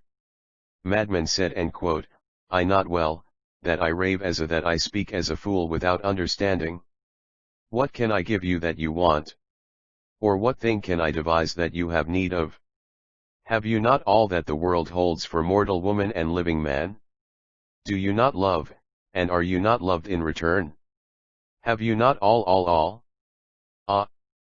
Woe is me that I am lord over the nations, and have not a drop of the waters of peace wherewith to quench the thirst of my tormented soul. Woe is me that I rule the world and trample the whole earth beneath my feet, and cannot 136 Zoroaster. Chap X have the one thing that all the earth holds which is good. Woe is me, Nehushta, that you have cruelly stolen my peace from me, and I find it not nor shall find it for evermore. End quote. The strong dark man stood wringing his hands together, his face was pale as the dead, his black eyes were blazing with a mad fire. Nehushta dared not look on the tempest she had roused, but she trembled and clasped her hands to her breast and looked down. Nay, you he end quote, are right, end quote, cried bitterly. Answer end quote, me nothing, for you can have nothing to answer. Is it your fault that I am mad? Or is it your doing that I love you so? Has anyone sinned in this? I have seen you, I saw you for a brief moment standing in the door of your tent and seeing, I loved you, and love you, and shall love you till the heavens are rolled together and the scroll of all death is full. There is nothing that you can say or do. It is not your fault, it is not your sin, but it is by you and through you that I am undone, broken as the tree in the storm of the mountains, burned up and parched as the beast perishing in the sun of the desert for lack of water, torn asunder and rent into pieces as the rope that breaks at the well. By you, and for you, and through you, I am ruined and lost forever in the hell of my wretched greatness, in the immeasure my able death of own. End quote, horrible despair. With a wild movement of agony, Darius fell at Nelmshta's feet, prostrate upon the marble floor, and buried his face in the skirts of her mantle, utterly overmastered and broken down by the tumult of his passion. Nelmshta was not heartless. Of a certainty she would have pitied anyone in such distress and grief. Zoroaster. 13 end quote, 7 Even had the cause thereof come less near to herself.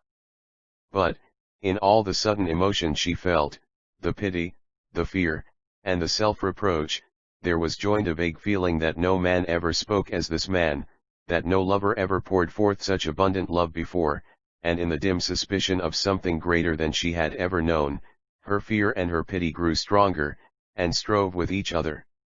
At first she could not speak, but she put forth her delicate hand and laid it tenderly on the king's thick black hair, as gently as a mother might soothe a passionate child, and he suffered it to rest there.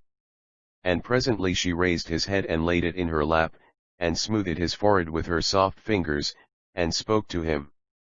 Me make you very sad, she almost whispered. I would that you might be loved as you deserve love, that one more worthy than I might give you all I cannot give. He opened his dark eyes that were now dull and weary, and he looked up to her face. There is none more worthy than you, he answered in low and broken tones. Many. She there hush, said gently, are will me you forgive and forget? You will blot out this hour from your remembrance, and go forth and do those great and noble deeds which you came into the world to perform? There is none greater than you, none nobler, none more generous. Darius lifted his head from her knee, and sprang to his feet. I will do all things, but I will not forget, he said. Do the I will great and the good deeds, for you. I will be generous, for you, noble, for you. 138 Zoroaster. Chap X While the world lasts my deeds shall endure, and with them, the memory that they were done for you, me grant only one little thing ask anything everything, answered Nehushta, in troubled tones. Nehushta, you know how truly I love you, nay, I will not be mad again, fear not. Tell me that if you had not loved Zoroaster, you would have loved me. Nehushta blushed deeply and then turned pale. She rose to her feet, and took the king's outstretched hands. Indeed, you are most worthy of love, Darius, I could have you loved well. Her voice was very low, and the tears stood in her eyes. Wise God the grace of the all bless thee, cried the king, and it was as though a sudden bright light shone upon his face. Then he kissed her two hands fervently, and with one long look into her sorrowful eyes, he turned and left her. But no man saw the king that day, nor did any know where he was, saving the two spearmen who stood at the door of his chamber. Within, he lay upon his couch, dry-eyed and stark, staring at the painted carvings of the ceiling. Chap XL Zoroaster. 139 Chapter XL The time passed, and it was 11 days since Zoroaster had set out. The king and Nehushta had continued to meet in the garden as before, and neither had ever referred to the day when the torrent of his heart had been suddenly let loose. The hours sped quietly and swiftly, without any event of importance. Only the strange bond, half friendship and half love, had grown stronger than before, and Nehushta wondered how it was that she could love two men so well, and yet so differently. Indeed, they were very different men. She loved Zoroaster, and yet it sometimes seemed as though he would more properly have filled the place of a friend than of a lover. Darius she had accepted as her friend, but there were moments when she almost forgot that he was not something more. She tried to think of her meeting with Zoroaster, whether it would be like former meetings, whether her heart would beat more strongly, or not beat at all when her lips touched his as of old. Her judgment was utterly disturbed and her heart no longer knew itself. She gave herself over to the pleasure of the king's society in the abandonment of the moment, half foreseeing that some great change was at hand, over which she could exercise no control. The sun was just risen, but the bridge over the 140 Zoroaster. Chap 11 quickly flowing coasts was still in the shadow cast over the plain by the fortress and the palace, when two horsemen appeared upon the road from Neve, riding at full gallop, and, emerging from the blue mist that still lay over the meadows, crossed the bridge and continued at full speed towards the ascent to the palace. The one rider was a dark, ill-favored man, whose pale flaccid cheeks and drooping form betrayed the utmost fatigue. Bolster was bound across the withers of his horse and another on the croup, so that he sat as in a sort of chair, but he seemed hardly able to support himself even with this artificial assistance, and his body swayed from side to side as his horse bounded over the sharp curve at the foot of the hill. His mantle was white with dust, and the tiara upon his head was reduced to a shapeless and dusty piece of crumpled linen, while his uncurled hair and tangled beard hung forward together in disorderly and dust-clotted ringlets. His companion was Zoroaster, fair and erect upon his horse, as though he had not ridden 300 farsangs in 11 days. There was dust indeed upon his mantle and garments, as upon those of the man he conducted, but his long fair hair and beard blew back from his face as he held his head erect to the breeze he made in riding, and the light steel cap was bright and burnished on his forehead. Slight flush reddened his pale cheeks as he looked upward to the palace, and thought that his ride was over and his errand accomplished. He was weary, almost to death, but his frame was elastic and erect still. As they rode up the steep, the guards at the Our gate, who had already watched them for 20 chap. 11. Zoroaster. 141 minutes as they came up the road, mere moving specks under the white mist, shouted to those within that Zoroaster was returning, and the officer of the gate went at once to announce his coming to the king. Darius himself received the message, and followed the officer down the steps to the tower of the gateway, reaching the open space within, just as the two riders galloped under the square entrance and drew rein upon the pavement of the little court. The spearmen sprang to their feet and filed into rank as the cry came due /7 the steps that the king was approaching, and Zoroaster leaped lightly from his horse, and bid for Orts do likewise, but the wretched Median could scarce move, hand or foot without help, and would have fallen headlong, had not two stout spearmen lifted him to the ground, and held him upon his legs.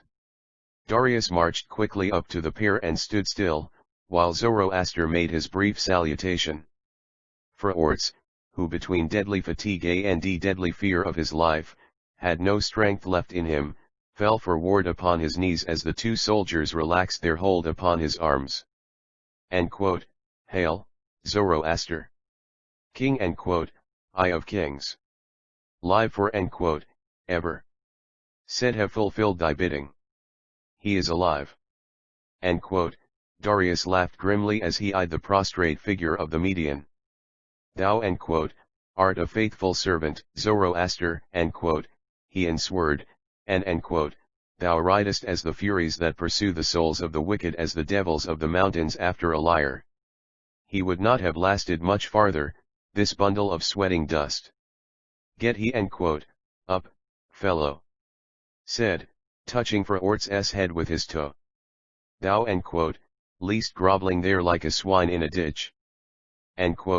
142 Zoroaster. Chap 11. The soldiers raised the exhausted man to his feet. The king turned to Zoroaster. Tell me, thou rider of whirlwinds, he said, laugh man will more readily tell the truth, or speak when lies, he tired is. Man who is tired will do whichever will procure him rest, returned Zoroaster, with a smile. Then I will tell this fellow that the sooner he may speaks the truth the sooner he said the sleep, king. Going near to Zoroaster, he added in an undertone, thou before thyself restest, go and tell the queen privately that she send away her slaves, and await me and him thou hast brought in a few minutes. This fellow must have a little refreshment, or he will upon die the steps. Zoroaster turned and went up the broad stairs, and threaded the courts and passages, and mounted to the terrace where he had first met Atossa before the king's apartments. There was no one there, and he was about to enter under the great curtain, when the queen herself came out and met him face to face. Though it was yet very early, she was attired with more than usual care, and the faint colors of her dress and the few ornaments she wore, shone and gleamed brightly in the level beams of the morning sun. She had guessed that Zoroaster would return that day, and she was prepared for him. As she came suddenly upon him, she gave a little cry, that might well have been feigned. What? Are you already returned? She asked, and the joy her voice expressed was genuine. He looked so godlike as he stood there in the sunlight, her heart leaped for the joy of only seeing him. Yes, I bear this message from the great king to chap, Xr. Zoroaster. 143 The Queen. The great king commands that the queen send away her slaves, and await the king and him I have brought with me, in the space of a few minutes. Answered it, is well, Atossa. There no, are slaves here and I await the king. She was silent a moment. Are you, not glad to have come back, she asked, presently. Yes, said Zoroaster, whose face brightened quickly as he spoke. I indeed glad to be here again. Yald not anyone be glad to have finished such a journey. The queen stood with her back to the curtained doorway and could see down the whole length of the balcony to the head of the staircase. Zoroaster faced her and the door. As he spoke, Atossa's quick eyes caught sight of a figure coming quickly up the last steps of the stairway. She recognized Zarathustra instantly, but no trembling of her lids or coloring of her cheek betrayed that she had seen the approach of her enemy. She fixed her deep blue eyes upon Zoroaster, and gazing somewhat sadly, she spoke in low and gentle tones, time has seemed long to me since you rode away, Zoroaster, she said. Zoroaster, astonished at the manner in which she spoke, turned pale, and looked down coldly at her beautiful face. At that moment Zarathustra stepped upon the smooth marble pavement of the balcony. Still Atossa kept her eyes fixed on Zoroaster's me, you answer nothing? And she said in broken tones. Then suddenly, as though acting under an irresistible impulse, she threw her arms wildly about his neck and kissed him passionately again and again. Oh my Zoroaster, Zoroaster, beloved! She cried. 144 Zoroaster. Chap 11 Me and you must never, never leave again, Again she kissed him, and fell forward upon his breast, holding him so tightly that, for a moment, he did not know which way to move. He put his hands upon her shoulders, to her waist to try to push her from him. But it was in vain, she clung to him desperately and sobbed upon his breast. In the sudden and fearful embarrassment in which he was placed, he did not hear a short, low groan far off behind him, nor the sound of quickly retreating steps upon the stairs. But Atossa heard and rejoiced fiercely, and when she looked up, Zarathustra was gone, with the incurable wound in her breast. Atossa suddenly let her arms fall from the warrior's neck, looked into his eyes once, and then, with a short, sharp cry, she buried her face in her hands and leaned back against the doorpost by the heavy striped curtain. My God, oh! Have done, what I, she moaned. Zoroaster stood for one moment in hesitation and doubt. It seemed as though he had received a sudden revelation of numberless things he had never understood. Spoke quietly, at last, with a great effort, and his voice sounded kindly. I thank the good powers that I do not love thee, and I would that thou didst not love me. For I am the great king's servant, faithful to death, and if I loved thee I should be a liar, and a coward, and the basest of all mankind. Forget, I pray thee, that thou hast spoken, and let me depart in peace. For the great king is at hand, and thou must not suffer that he find thee weeping, lest he think thou fearest to meet for orts the median face to face. Forget, I pray thee, and forgive thy servant if he have done anything amiss. Chap 11. Zoroaster.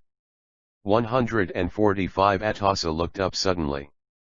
Her eyes were bright and clear, and there was not a trace of tears in them. She laughed harshly. I weep before the king. Go, if thou wilt. Farewell, you do not know me. Zoroaster, her voice may softened a little, farewell. It be that you shall live, but it may be that you shall die, because I love you. Zoroaster bent his head in respectful homage, and turned and went his way. The queen looked after him, and as he disappeared upon the staircase, she began to smooth her headdress and the locks of her golden hair, and for a moment, she smiled sweetly to herself. That was a mortal wound, well dealt, she said aloud. But as she gazed out over the city, her face grew grave and thoughtful. But do love I him, she added softly, I do him I loved long ago. She turned quickly, as though fearing someone had overheard her. Foolish I am. She exclaimed impatiently, and she turned and passed away under the heavy curtain, leaving the long balcony once more empty, save for the rush of a swallow that now and then flew in between the pillars, and hovered for a moment high up by the cornice, and sped out again into the golden sunshine of the summer morning. Zoroaster left Atossa with the hope of finding some means of seeing Zarathustra. But it was impossible. He knew well that he could not so far presume as to go to her apartment by the lower passage where he had last seen her on the day of his departure for Ecbatana, and the slave whom he dispatched from the main entrance of the women's part of the palace returned with the brief information that Nehushta 146 Zoroaster, chap 11 was alone in her chamber, and that no one dared disturb her. Worn out with fatigue and excitement, and scarcely able to think connectedly upon the strange event of the morning, Zoroaster wearily resigned himself to seeing Nehushta at a later hour, and entering his own cool chamber, lay down to rest.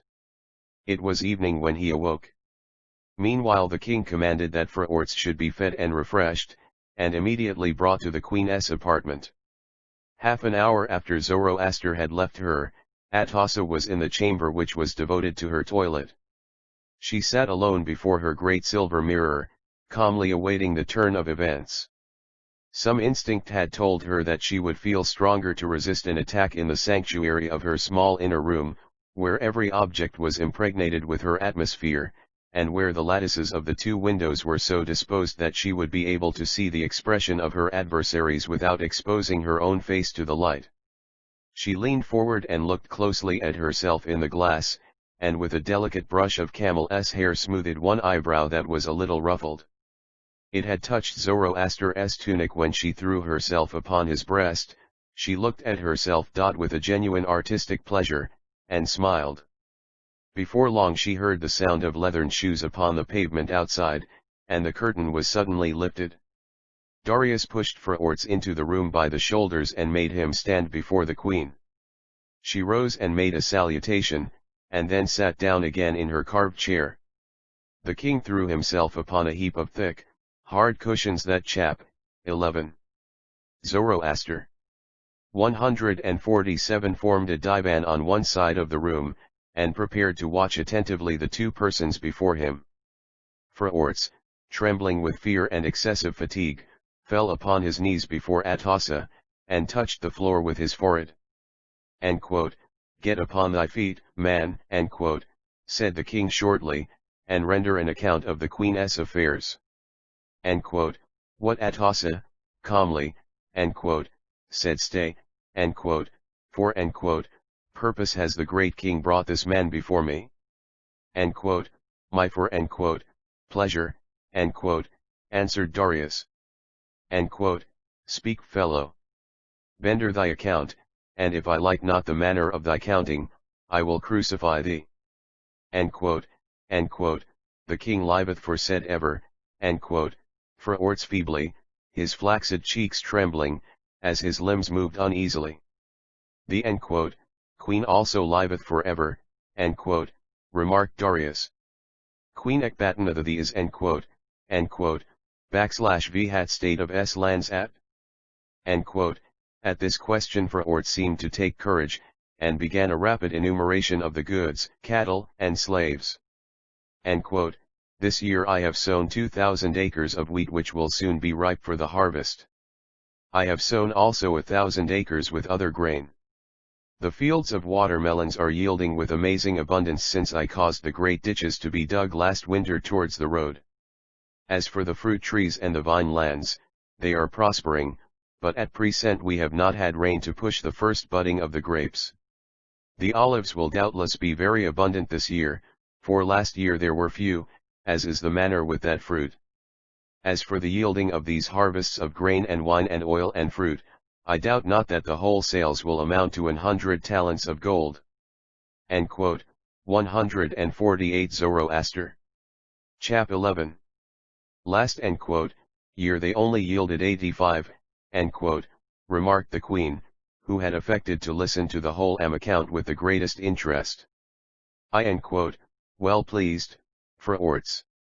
Tell me of the cattle and sheep and of the slaves, whether many have died this year." "There are 500 head of cattle, and 100 calves dropped in the last 2 months. From the scarcity of rain this year, the fodder has been almost destroyed, and there is little hay from the winter. I have, therefore, sent great numbers of slaves with camels to the farther plains to eastward, whence they return daily with great loads of hay of a coarse kind, but serviceable. As for the flocks, they are now pasturing for the summer upon the slopes of the Zagros mountains. There were 6,000 head of sheep and 2,000 head of goats at the shearing in the spring, and the wool is already sold for 8 talents. As for the slaves, I have provided for them after a new fashion. There were many young men from the captives that came after the war 2 years ago. For these I have purchased wives of the dealers from Scythia. These Scythians sell all their women at a low price. They are hideous barbarians, speaking a strange tongue, but they are very strong and enduring, and I doubt not they will multiply exceedingly and bring large profits." "Thou art extraordinarily fluent in thy speech," interrupted the king. "But," there are details that the queen wishes to know. "Thou art aware that in a frontier country like the province of Ecbatana, it is often necessary to protect the crops and the flocks from robbers. Hast thou therefore thought of arming any of these slaves for this purpose?" Let not the king be angry with his servant. Chap 11. Zoroaster. 149 returned Fraorts, without hesitation. "There are many thousand soldiers of the king in Ecbatana, and the horsemen traverse the country continually. I have not armed any of the slaves, for I supposed we were safe in the protection of the king's men. Nevertheless, if the great king command me," "thou couldst arm them immediately, I suppose?" Interrupted Darius. He watched Atossa narrowly, her face was in the shadow. Replied Fraorts, "Nay, but if the king will give us heads we have no arms." "Swords and spear to what end?" asked Atossa. She was perfectly calm since she saw that there was no fear of Fraorts making a mistake upon this vital point. "What need have I of a force to protect lands that are all within a day's journey of the king's fortress? The idea of carrying weapons would make all the slaves idle and quarrelsome. Leave them their spades and plows, and let them labor while the soldiers—" "How many slaves have I now, Fraorts?" "Their fight. There were, at the last return, 14,753 men, 10,216 women, and not less than 5,000 children. But I expect," "what can you do with so many?" asked Darius, turning sharply to the queen. "Many," of them work in the carpet looms," answered Fraorts. "The queen receives 50 talents yearly from the sales of the carpets." "All," the carpets in the king's apartments are made in looms," said Atossa, with a smile. "I am," great merchant." "I have no doubt I paid you dearly enough for 150 Zoroaster." Chap 11 them, too, said the king, who was beginning to be weary of the examination. He had firmly expected that either the Median agent, or the queen herself, would betray some emotion at the mention of arming the slaves, for he imagined that if Atossa had really planned any outbreak, she would undoubtedly have employed the large force of men she had at her disposal, by finding them weapons and promising them their liberty in the event of success. He was disappointed at the appearance of the man Fraorts. He had supposed him a strong, determined man of imperious ways and turbulent instincts, who could be easily led into revolution and sedition from the side of his ambition. He saw before him the traditional cunning, quick-witted merchant of Media, pale-faced and easily frightened, no more capable of a daring stroke of usurpation than a Jewish peddler of Babylon. He was evidently a mere tool in the hands of the queen, and Darius stamped impatiently upon the floor when he thought that he had perhaps been deceived after all, that the queen had really written to Phraates simply on account of her property, and that there was no revolution at all to be feared. Impulsive to the last degree, when the king had read the letter to Phraates, his first thought had been to see the man for himself, to ask him a few questions and to put him at once to death if he found him untruthful. The man had arrived, broken with excessive fatigue and weak from the fearful journey, but under the very eye of the king, he had nevertheless given a clear and concise account of himself, and, though he betrayed considerable fear, he gave no reason for suppositorying that what he said was not true. As for the queen, she sat calmly by, polishing her nails with a small chap. 11. Zoroaster. 151 instrument of ivory, occasionally asking a question, or making a remark, as though it were all the most natural occurrence in the world. Darius was impetuous and fierce. His intuitive decisions were generally right, and he acted upon them instantly, without hesitation, but he had no cunning and little strategy. He was always for doing and never for waiting, and to the extreme rapidity of his movements he owed the success he had. In the first 3 years of his reign he fought 19 battles and vanquished 9 self-styled kings, but he never, on any occasion, detected a conspiracy, nor destroyed a revolution before it had broken out openly. He was often, therefore, at the mercy of Atossa, and frequently found himself baffled by her power of concealing a subtle lie under the letter of truth, and by her supreme indifference and coldness of manner under the most trying circumstances. In his simple judgment it was absolutely impossible for anyone to lie directly without betraying some hesitation, and each time he endeavored to place Atossa in some difficult position, wherein she must, he thought, inevitably betray herself, he was met by her inexplicable calm, which he was forced to attribute to the fact that she was in the right no matter how the evidence might be against her. The king decided that he had made a mistake in the present instance and that Phraates was innocent of any idea of revolution. He could not conceive how such a man should be capable of executing a daring stroke of policy. He determined to let him g and quote, "You ought to be well satisfied with the result of these accounts," and quote, he said, staring hard at Atossa. And quote, 152 Zoroaster. Chap 11. See you know more of your affairs, and sooner, than you could have known if you had sent your letter. Let this fellow go, and tell him to send his accounts regularly in future, or he will have the pains of riding hither in haste to deliver them. Thou mayest go now and take thy rest, and quote, he added, rising and pushing the willing Phraates before him out of the room. Am thou, and quote, hast done well. I satisfied with thee, Phraates, and quote, said Atossa coldly. Once more the beautiful queen was left alone, and once more she looked at herself in the silver mirror, somewhat more critically than before.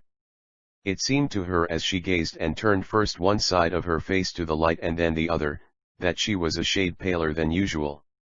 The change would have been imperceptible to anyone else, but she noticed it with a little frown of disapproval. But presently she smoothed her brow and smiled happily to herself. She had sustained a terrible danger successfully. She had hoped to have been able to warn Phraates how to act, but, partly because the meeting had taken place so soon after his arrival, and partly because she had employed a portion of that brief interval with Zoroaster and in the scene she had suddenly invented and acted, she had been obliged to meet her chief agent without a moment's preparation, and she knew enough of his cowardly character to fear lest he should betray her and throw himself upon the king's mercy as a reward for the information he could give. But the crucial moment had passed successfully and there was nothing more to fear. Atossa threw herself upon the couch where the king had sat, and abandoned herself to the delicious contemplation of the pain she must have given in showing herself to Nehushta in Zoro chap. 11. Zoroaster. 153 Aster's arms. She was sure that as the princess could not have seen Zoroaster's face, she must have thought that it was he who was embracing the queen. She must have suffered horribly, if she really loved him. 154 Zoroaster. Chap xn. Chap t12. When Darius left the queen, he gave over the miserable forts to the guards, to be cared for, and bent his steps towards the gardens. It was yet early, but he wished to be alone, and he supposed that Nehushta would come there before noon, as was her wont. Meanwhile, he wished to be free of the court and of the queen.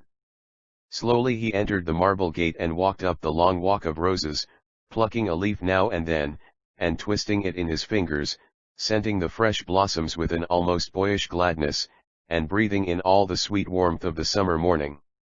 He had made a mistake, and he was glad to be away, where he could calmly reflect upon the reason of his being deceived. He wandered on until he came to the marble pavilion, and would have gone on to stray farther into the gardens, but that he caught sight of a woman's mantle upon the floor as he passed by the open doorway. He went up the few steps and entered. Nehushta lay upon the marble pavement at her full length, her arms extended above her head. Her face was ghastly pale and her parted lips were white. She looked as one dead. Her white linen tiara had almost fallen from her heavy hair, and the long black locks streamed upon the stone in thick confusion. Her chap. 12. Zoroastic. 155 fingers were tightly clenched, and on her face was such an expression of agony, as Darius had never dreamed of, nor seen in those dead in battle. The king started back in horror as he caught sight of the prostrate figure. He thought she was dead, murdered, perhaps, until, as he gazed, he saw a faint movement of breathing. Then he sprang forward, and kneeled, and raised her head upon his knee, and chafed her temples and her hands. He could reach the little fountain as he knelt, and he gathered some water in his palm and sprinkled it upon her face. At last she opened her eyes, then closed them wearily again, then opened them once more in quick astonishment, and recognized the king. She would have made an effort to rise, but he checked her, and she let her head sink back upon his knee. Still he chafed her temples with his broad, brown hand, and gazed with anxious tenderness into her eyes, that looked at him for a moment, and then wandered and then looked again. "What is this?" she asked, vacantly, at last. "No," I answered, "not," the king. "I found," you here lying upon the floor. "Are you hurt?" He asked tenderly. "Hurt?" "Oh yes, I am hurt even to death," she added suddenly. "Oh, Darius, I would I could tell you." "Are you really," friend? She raised herself without his help and sat up. The hot blood rushed back to her cheeks and her eyes regained their light. "Amkin," you doubt that I your friend, your best friend?" asked the king. Nehushta rose to her feet and paced the little hall in great emotion. Her hands played nervously with 156 Zoroaster. Chap X and the golden tassels of her mantle, her head-dress had fallen quite back upon her shoulders, and the masses of her hair were let loose. From time to time she glanced at the king, who eyed her anxiously as he stood beside the fountain. Presently she stopped before him, and very gravely fixed her eyes on him. "I will," tell you something, she said, beginning in low tones. I will," tell this. I cannot tell you all. I have been horribly deceived, betrayed, made a sport of. I cannot tell you how. You will believe me, will you not? This man I love him not, has cast me off as an old garment, as a thing of no price, as a shoe that is worn out and that is not fit for his feet to tread upon. I love him not, I hate him, I love not at all." Darius's face grew dark and his teeth ground hard together, but he stood still, awaiting what she should say. But lst.ush.ta ceased, and suddenly she began again to walk up and down, putting her hand to her temples, as though in pain.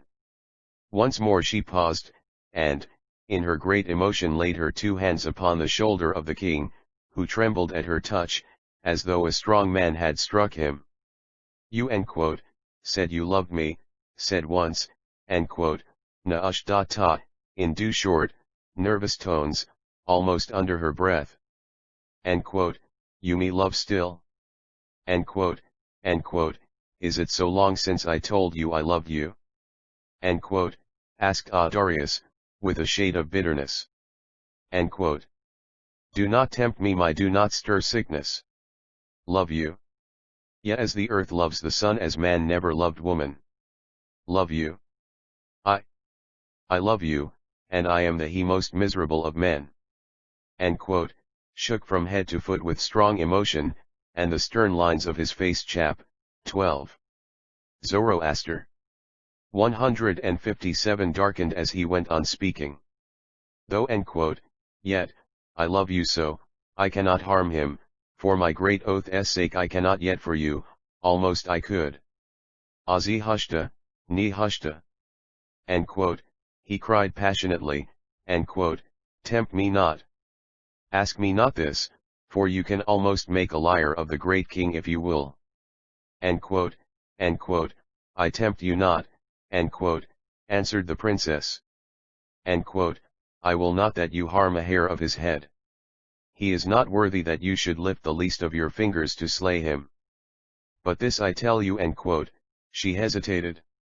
The king in his violent excitement, as though foreseeing what she would say, seized her hands and held them tightly while he gazed into her eyes. You she almost, Darius, said, hurriedly, if love me, and if you desire it, I will be your wife. A wild light broke from the king's eyes. He dropped her hands and stepped backwards from her, staring hard. Then, with a quick motion, he turned and threw himself upon the marble seat that ran around the hall, and buried his face and sobbed aloud.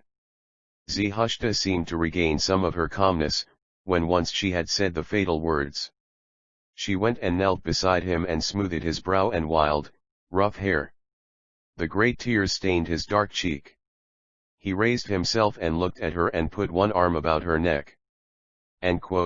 He whispered, True Zarathustra, is it? She bowed her head silently. Darius drew her towards him and laid her cheek upon his breast. His face bent down to hers, most tenderly, as though he would have kissed her. But suddenly he drew back, and turned his eyes away. No, he said, as though he had regained the mastery over himself. Much it too, is to ask that 158 Zoroaster. Chap xn. I might kiss you. It is too much that you give me. I am not worthy that you should be my wife. Isti. He cried, as she would not let him rise from his seat, nay, let go, it is not right, it is not worthy, I must not see you any more. Oh, you have tempted me till I am too weak, you, Darius, are the noblest of men, the best and bravest. Then with a sudden impulse it seemed to Zarathustra that she really loved him.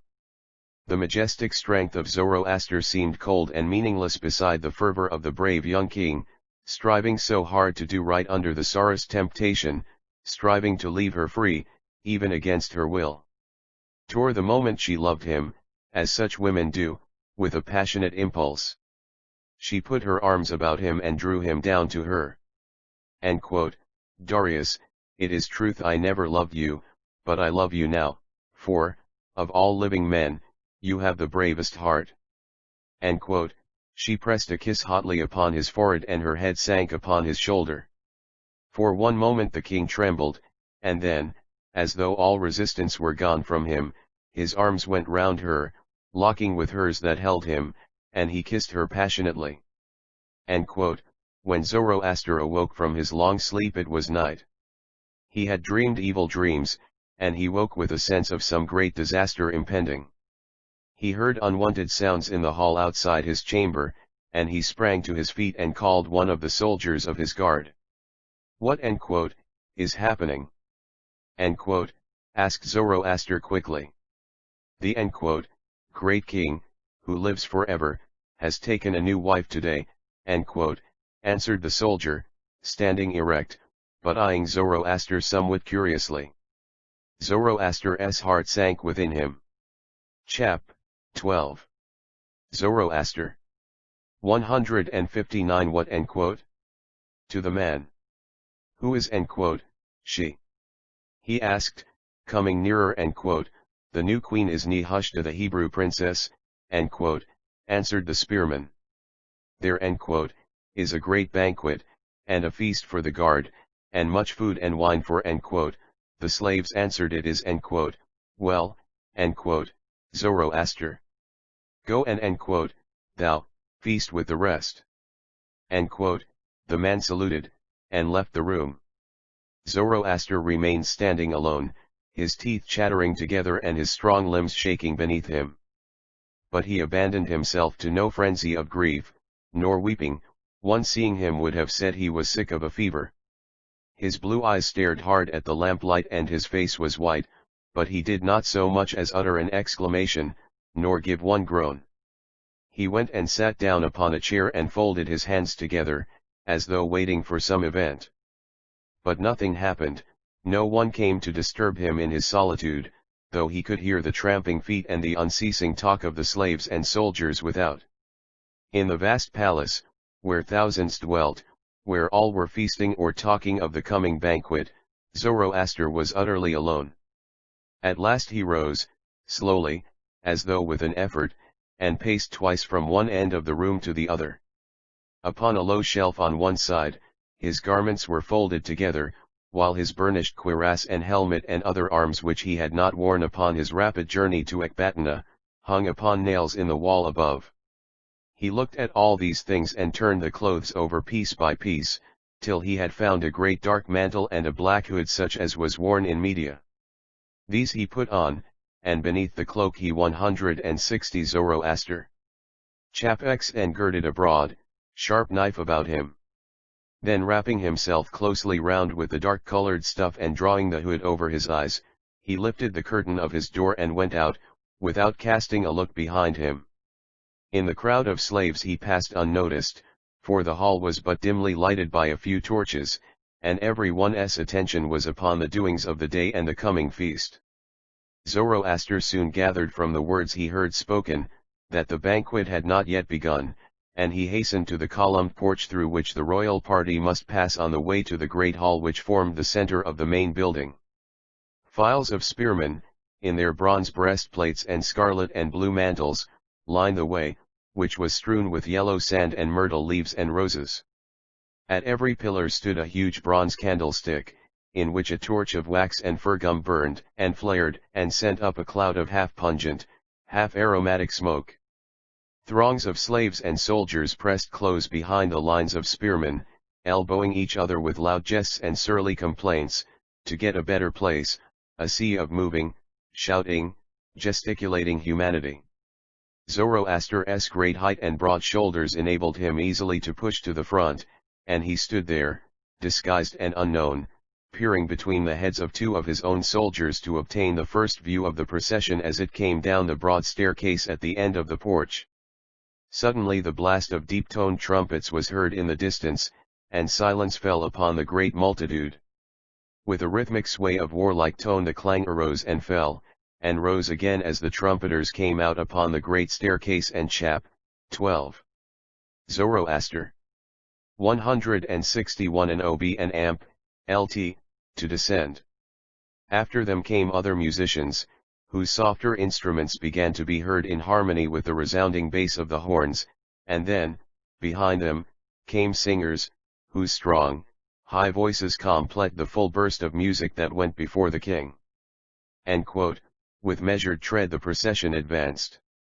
There were neither priests, nor sacrificers, nor any connected with any kind of temple, but after the singers came 200 noble children clad in white, bearing long garlands of flowers that trailed upon the ground, so that many of the blossoms were torn off and strewed the sand.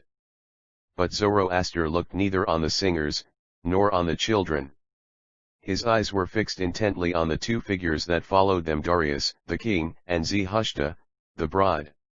They walked side by side, and the procession left an open space, 10 paces before and 10 paces behind the royal pair. Darius wore the tunic of purple and white stripes, the mantle of Tyriae purple on his shoulders, and upon his head the royal crown of gold surrounded the linen tiara.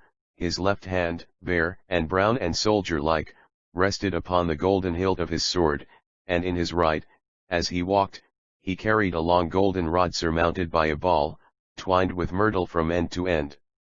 He walked proudly forward, and as he passed, many a spearman thought with pride that the great king looked as much a soldier as he himself. By his left side came Zarathustra, clad entirely in cloth of gold, while a mantle of the royal purple hung down behind her.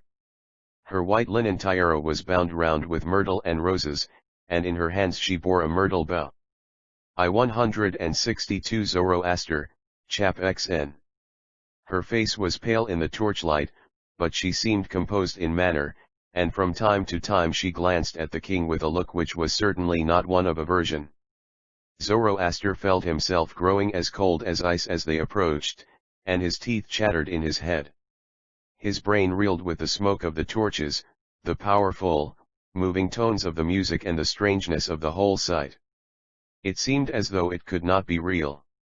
He fixed his eyes upon Zarathustra, but his face was shaded all around by his dark hood. Nevertheless, so intently did he gaze upon her that, as she came near, she felt his look, as it were, and, searching in the crowd behind the soldiers, met his eyes. She must have known it was he, even under the disguise that hid his features, for, though she walked calmly on, the angry blood rushed to her face and brow, overspreading her features with a sudden, dark flush. Just as she came up to where Zoroaster stood, he thrust his covered head far out between the soldiers. His eyes gleamed like coals of blue fire, and his voice came low, with a cold, clear ring, like the blade of a good sword striking upon a piece of iron. Faithless. That was all he said, but all around heard the cutting tone, that neither the voices of the singers, nor the clangor of the trumpets could drown.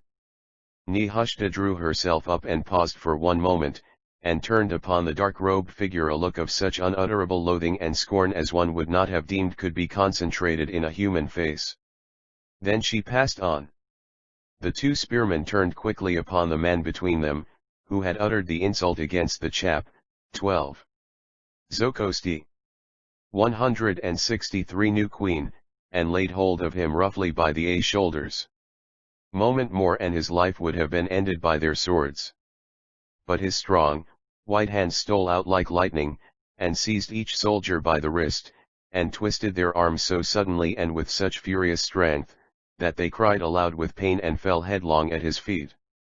The people parted for a space in awe and wonder, and Zoroaster turned, with his dark mantle close drawn around him, and strode out through the gaping crowd. "Mountains it is a devil of the cried one. Ahriman it is himself said another. Whom it is the soul of the priest of Bel the king slew at Babylon. It is the evil spirit of Cambyses. Nay quoth one of the spearmen, rubbing his injured hand, it was Zoroaster, the captain. I saw his face beneath that hood he wore. May it answered his fellow. B. Can break a bar of iron, as thick as fingers, with his hand. But I believe of the mountains. They say a man s3 it was a devil. But the procession marched on, and long before the crowd had recovered enough from its astonishment to give utterance to these surmises, Zoroaster had passed out of the porch and back through the deserted courts, and down the wide staircase to the palace gate, and out into the quiet, starlit night, alone and on foot. He would have no compromise with his grief, he would be alone with it. He needed not mortal sympathy and he would not have the pity of man. The blow had struck home with deadly certainty and the wound was such as man cannot heal, neither, woman. The fabric of happiness, which in a year he 164-20 boaster.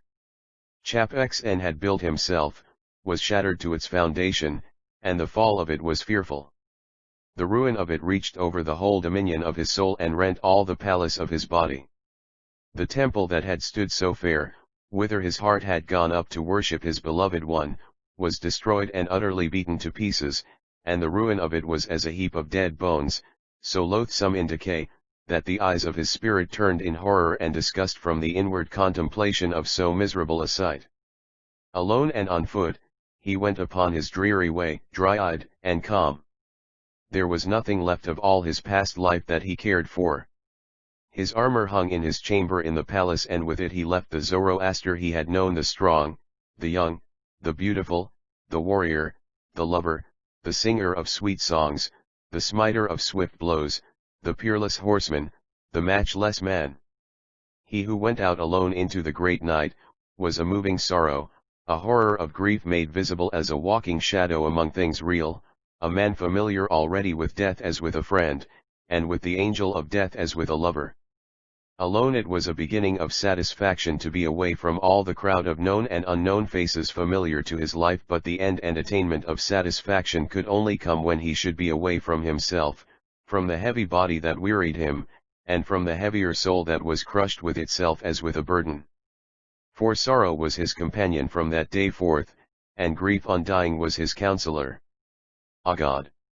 She was so beautiful and her love was so sweet and strong. Her face had been as the face of an angel, and her virgin heart as the innermost leaves of the rose that are folded together in the bud. Chap. 12. Zoroastic. 165 Before the rising of the sun. Her kiss was as the breath of spring that gladdens the earth into new life, her eyes as crystal wells, from the depths whereof truth rose blushing to the golden light of day. Her lips were so sweet that a man wondered how they could ever part, till, when they parted, her gentle breath bore forth the music of her words, that was sweeter than all created sounds. She was of all earthly women the most beautiful, the very most lovely thing that God had made, and of all mortal women that have loved, her love had been the purest, the gentlest, the truest. There was never woman like to her, nor would be again.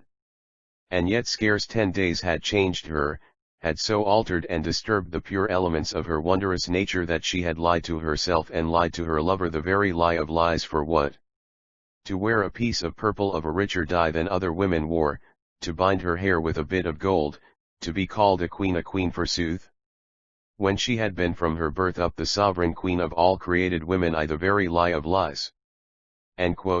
/Was there ever such a monstrous lie since the world first learned the untruths of the serpent's wisdom? Had she not sworn and promised, by the holiness of her God, to love Zoroaster forever? Ever. Word, that had meant heaven, and now meant hell.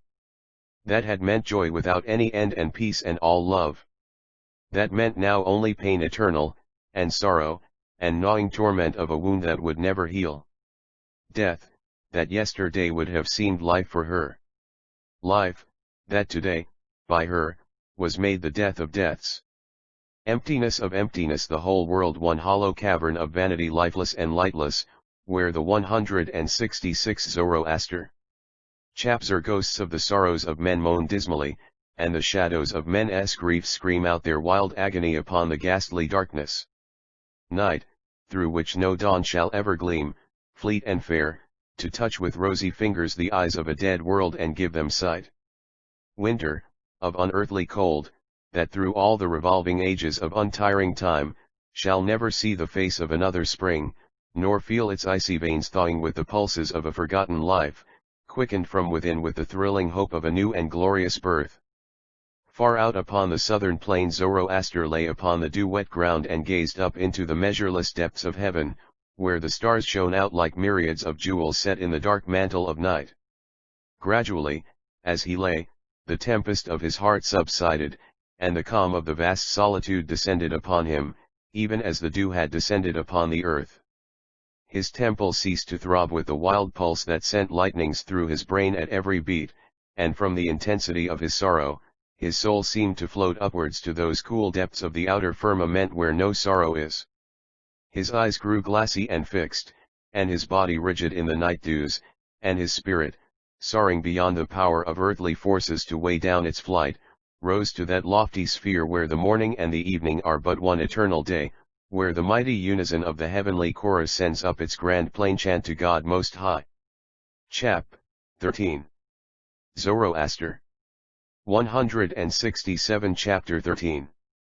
Far in the wild mountains of the south, where a primeval race of shepherds pastures its flocks of shaggy goats upon the scanty vegetation of rocky slopes, there is a deep gorge whither men seldom penetrate, and where the rays of the sun fall but for a short hour at a noonday. Man may walk, or rather climb, along the side of the little stream that rushes impetuously down among the black rocks, for a full hour and a half before he reaches the end of the narrow valley. Then he will come upon a sunken place, like a great natural amphitheater, the steep walls of boulders rising on all sides to a lofty circle of dark crags. In the midst of this open space a spring rises suddenly from beneath a mass of black stone, with a rushing, gurgling sound, and makes a broad pool, whence the waters flow down in a little torrent through the gorge till they emerge far below into the fertile plain and empty themselves into the Araxes, which flows by the towers and palaces of lordly Stakar, more than 2 days' journey from the hidden circle in the mountains. It would have been a hard thing to recognize Zoroaster in the man who sat day after day beside the spring, absorbed in profound meditation. His tall figure was wasted almost to emaciation by fasting and exposure, his hair and beard had turned snow-white. 108 Zoroaster. Chap XM and hung clown in abundant masses to his waist, and his fair young face was pale and transparent. But in his deep blue eyes there was a light different from the light of other days, the strange calm fire of a sight that looks on wondrous things, and sees what the eyes of men may not see, and live. Nearly 3 years had passed since he went forth from the palace of Shushan, to wander southwards in search of a resting place, and he was but 33 years of age. But between him and the past there was a great gulf, the interval between the man and the prophet, between the cares of mortality and the divine calm of the higher life. From time to time indeed, he ascended the steep path he had made among the stones and rocks, to the summit of the mountain, and there he met one of the shepherds of the hills, who brought him once every month a bag of parched grain and a few small, hard cheeses of goat's milk, and in return for these scanty provisions, he gave the man each time a link from the golden chain he had worn and which was still about his neck when he left the palace. 33 links were gone since he had come there, and the chain was shorter by more than half its length.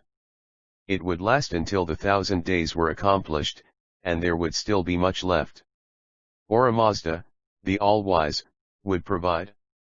Zoroaster sat by the spring and watched the crystal waters sparkle in the brief hour of sunshine at noonday, and turn dark and deep again when the light was gone.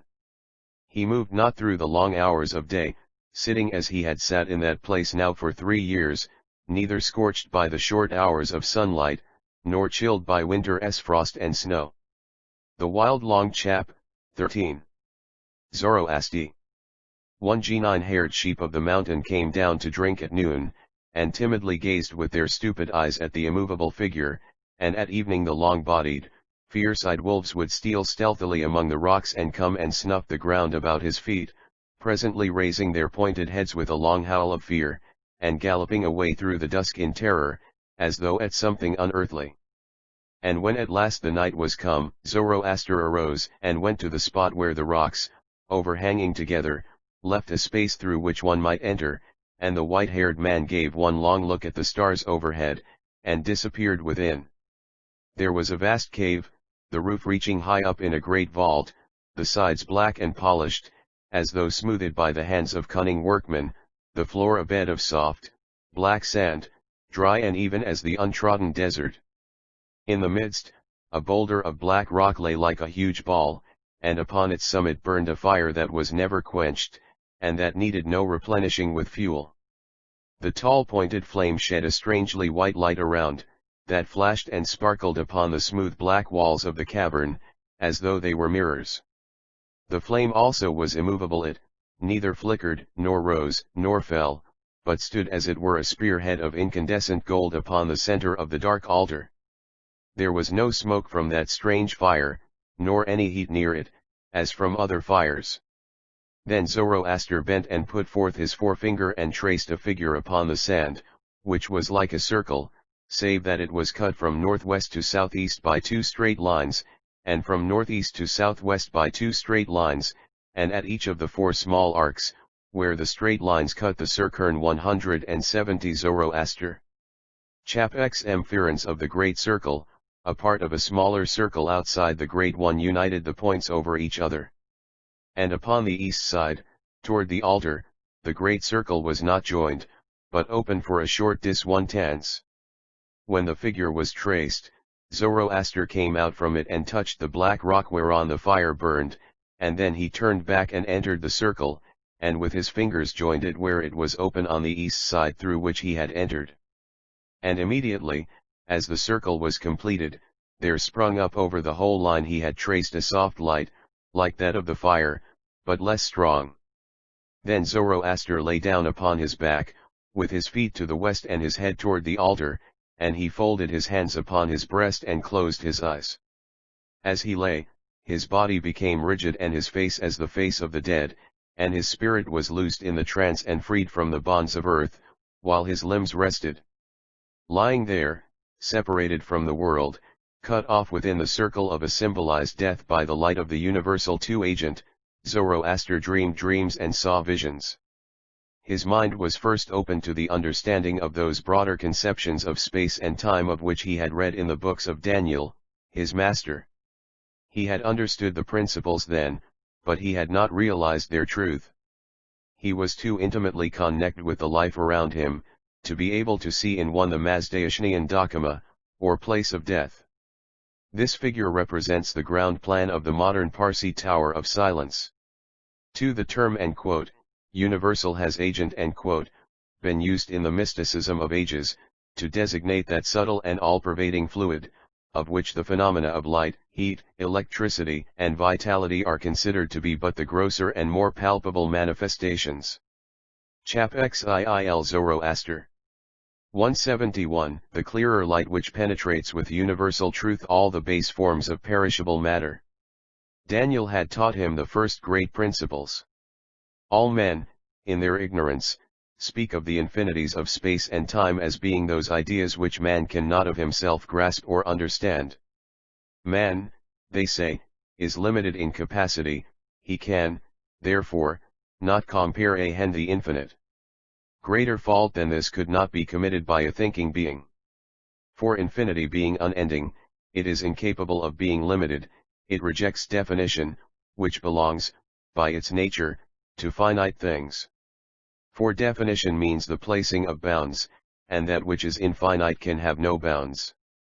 The man, therefore, who seeks to bound what has no bounds, endeavors to define what is, by its nature, undefinable, and finding that the one poor means which he has of conveying fallacious impressions of illusory things to his mind through deadened senses, is utterly insufficient to give him an idea of what alone is real, he takes refuge in his crass ignorance and coarse grossness of language, and asserts boldly that the human mind is too limited in its nature to conceive of infinite space, or of infinite time. Not only is the untrammeled mind of man capable of these bolder conceptions, but even the wretched fool who sees in the material world the whole of what man can know, could never get so far as to think even of the delusive objects on which he pins his foolish faith, unless the very mind which he insults and misunderstands, had by its nature that infinite capacity of comprehension which, he says, exists not. For otherwise, if the mind be limited, there must be a definite limit to its comprehensive faculty, and it is easy to conceive that such a limit would soon become apparent to every 172 Zoroaster. Chap XM Student, as apparent as it is that a being, confined within 3 dimensions of space, cannot, without altering his nature, escape from these 3 dimensions, nor from the laws which govern matter having length, breadth, and thickness alone, without the external fourth dimension, with its interchangeability of exterior and interior angles. The very thought that infinite space cannot be understood, is itself a proof that the mind unconsciously realizes the precise nature of such infinity, in attributing to it at once the all-comprehensiveness from which there is no escape, in which all dimensions exist, and by virtue of which all other conceptions become possible, since this infinite space contains in itself all dimensions of existence transitory, real, and potential, and if the capacity of the mind is so extensive with the capacity of infinite space, since it feels itself undoubtedly capable of grasping any limited idea contained in any portion of the illimitable whole, it follows that the mind is of itself as infinite as the space in which all created things have their transitory form of being, and in which all uncreated truths exist eternally. The mind is aware of infinity by that true sort of knowledge which is an intimate conviction not dependent upon the operation of the senses.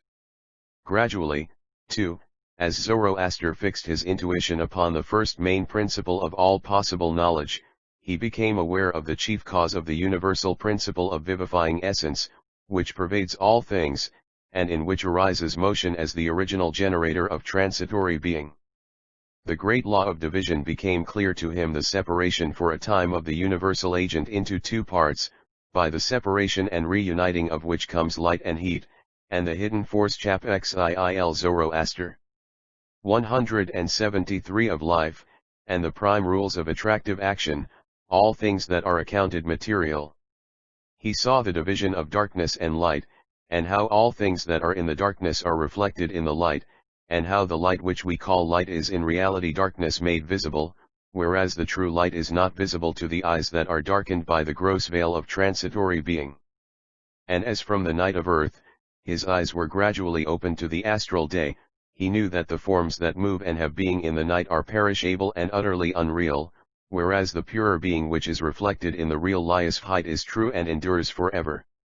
Then, by his knowledge and power, and by the light that was in him, he divided the portion of the universal agent that was in the cave where he dwelt into two portions, and caused them to reunite in the midst upon the stone that was there, and the flame burned silently and without heat upon his altar, day and night, without intermission, and by the division of the power within him, he could divide the power also that was latent in other transitory beings, according to those laws which, being eternal, are manifested in things not eternal, but perishable. And further, he meditated upon the 7 parts of man, and upon their separation, and upon the difference of their nature. For the first element of man is perishable matter. And the second element of man is the portion of the universal agent which gives him life. And the third element of man is the reflection of his perishable substance in the astral light, coincident with him, but not visible to his earthly eye. The fourth element of man is made up of all the 1*74 Zoroaster. Xi and desires life feels by his material senses. This part is not real being, nor transitory being, but a result. Man, the fifth element of is that which says, I am, whereby a man knows himself from other men, and with it there is an intelligence of lower things, but no intelligence of tilings higher. The sixth element is the pure understanding, eternal and so extensive with all infinity of time and space, real, imperishable, invisible to the eye of man. The seventh element is the soul from God. Upon these things Zoroaster meditated long, and as his perishable body became weakened and emaciated with fasting and contemplation, he was aware that, at times, the universal agent ceased to be decomposed and recomposed in the nerves of his material part, so that his body became as though dead, and with it the fourth element which represents the sense of mortal desires, and he himself, the 3 highest elements of him, his individuality, his intelligence and his soul, became separated for a time from all that weighed them down, and his mind's eyes were opened, and he saw clearly in the astral light, with an intuitive knowledge of true things, and false.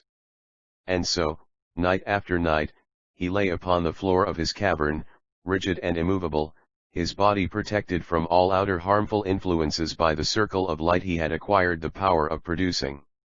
For though there was no heat in the flame, no mortal breathing animal could so much as touch it with the smallest part of his body without being instantly destroyed as by lightning.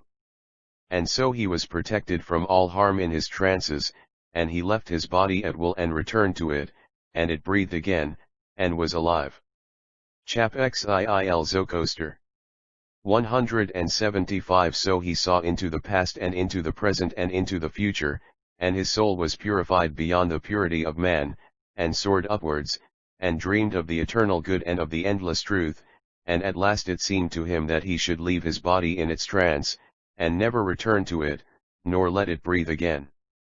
For since it was possible thus to cast off mortality and put on immortality, it seemed to him that it was but a weariness to take up the flesh and wear it, when it was so easy to lay it down.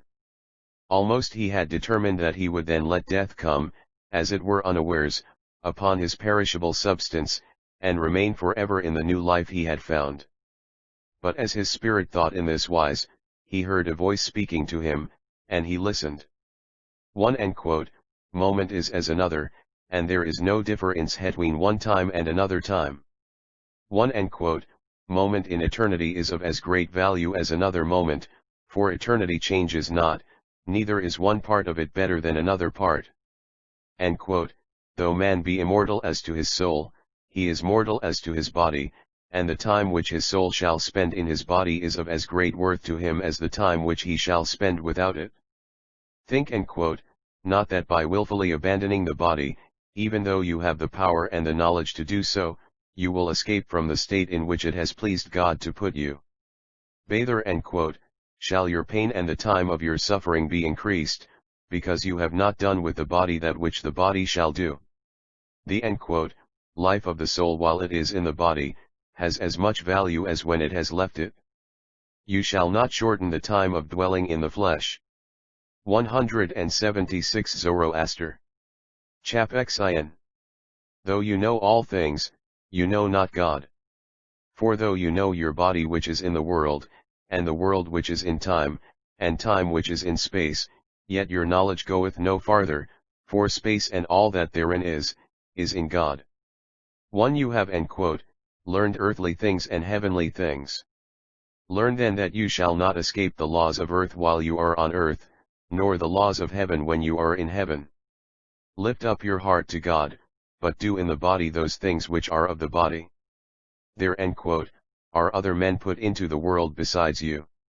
If you leave the world, what does your knowledge profit other men? And yet it is to profit other men that God has put you into the world. And not you only, but every man. The labor of man is to man, and the labor of angels to angels. But the time of man is as valuable in the sight of God, as the time of angels. All things that are not accomplished in their time shall be left unaccomplished forever and ever. If while you are in the flesh, you accomplish not the things of the flesh after the manner of your humanity, you shall enter into the life of the Spirit as one blind, or maimed, for your part is not fulfilled. A man wisdom is this.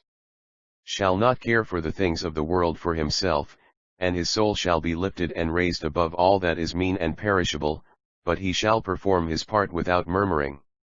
He shall not forget the perishable things, though he soar to the imperishable. Man for is to as one portion of eternity to another, and as eternity would be imperfect if one moment could be removed, so also the earth would be one Hermes Trismegistus, Psmandras 11. 2 Chap. 13. Zoroaster. 177 Imperfect if one man should be taken from it before his appointed time. Man if therefore take himself out of the world, he causes imperfection, and sins against perfection, which is the law of God. Though the world be in darkness, the darkness is necessary to the light. Though the world perish, and heaven perish not forever, yet is the perishable necessary to the eternal. For the transitory and the unchangeable exist alike in eternity and are portions of it. And one moment is as another, and there is no difference between one time and another time. Go, therefore, and take up your body, and do with it the deeds of the body among men, for you have deeds to do, and unless they are done in their time, which is now, they will be unfulfilled forever, and you will become an imperfect spirit. The imperfect spirit shall be finally destroyed, for nothing that is imperfect shall endure. To be perfect all things must be fulfilled, all deeds done, in the season while the spirit is in darkness with the body. The deeds perish, and the body which doeth them, but the soul of the perfect man is eternal, and the reflection of what he has done, abides forever in the light. Hasten, for your time is short. You have learned all things that are lawful to be learned, and your deeds shall be sooner accomplished. Hasten, for one moment is as another, and there is no difference between the value of one time and of another time. The moment which passes returns not, and the thing which a man should do in one time cannot be done in another time. 178 Zoroaster. Chap XTII. The voice ceased, and the spirit of Zoroaster returned to his body in the cave, and his eyes opened. Then he rose, and standing within the circle, cast sand upon the portion towards the east, and so soon as the circle was broken, it was extinguished and there remained nothing but the marks Zoroaster had traced with his ringers upon the black sand. He drew his tattered mantle around him, and went to the entrance of the cave, and passed out. And it was night. Overhead, the full moon cast her broad rays vertically into the little valley, and the smooth black stones gleamed darkly. The reflection caught the surface of the little pool by the spring, and it was turned to a silver shield of light. Zoroaster came forward and stood beside the fountain, and the glory of the moon fell upon his white locks and beard and on the long white hand he laid upon the rock. His acute senses, sharpened beyond those of men by long solitude and fasting, distinguished the step of a man far up the height on the distant crags, and his keen sight soon detected a figure descending cautiously, but surely, towards the deep abyss where Zoroaster stood. More and more clearly he saw him, till the man was near, and stood upon an overhanging boulder within speaking distance. He was the shepherd who, from time to time, brought food to the solitary mystic, and who alone, of all the goatherds in those hills, would have dared to invade the sacred precincts of Zoroaster's retreat. He was a brave fellow, but the sight of the lonely man by the fountain awed him. It seemed as though his white hair emitted a light of its own under the rays of the moon, and he paused in /ear chap, xin. Zoroaster. 179 Lest the unearthly ascetic should do him some mortal hurt. Me wilt thou harm if I descend? He called out timidly. I harm no man, answered Zoroaster. Come in peace. The active shepherd swung himself from the boulder, and in a few moments he stood among the stones at the bottom, a few paces from the man he sought. He was a dark fellow, clad in goat skins, with pieces of leather bound around his short, stout legs. His voice was hoarse, perhaps with some still unconquered fear, and his staff rattled as he steadied himself among the stones. Who art not thou? He is called Zoroaster? He asked. Answered Iron he, the mystic. What wouldest thou? Thou knowest that the great king with his queens and his court are at the palace of Stakar, replied the man. I go thither from time to sell cheeses to the slaves. The great king has made a proclamation that whosoever shall bring before him Zoroaster shall receive a talent of gold and a robe of purple. I am a poor shepherd. Fearest thou to go to the palace? I fear nothing. Am I past fear these 3 years? Will the great king harm thee, thinkest thou? Thou hast paid me well for my pains since I first saw thee, and I would not have thee hurt. No man my can harm me. Time is not yet come. Wilt thou go with me? Cried the shepherd, in sudden delight. Shall I have the gold and the robe? I will go with thee. Thou shalt have all. Thou 180 Zoroaster. Chapshiu wouldest, Answered Zoroaster. Art, thou ready? I have no goods to burden me. But, thou art old / objected the shepherd, coming nearer. Canst, thou go so far on foot? I have a beast, I will return with him in the morning, and meet thee upon the height. I came hither in haste, being but just returned from Stakar with the news. Am I younger than thou, though hair is white? I will go with thee. Lead the way. He stooped and drank of the fountain in the moonlight, from the hollow of his hand. Then he turned, and began to ascend the steep side of the valley. The shepherd led the way in silence, overcome between his awe of the man and his delight at his own good fortune. Chap. 14. Zoroaster. 181 Chapter 14. It was now 3 years since Zarathustra had been married to Darius, and the king loved her well. But often, in that time, he had been away from her, called to different parts of the kingdom by the sudden outbreaks of revolution which filled the early years of his reign. Each time he had come back in triumph, and each time he had given her some rich gift. He found indeed that he had no easy task to perform in keeping the peace between his two queens, for Atossa seemed to delight in annoying Zarathustra and in making her feel that she was but the second in the king's favor, whatever distinctions might be offered her. But Darius was just and was careful that Atossa should receive her due, neither more nor less. Zarathustra was glad when Zoroaster was gone. She had suffered terribly in that moment when he had spoken to her out of the crowd, and the winged word had made a wound that rankled still.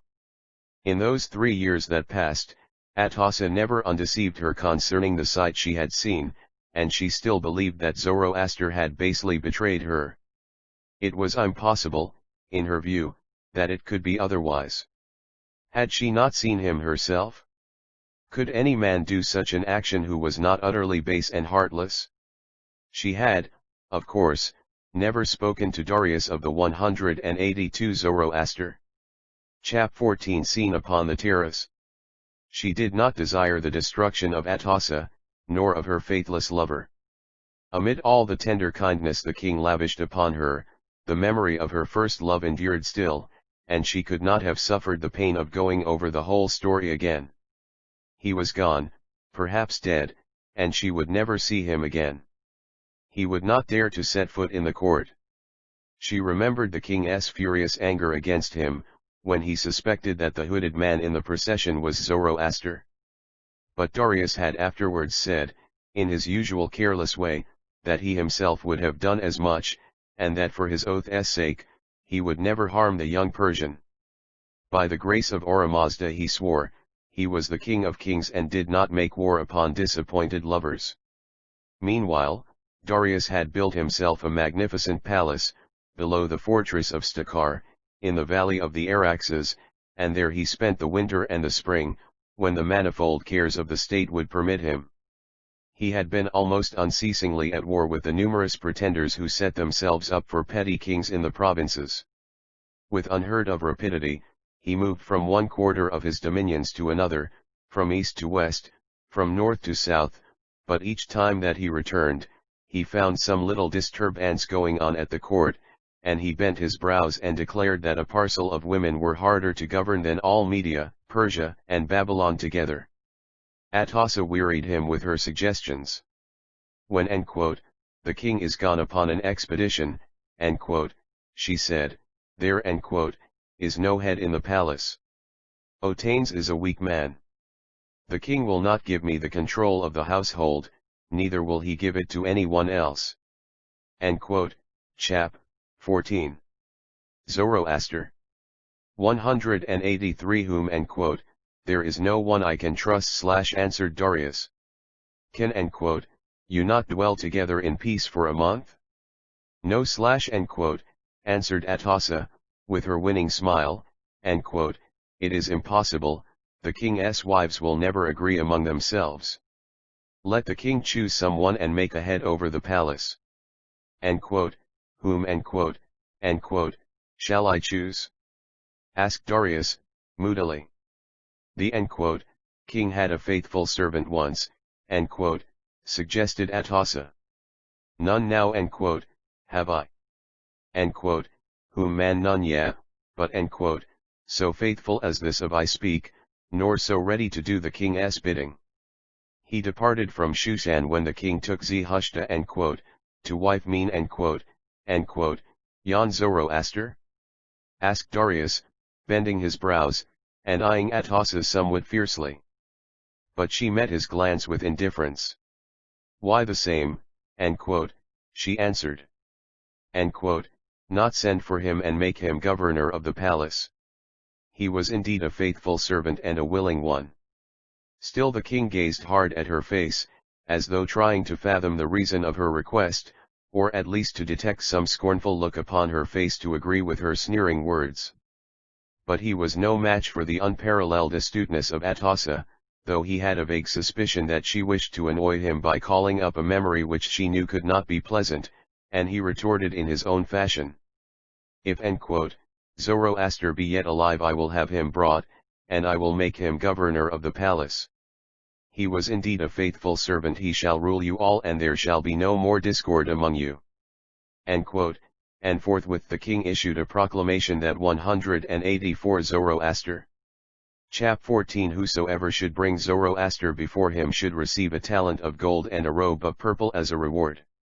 But when Nehushta heard of it, she was greatly troubled, for Atossa began to tell her that Zoroaster was to return and to be made governor of the palace, but Nehushta rose and left her forthwith, with such a look of dire hatred and scorn that even the cold queen thought she had, perhaps, gone too far. There were other reasons why the king desired Zoroaster's return. He had often wondered secretly how the man could so have injured Nehushta as to turn her love into hate in a few moments, but he had never questioned her. It was a subject neither of them could have approached, and Darius was far too happy in his marriage to risk endangering that happiness by any untoward discovery.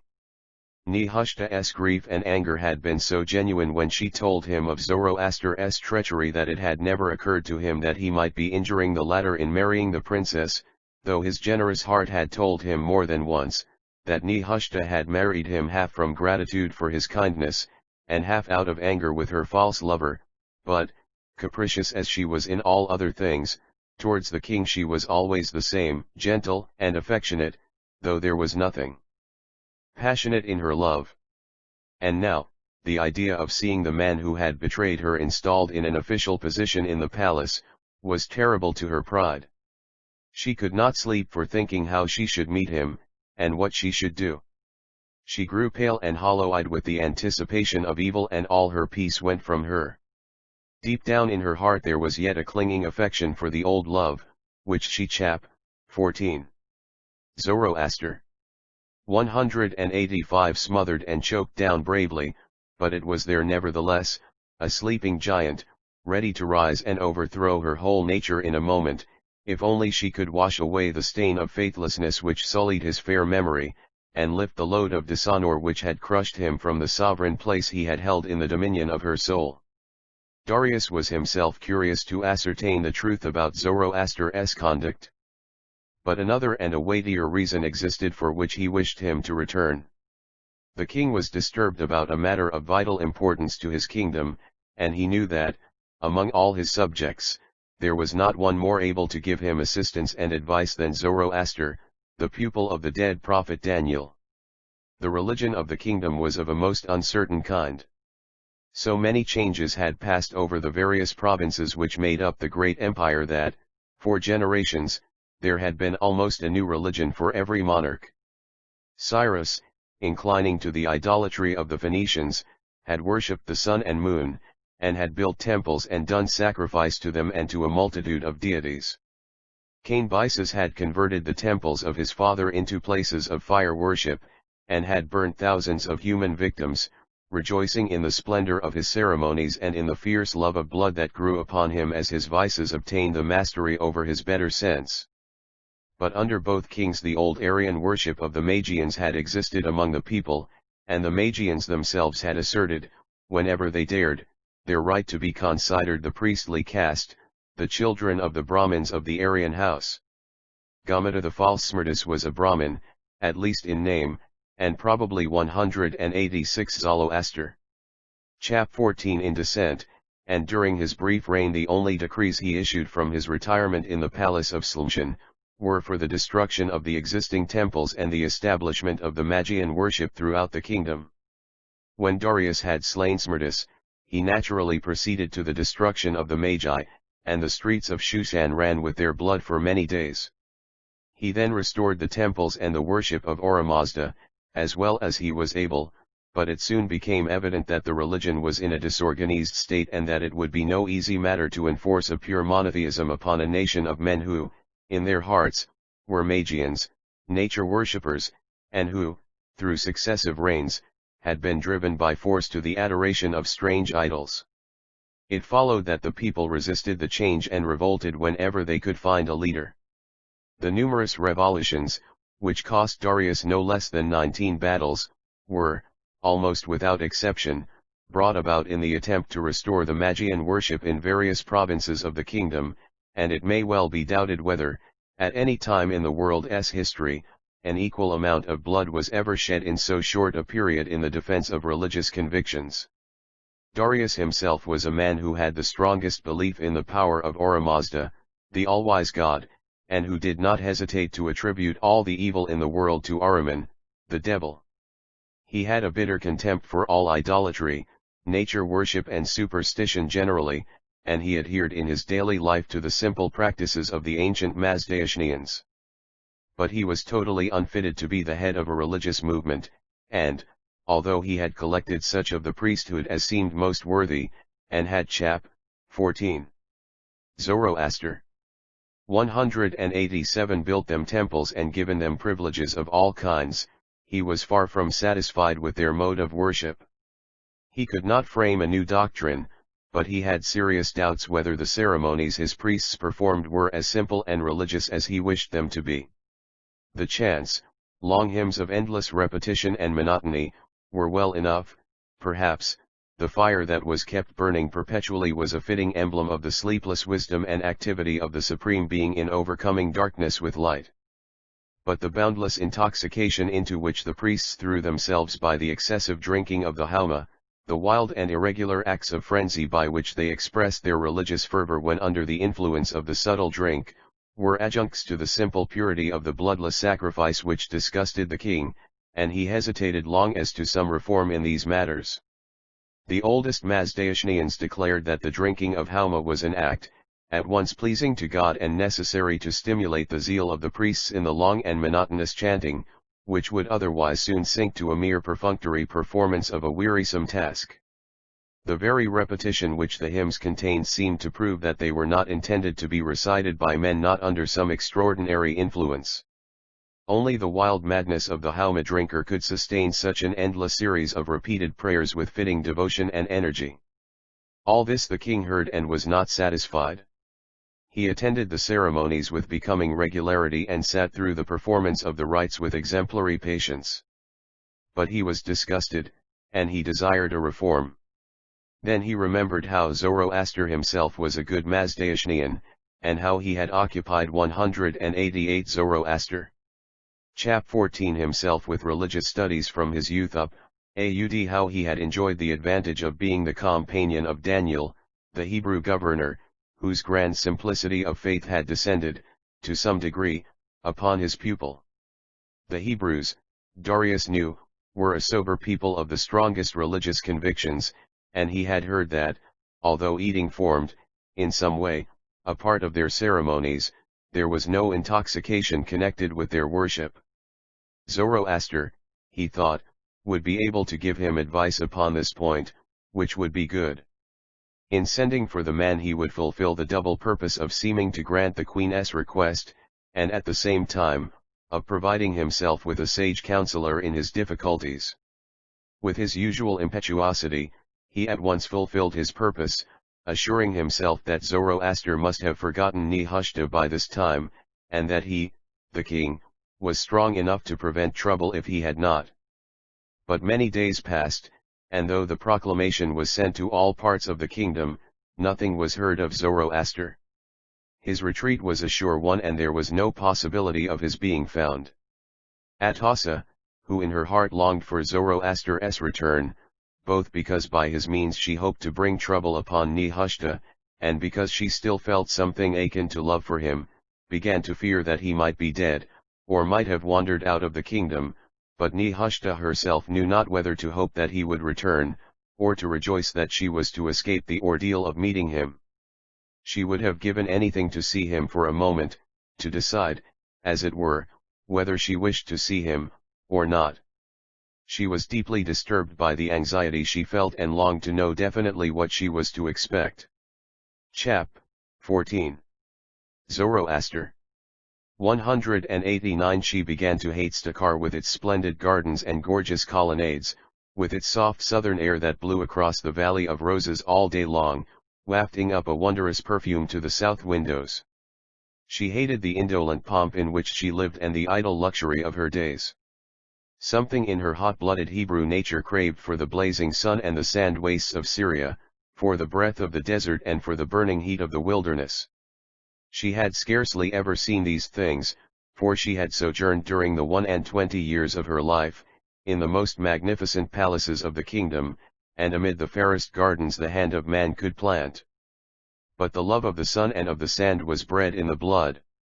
She began to hate the soft cushions and the delicate silks and the endless flowers scenting the heavy air. Stakar El itself was a mighty fortress, in the valley of the Araxes, rising dark and forbidding from the banks of the little river, crowned with towers and turrets and massive battlements, that overlooked the fertile extent of gardens, as a stern schoolmaster frowning over a crowd of fair young children. But Darius had chosen the site of his palace at some distance from the stronghold, where the river bent suddenly round a spur of the mountain, and watered a wider extent of land.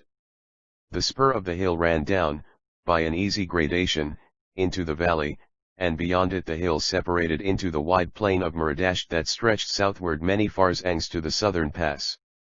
Upon this promontory the king had caused to be built a huge platform which was ascended by the broadest flight of steps in the whole world, so easy of one Istakar, called since the conquest of Alexander, Persepolis. 190 Zokosti. Chap 14 Gradation that a man might easily have ridden up and then down again without danger to his horse. Upon the platform was raised the palace, a mighty structure resting on the vast columned porticos and halls, built entirely of polished black marble, that contrasted strangely with the green slopes of the hills above and with the bright colors of the rose gardens. Endless buildings rose behind the palace, and stretched far down towards the river below it. Most prominent of those above was the great temple of Ahura Mazda, where the ceremonies were performed which gave Darius so much anxiety. It was a massive, square building, lower than the palace, consisting of stone walls surrounded by a deep portico of polished columns. It was not visible from the great staircase, being placed immediately behind the palace and hidden by it. The walls and the cornices and the capitals of the pillars were richly sculptured with sacrificial processions, and long trains of soldiers and captives, with great inscriptions of wedge-shaped letters, and with animals of all sorts. The work was executed by Egyptian captives, and so carefully was the hard black marble carved and polished, that a man could see his face in the even surfaces, and they sent back the light like dark mirrors. The valley above Stakar was grand in its great outlines of crags and sharp, dark peaks, and the beetling fortress upon its rocky base, far up the gorge, seemed only a jutting fragment of the great mountain, thrown off and separated from the main chain by an earthquake, or some vast accident of nature. But from the palace itself the contrast of the views was great. On one side, the rugged hills, crag-crowned and bristling black against the northwestern sky. Chap. 14. Zoroaster. 191 On the other, the great lead of rose gardens and orangeries and cultivated enclosures filled the plain, till in the dim distance rose the level line of the soft blue southern hills, blending mistily in the lazy light of a far-off warmth. It seemed as though on one side of the palace were winter, and on the other summer, on the one side cold, and on the other heat, on the one side rough strength, and on the other gentle rest. But Nehushta gazed northward and was weary of the cold, and southward, and she wearied of the heat. There was nothing in it all that was worth one moment of the old sweet moonlit evenings among the myrtles at Ecbatana. Hen, she thought, there was nothing of all her royal state and luxury that she would not readily give to have had Zoroaster remain faithful to her. She had put him away from her heart, driven him out utterly, as she believed, but now that he was spoken of again, she knew not whether she loved him a little in spite of all his unfaithfulness, or whether it was only the memory of the love she had felt before which stirred in her breast, and made her unconsciously speak his name when she was alone. She looked back over the 3 years that were past, and she knew that she had done her duty by the king. She knew also that she had done it willingly, and that there had been many moments when she said to herself that she loved Darius dearly. Indeed, it was not hard to find a reason for loving him, for he was brave and honest and noble in all his thoughts and ways, and whatever he had been able to do to show his love for Nehushta, he had done. It was not the least of the things that had made her life pass so easily, that she felt daily how she was 192 Zoroaster.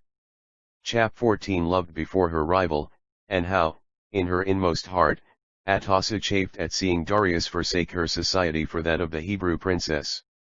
If the king had wearied of her, Nehushta would very likely have escaped from the palace, and gone out to face any misfortunes the world might hold for her, rather than remain to bear the scoffing of the fair smiling woman she so hated.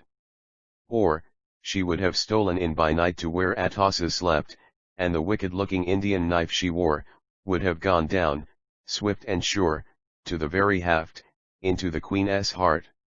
She would not have borne tamely any slight upon her beauty or her claims. But, as it was, she reigned supreme. The king was just, and showed no difference in the state and attendance of the two queens, but it was to Nehushta he turned, when he drank deep at the banquet and pledged the loving cup. It was to Nehushta that he went when the cares of state were heavy and he needed counsel, and it was upon her lap he laid his weary head, when he had ridden far and fast for many days, returning from some hard-fought field. But the queens hated each other with a fierce hatred, and when Darius was absent, their divisions broke out sometimes into something like open strife. Their guards buffeted each other in the courts, and their slave women tore out each other's hair upon the stairways. Then, when the king returned, there reigned an armed peace for a time, which none dared break. But rumors of the disturbances that had taken place often reached the royal ears, and Darius was angry and swore great oaths, but could do nothing, being no wiser than many great men who have had to choose between the caprices of two women who hated each other. Chap. Sie. Zoroaster. 193 Cow. The rumor went abroad that Zoroaster would return to the court, and for a space, the two queens kept aloof, for both knew that if he came back, some mortal conflict would of necessity arise between them, and each watched the other, and was cautious. The days passed by, but no one answered the proclamation. No one had seen or heard of Zoroaster, since the night when he left the palace at Shushan. He had taken nothing with him, and had left no trace behind to guide the search. Many said he had left the kingdom, some said he was dead in the wilderness. But Nehushta sighed and took little rest, for do what she would, she had hoped to see him once more. 194 Zoroaster. Chap 15. Chap T 15. The interior of the temple was lighted with innumerable lamps, suspended from the ceiling, of bronze and of the simplest workmanship, like everything which pertained to the worship of Ahura Mazda. In the midst, upon a small altar of black stone, stood a bronze brazier, shaped like a goblet, wherein a small fire of wood burned quietly, sending up little wreaths of smoke, which spread over the flat ceiling and hung like a mist about the lamps. Before the altar lay a supply of fuel fine, evenly cut sticks of white pine wood, piled in regular order in a symmetrical heap. At one extremity of the oblong hall stood a huge mortar of black marble, having a heavy wooden pestle, and standing upon a circular base, in which was cut a channel all around, with an opening in the front from which the hauma juice poured out abundantly when the fresh milkweed was moistened and pounded together in the mortar. square receptacle of marble received the fluid, which remained until it had fermented during several days, and had acquired the intoxicating strength for which it was prized, and to which it owed its sacred character. By the side of this vessel, upon a low marble table, lay a huge wooden ladle, and 2 golden cups, short and wide, but made smaller in the middle like a sand glass, stood there also. Chap. 15. Zoroaster. 195. At the opposite end of the temple, before a marble screen which shielded the doorway, was placed a great carved chair of ebony and gold and silver, raised upon a step above the level of the floor. It was already dark when the king entered the temple, dressed in his robes of state, with his sword by his side, his long scepter tipped with the royal sphere in his right hand, and the many-pointed crown upon his head. His heavy black beard had grown longer in the 3 years that had passed, and flowed clown over his vest of purple and white halfway to his belt. His face was stern, and the deep lines of his strong features had grown more massive in outline. With the pride of every successive triumph had come also something more of repose and conscious power. His step was slower, and his broad brown hand grasped the golden scepter with less of nervous energy and more unrelenting force. But his brows were bent, and his expression, as he took his seat before the screen, over against the altar of the fire, was that of a man who was prepared to be discontented and cared little to conceal what he felt. After him came the chief priest, completely robed in white, with a thick, white linen sash rolled for a girdle about his waist, the fringed ends hanging stiffly down upon one side. Upon his head he wore a great mitre, also of white linen, and a broad fringed stole of the same material fell in 2 wide bauds from each side of his neck to his feet. His beard was black and glossy, fine as silk, and reached almost to his waist. He came and stood with his back to the king and his face to the altar, 10 paces from the second fire. Then, from behind the screen and from each side of it, the other priests filed out, 2 and 2, all clad in 196 Zokoastepu chap 15 white like the chief priest, save that their mitres were smaller and they wore no stole. They came out and ranged themselves around the walls of the temple, 69 men, of holy order, trained in the ancient chanting of the Mazdayasna hymns, men in the prime and strength of life, black-bearded and broad-shouldered, whose massive brows and straight features indicated noble powers of mind and body. The 2 who stood nearest to the chief priest came forward, and taking from his hands a square linen cloth he bore, bound it across his mouth and tied it behind his neck in a firm knot by means of strings. Then, one of them put into his left hand a fan of eagle's feathers, and the other gave him a pair of wrought iron pincers. Then they left him to advance alone to the altar. He went forward till he was close to the bronze brazier, and stooping down, he took from the heap of fuel a clean white stick, with the pincers, which he carefully laid upon the fire. Then with his left hand he gently fanned the flames, and his mouth being protected by the linen cloth in such a manner that his breath could not defile the sacred fire, he began slowly and in a voice muffled by the bandage he wore, to recite the beginning of the sacrificial hymn, best of all goods is purity. Glory, glory to him who is lest and purest in purity. For he who ruleth from purity, he alleth according to the will of the Lord. The All-Wise giveth gifts for the works which man doeth in the world for the Lord. He who protecteth the poor giveth the kingdom to one Ahum. Ta1 probably the oldest hymns in the Vesta language. Chap. 15. Zoroaster. 197 Then all the priests repeated the verses together in chorus, their voices sounding in a unison which, though not precisely song, seemed tending to a musical cadence as the tones rose and fell again upon the last 2 syllables of each verse. And then again, the chief priest and the other priests together repeated the hymn, many times, in louder and louder chorus, with more and more force of intonation till the chief priest stepped back from the fire, and delivering up the pincers and the fan, allowed the 2 assistants to unbind the cloth from his mouth. He walked slowly up the temple on the left side, and keeping his right hand toward the altar, he walked 7 times around it, repeating a hymn alone in low tones, till, After the 7th time, he went up to the farther end of the hall, and stood before the black marble trough in which the fermented houmas stood ready, having been prepared with due ceremony 3 days before. Then, in a loud voice, he intoned the chant in praise of Zarathustra and Bershma, holding high in his right hand the bundle of sacred stalks, which he, from time to time, moistened a little in the water from a vessel which stood ready, and sprinkled to the 4 corners of the temple. The priests again took up the strain in chorus, repeating over and over the burden of the song. Zarathustra, praise Tli and desire Ihi with praise I Bershma, I praise Ihi and desire thee with praise. Zarathustra, I with Bershma united, I praise Yon and desire you with praise. Bershma, with Zarathustra united, I praise you and desire you with praise. Suddenly the chief priest laid down the Bershma, 198 Zoroaster.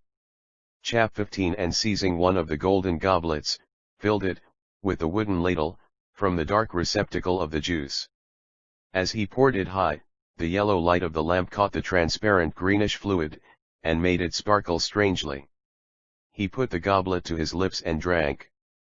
The king, sitting in silence upon his carved throne at the other extremity of the temple, bent his brows in a dark frown as he saw the hated ceremony begin. He knew how it ended, and grand as the words were which they would recite when the subtle fluid had fired their veins, he loathed to see the intoxication that got possession of them, and the frenzy with which they howled the sacred strain seemed to him to destroy the solemnity and dignity of a hymn, in which all that was solemn and high would otherwise have seemed to be united. The chief priest drank and then, filling both goblets, gave them to the priests at his right and left hand, who, after drinking, passed each other, and made way for those next them, and so the whole number filed, passed the Hauma vessel and drank their share till they had changed places, and those who had stood upon the right, now stood upon the left, and those who were first upon the left hand, were now upon the right. And when all had drunk, the chief priest intoned the great hymn of praise, and all the chorus united with him in high, clear tones, and the all-wise Creator, Ahura Mazda, the greatest, the best, the most fair in glory and majesty, the mightiest in his strength, the wisest in his wisdom, the holiest in his holiness, whose power is of all power the fairest, chap xt. Zoroaster. 199 WLW is very wise, who maketh all things to rejoice afar, who hath made us and formed us, who hath saved us, the holiest among the heavenly ones, him I adore and praise, unto him I declare the sacrifice, him I invite, I declare the sacrifice to the protector, the peacemaker, who maketh the fire to burn, who preserveth the wealth of the earth, the whole earth and the wisdom thereof, the seas and the waters, the land and all growing things, invite to the sacrifice. Cattle and living things, and the fire of Ahura, the sure helper, the Lord of the archangels, and nights tg the days, call upon, the purity of all created light, Lord Tli of light, the sun in his glory, glorious in name and worthy of honor, who giveth food unto men, and multiplieth the cattle upon the earth, who causeth mankind to increase, I call upon and invite to the sacrifice, water, and the center of all waters, given and made of God, that refresheth all things and maketh all things to grow, I call upon and invite. The of souls the righteous and pure, the whole multitude of living men and women upon earth, I call upon and invite. I call upon the triumph and the mighty strength of God, I call upon the archangels who keep the world, upon the months, upon the pure, new moon, the lordship of purity in heaven, call upon the feasts of the years and the seasons, upon the years and the months and days, call upon the star Ahura and upon the one great one Aliura, Jupiter. Tisti Ya, Sirius. 200 Zoroaster. Chap 15 and eternal in purity, and upon all the stars, the works of God, upon the star Testunja call, the far shining, the magnificent upon the fair moon that shineth upon the young cattle, upon the glorious sun swift in the race of his flight, the eye of the Lord. Call upon the spirits and souls of the righteous, on the fire begotten of the Lord, and upon all fires. Mountains and all hills, lightened and full of light. Majesty of kingly honor, the majesty of the king which dieth not, is not diminished, all wisdom and blessings and true promises, all men who are full of strength and power and might, and all places, lands and countries beneath the heavens, and above the heavens, light without beginning, existing, and without end, all creatures pure and good, male and female upon the earth. I all you invite and call upon to the sacrifice. Havani, pure, Lord of purity. Shavanghai, pure, Lord of purity. Rapathwina, pure, Lord of purity. Ozadirina, pure, Lord of purity. Iwishrathrima, Avijaya, pure, Lord of purity. Ushahina, pure, Lord of purity. Havani, Shavanghai and Vishya, the pure, the Lords of purity most glorious, be honor and prayer and fulfillment and praise. The days, and the nights, and the hours, the months, and the years and the feasts of years, be honor and prayer and fulfillment and praise before Ahura Mazda, the all-wise, forever and ever and ever. 1 partly a translation, partly a close imitation in a condensed form of Yashna I chap 15. Zoroaster. 201 As the white-robed priests shouted the verses of the long hymn, their eyes flashed and their bodies moved rhythmically from side to side with an ever-increasing motion.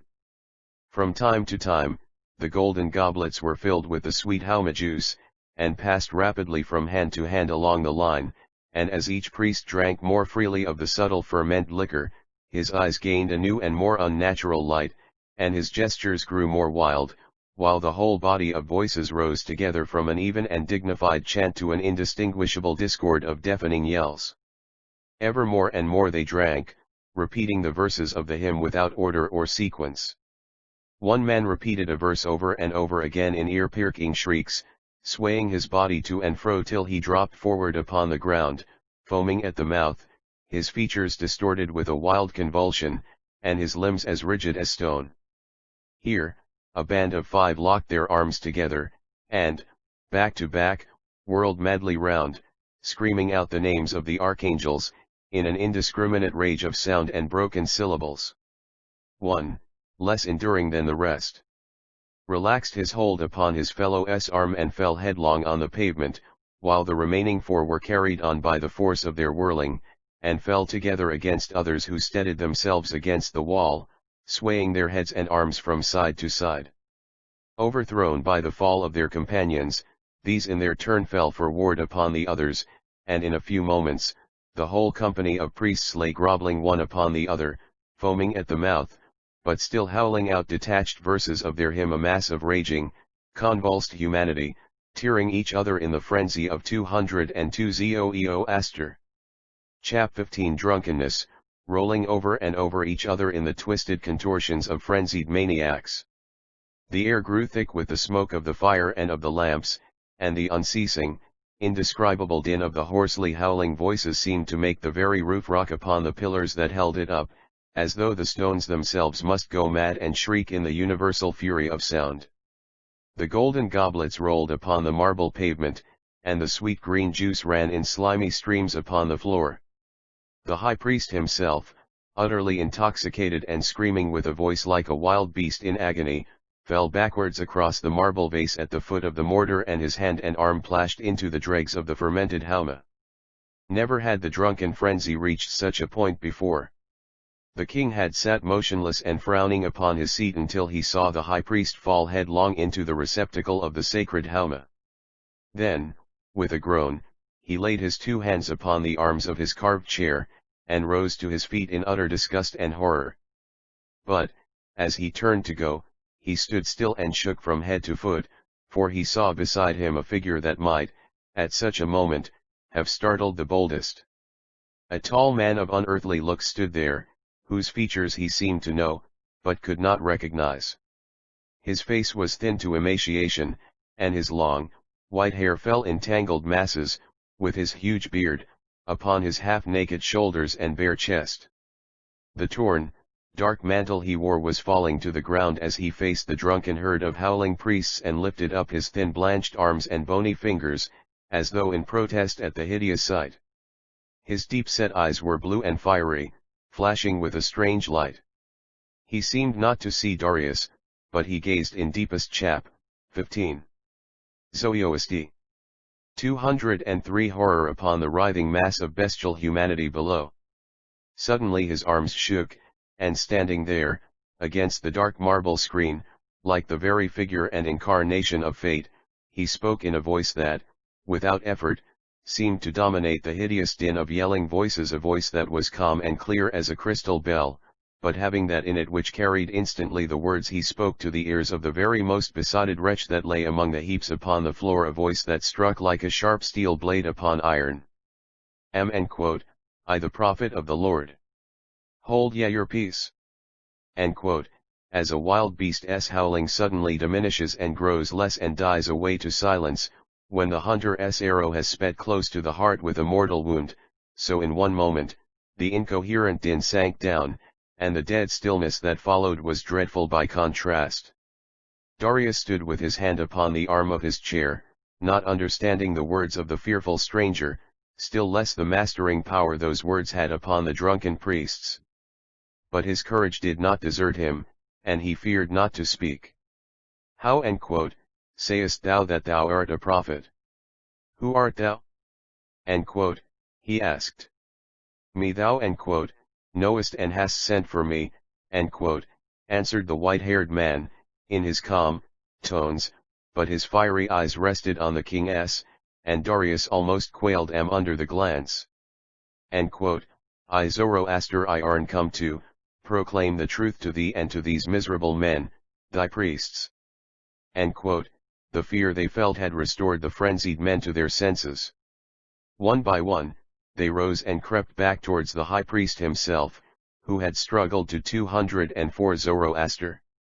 Chap 15 his feet, and stood upon the basement of the mortar above all the rest. Then Darius looked, and he knew that it was Zoroaster, but he knew not the strange look upon his face, and the light in his eyes was not as the light of other days. He turned to the priests. Ye unworthy he are priests, cried angrily, for ye are drunk with your own sacrifice, and ye defile God's temple with unseemly cries. Behold this man, me can ye tell whether he be indeed a prophet? Darius, whose anger was fast taking the place of the awe he had felt when he first saw Zoroaster beside him, strode a step forward, with his hand upon his sword hilt, as though he would take summary vengeance upon the desecrators of the temple. Surely he is liar. Cried the high priest from his position beyond the altar, as though hurling defiance at Zoroaster through the flames. He is surely a liar. Repeated all the priests together, following their head. He is a Magian, a worshipper of idols, a liar, and the father of lies. Down with him. Slay him before the altar, destroy the unbeliever that entereth the temple of Ahura Mazda. Down down with the Magian. With the idolater. Cried the priests, and moved forward in a body toward the thin white-haired man who stood facing them, serene and high. Darius drew his short sword and rushed before Zoroaster to strike down the foremost of the priests. But Zoroaster seized the keen blade in the air as though it had been a reed, and wrenched it from the king's strong grip, and broke it in pieces like glass, and cast the fragments at his feet. Darius staggered back in amaze. Chap xt. Zoroaster. 205 meant, and the herd of angry men, in whose eyes still blazed the drunkenness of the Hauma, huddled together for a moment like frightened sheep. I have no need of sword / said Zoroaster, in his cold, clear voice. Then the high priest cried aloud, and ran forward and seized a brand from the sacred fire. It is Angrama Aeneas, the power of evil, he yelled fiercely. Is come to fight with Ahura Mazda in his temple. But the fire of the Lord shall destroy him. As the priest rushed upon him, with the blazing brand raised high to strike, Zoroaster faced him and fixed his eyes upon the angry man. The priest suddenly stood still, his hand in mid-air, and the stout piece of burning wood fell to the floor, and lay smouldering and smoking upon the pavement. Tempt not the all-wise Lord, lest he destroy thee, said Zoroaster solemnly. Hearken, ye priests, and obey the word from heaven. Take the brazier from your altar, and scatter the embers upon the floor, for the fire is defiled. Silent and trembling, the priests obeyed, for they were afraid, but the high priest stood looking in amazement upon Zoroaster. When the brazier was gone, and the coals were scattered out upon the pavement, and the priests had trodden out the fire with their leathern shoes, Zoroaster went to the black marble altar, and faced the east, looking towards the stone mortar at the end. He laid his long, thin hands upon the flat surface and drew them slowly together, and, in the sight of the priests, a light sprang up softly between his fingers, gradually at first, then higher and higher, till it stood like a blazing spearhead in the midst, emitting a calm, white 206 Zoroaster. Chap 15 effulgence that darkened the lamps overhead, and shed an unearthly whiteness on Zoroaster's white face. He stepped back from the altar, and a low murmur of astonishment rose from all the crowd of white-robed men. Darius stood in silent wonder, gazing alternately upon the figure of Zoroaster, and upon the fragments of his good sword that lay scattered upon the pavement. Zoroaster looked round upon the faces of the priests with blazing eyes. If ye be true priests of Ahura Mazda, raise with me hymn the of he said. Praise, let it be heard in the heavens, and let it echo beyond the spheres. Then his voice rose calm and clear above all the others, and lifting up his eyes and hands, he intoned the solemn chant, He who, by truth ruleth in purity, abideth according to the will of the Lord. The Lord, all-wise is the giver of gifts to men for the works which men in the world shall do in the truth of the Lord. He who protecteth the poor giveth the kingdom to God. Best, of all earthly goods is truth. Glory, glory on high forever to him who is best in heaven, and truest in truth on earth. Zoroaster's grand voice rang out, and all the priests sang melodiously together, and upon the place which had been the scene of such frenzy and fury and drunkenness, there descended a peace as holy and calm as the quiet flame that burned without fuel upon the black stone in the midst. One by one, the priests came and fell at Zoroaster's feet, the chief priest first of all. Thou, art the prophet and priest of the Lord, each chap, 15. Zoroaster. 207 said, one after another. I acknowledge thee to be the chief priest, and I swear to, be a true priest with thee. And last of all, the king, who had stood silently by, came and would have kneeled before Zoroaster. But Zoroaster took his hands, and they embraced. Me, forgive the wrong I did thee, Zoroaster, said Darius. Tor, thou art a holy man, and I will honor thee as thou wast not honored before. Me thou, hast done no, answered Zoroaster. Wrong, thou hast sent for me, and I am come to be thy faithful friend, as I swore to thee, long ago, in the tent at Shushan. Then they took Zoroaster's torn clothes, and they clad him in white robes and set a spotless mitre upon his head, and the king, for the second time, took his golden chain from his own neck, and put it about Zoroaster's shoulders. And they led him away into the palace. 208 Zoroaster. Chap XVR. Chap Tech 16. When it was known that Zoroaster had returned, there was some stir in the palace. The news that he was made high priest soon reached Nehushta's ears, and she wondered what change had come over him in 3 years that could have made a priest of such a man. She remembered him young and marvelously fair, a warrior at all points, though at the same time an accomplished courtier. She could not imagine him invested with the robes of priesthood, leading a chorus of singers in the chanting of the hymns. But it was not only as a chief priest that Darius had reinstalled Zoroaster in the palace.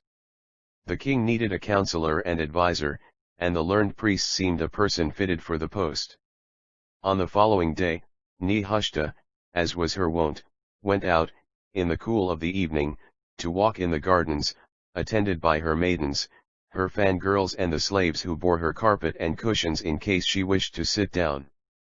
She walked languidly, as though she hardly cared to lift her delicate slippered feet from the smooth walk, and often she paused and plucked a flower, and all her train of serving women stopped behind her, not daring even to whisper among themselves, for the young queen was in no gentle humor of mind. Her face was pale and her eyes were heavy. Chap. 16. Zoroaster. 209. For she knew the man she had so loved in other days was near, and though he had so bitterly deceived her, the sound of his sweet promises was yet in her ears, and sometimes, in her dreams, she felt the gentle breath of his mouth upon her sleeping lips, and woke with a start of joy that was but the forerunner of a new sadness. Slowly she paced the walks of the rose gardens, thinking of another place in the far north, where there had been roses, and myrtles too, upon a terrace where the moonlight was very fair. As she turned a sharp corner where the overhanging shrubbery darkened the declining light to a dusky shade, she found herself face to face with the man of whom she was thinking. His tall thin figure, clad in spotless white robes, seemed like a shadow in the gloom, and his snowy beard and hair made a strange halo about his young face, that was so thin and worn.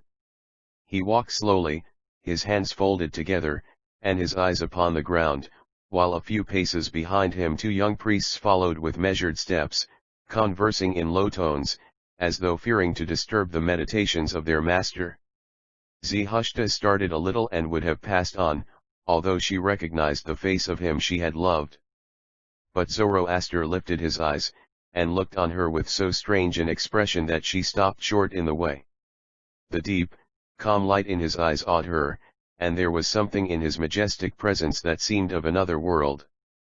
Nehushta, hail, said the high priest quietly. But, at the sound of his voice, the spell was broken. The Hebrew woman lifted her head proudly, and her black eyes flashed again. P. 210 Zoroaster. Chap 16 Me greet, not / she answered, for the greeting of a liar is like the sting of the serpent that streaketh unawares in the dark. Zoroaster's face never changed, only his luminous eyes gazed on hers intently, and she paused again, as though riveted to the spot. I lie not, nor have lied to thee ever, he answered, whom go, calmly. Thou hence, ask her thou hatest, whether I have deceived thee. Farewell. He turned his gaze from her and passed slowly on, looking down to the ground, his hands folded before him. He left her standing in the way, greatly troubled and not understanding his saying. Had she not seen with her eyes how he held Atossa in his arms on that evil morning in Shushan? Had she not seen how, when he was sent away, he had written a letter to Atossa and no word to herself? Could these things which she had seen and known, be untrue? The thought was horrible that her whole life had perhaps been wrecked and ruined by a mistake. And yet there was not any mistake, she repeated to herself. She had seen, one must believe what one sees. She had heard Atossa's passionate words of love, and had seen Zoroaster's arms go round her drooping body, one must believe what one sees and hears and knows. But there was a ringing truth in his voice just now when have he nor said I not, lie to thee ever.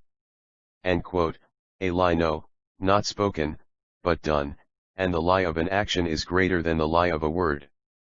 And yet, his voice sounded true just now in the dusk, and there was something in it, something like the ring of a far regret. Whom ask her, thou hatest, he had said. That was Atossa. There was no other woman whom she hated, no man save him.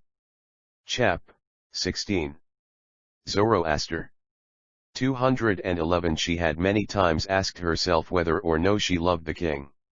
She felt something for him that she had not felt for Zoroaster. The passionate enthusiasm of the strong, dark warrior sometimes carried her away and raised her with it. She loved his manliness, his honesty, his unchanging constancy of purpose. And yet Zoroaster had had all these, and more also, though they had shown themselves in a different way. She looked back and remembered how calm he had always been, how utterly superior in his wisdom. He seemed scarcely mortal, until he had one day fallen so desperately low in her view, that she loathed the memory of that feigned calmness and wisdom and purity. For it must have been feigned.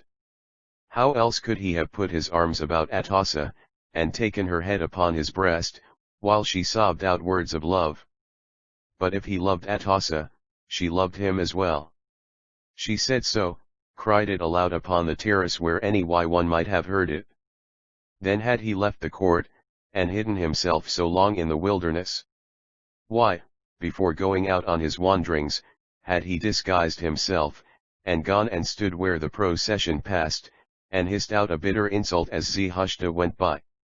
For her sake he had abandoned his brilliant life these 3 years, to dwell in the desert, to grow so thin and miserable of aspect that he looked like an old man. And his hair and beard were white. She had heard that a man might turn white from sorrow in a day. Was it grief that had so changed him? Grief to see her wedded to the king before his eyes? Ask, his voice rang so true, whom her thou hatest, he had said. In truth she would ask. It was all too inexplicable, and the Sud 212 Zoroaster. Chap 16 then thought that she had perhaps wronged him 3 long years ago. Even the possibility of the thought that seemed so little possible to her yesterday wrought strangely in her breast, and terrified her. She would ask Atossa to her face whether Zoroaster had loved her. She would tell how she had seen them together upon the balcony, and heard Atossa's quick, hot words. She would threaten to tell the king, and if the elder queen refused to answer truth, she would indeed tell him and put her rival to a bitter shame. She walked more quickly upon the smooth path, and her hands wrung each other, and once she felt the haft of that wicked Indian knife she ever wore. When she turned back and went up the broad steps of the palace, the moon was rising above the far misty hills to eastward, and there were lights beneath the columned portico. She paused and looked back across the peaceful valley, and far down below, a solitary nightingale called out a few melancholy notes, and then burst forth into glorious song. Zarathustra turned again to go in, and there were tears in her dark eyes, that had not stood there for many a long day. But she clasped her hands together, and went forward between the crouching slaves, straight to Atossa's apartment. It was not usual for anyone to gain access to the elder queen's inner chambers without first obtaining permission from Atossa herself, and Zarathustra had never been there. They met rarely in public, and spoke little, though each maintained the appearances of courtesy, but Atossa's smile was the sweeter of the two. In private they never saw each other, and the queen's slaves would perhaps have tried to prevent Zarathustra from entering, but her black eyes flashed upon them in such dire chap. 16. Zoroaster. 213 wrath as she saw them before her, that they crouched away and let her pass on unmolested. Atossa sat, as ever at that hour, in her toilet chamber, surrounded by her tire women. The room was larger than the one at Shushan, for she had caused it to be built after her own plans, but her table was the same as ever, and upon it stood the broad silver mirror, which she never allowed to be left behind when she traveled. Her magnificent beauty had neither changed nor faded in 3 years. Such strength as hers was not to be broken, nor worn out, by the mere petty annoyances of palace life. She could sustain the constant little warfare she waged against the king, without even so much as looking careworn and pale for a moment, though the king himself often looked dark and weary, and his eyes were heavy with sleeplessness for the trouble she gave him. Yet he could never determine to rid himself of her, even when he began to understand the profound badness of her character. She exercised a certain fascination over him, as a man grows fond of some beautiful, wicked beast he has half tamed, though it turn and show its teeth at him sometimes, and be altogether more of a care than a pastime. She was so fair and evil that he could not hurt her. It would have seemed a crime, to destroy anything so wondrously made. Moreover, she could amuse him and make many an hour pass pleasantly when she was so disposed. She was fully attired for the banquet that was to take place late in the evening, but her women were still about her, and she looked at herself critically in the mirror, and would have changed the pinning of her tiara, so that her fair hair should fall forward upon 214 Zoroaster. Chap 16 side, instead of backwards over her shoulder. She tried the effect of the change upon her face, and peered into the mirror beneath the bright light of the tall lamps, when, on a sudden, as she looked, she met the reflection of two angry dark eyes, and she knew that Nehushta was behind her. She rose to her feet, turning quickly, and the sweep of her long robe overthrew the light-carved chair upon the marble floor. She faced Nehushta with a cold smile that betrayed surprise at being thus interrupted in her toilet rather than any dread of the interview. Her delicate eyebrows arched themselves in something of scorn, but her voice came low and sweet as ever. It is rarely indeed that the Queen Nehushta deigns had to visit her servant, she said. She sent warning of her coming, she would have been more fittingly received. Nehushta stood still before her. She hated that cool, still voice that choked her like a tightening bowstring about her neck. We have small need of court formalities, answered the Hebrew woman, shortly. I desire to speak with you alone upon a matter of importance. I alone, returned Atossa, seating herself upon the carved chair, which one of the slaves had instantly set up again, and motioning to Nehushta to be seated. But Nehushta glanced at the serving women and remained standing. You are not alone, she said briefly. Women are not they are slaves, answered Atossa, with a smile. Them away will you not send Why should I? Chap. 16. Zoroaster. 215 You need not be Nehushta. I will, returned gone, and quickly. She added, turning to the little group of women and slave girls who stood together, looking on in wonder. At Nehushta's imperious command, they hurried through the door, and the curtains fell behind them. They knew Nehushta's power in the palace too well to hesitate to obey her, even in the presence of their own mistress. Strange ways you have, one exclaimed Atossa, in a low voice. She was fiercely angry, but there was no change in her face. She dangled a little chain upon her finger, and tapped the ground with her foot as she sat. That was all. I am not come here to wrangle with you about your slaves. They will obey me without wrangling. I met Zoroaster in the gardens an hour since. By a previous arrangement, of course. Suggested Atossa, with a sneer. But her clear blue eyes fixed themselves upon Nehushta with a strange and deadly look. Hold your peace and listen to me, said Nehushta in a fierce, low voice, and her slender hand stole to the haft of the knife by her side. Atossa was a brave woman, false though she was, but she saw that the Hebrew princess had her in her power. She saw the knife and she saw the gleam in those black eyes. They were riveted on her face, and she grew grave and remained silent. Me tell the truth, pursued Nehushta hurriedly. Did Zoroaster love you 3 years ago when I saw you in his arms upon the terrace the morning when he came back from Ecbatana? but she little knew the woman with whom she had to deal. Atossa had found time in that brief moment. 216 Zoroaster. Chap 16. A. To calculate her chances of safety. Weaker woman would have lied, but the fair queen saw that the moment had come wherein she could reap a rich harvest of vengeance upon her rival, and she trusted to her coolness and strength to deliver her if Nehushta actually drew the knife she wore. Him/I loved, she said slowly. Him I love, yet, and I hate you more than I love him. Do you stand? Speak, go on, cried Nehushta, half breathless with anger. I loved him, and I hated you. You I hate still, repeated the queen slowly and gravely. The letter I had from him was written to you, but it was brought to me. Nay, be not so angry, it was very long ago. Of course you can murder me, if you please, you have me in your power, and you are but a cowardly Jew, like 20 of my slave women. I fear you not. Perhaps you would like to hear the end. Nehushta had come nearer and stood looking down at the beautiful woman, her arms folded before her. Atossa never stirred as Nehushta approached, but kept her eye steadily fixed on hers.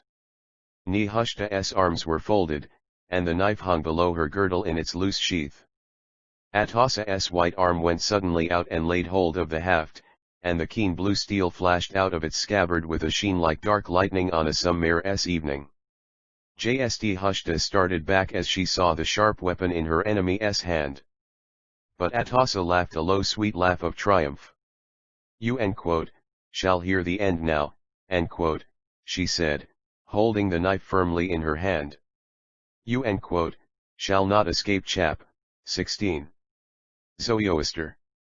217 Hearing the end now, and you shall not murder me with your Indian poisoner here.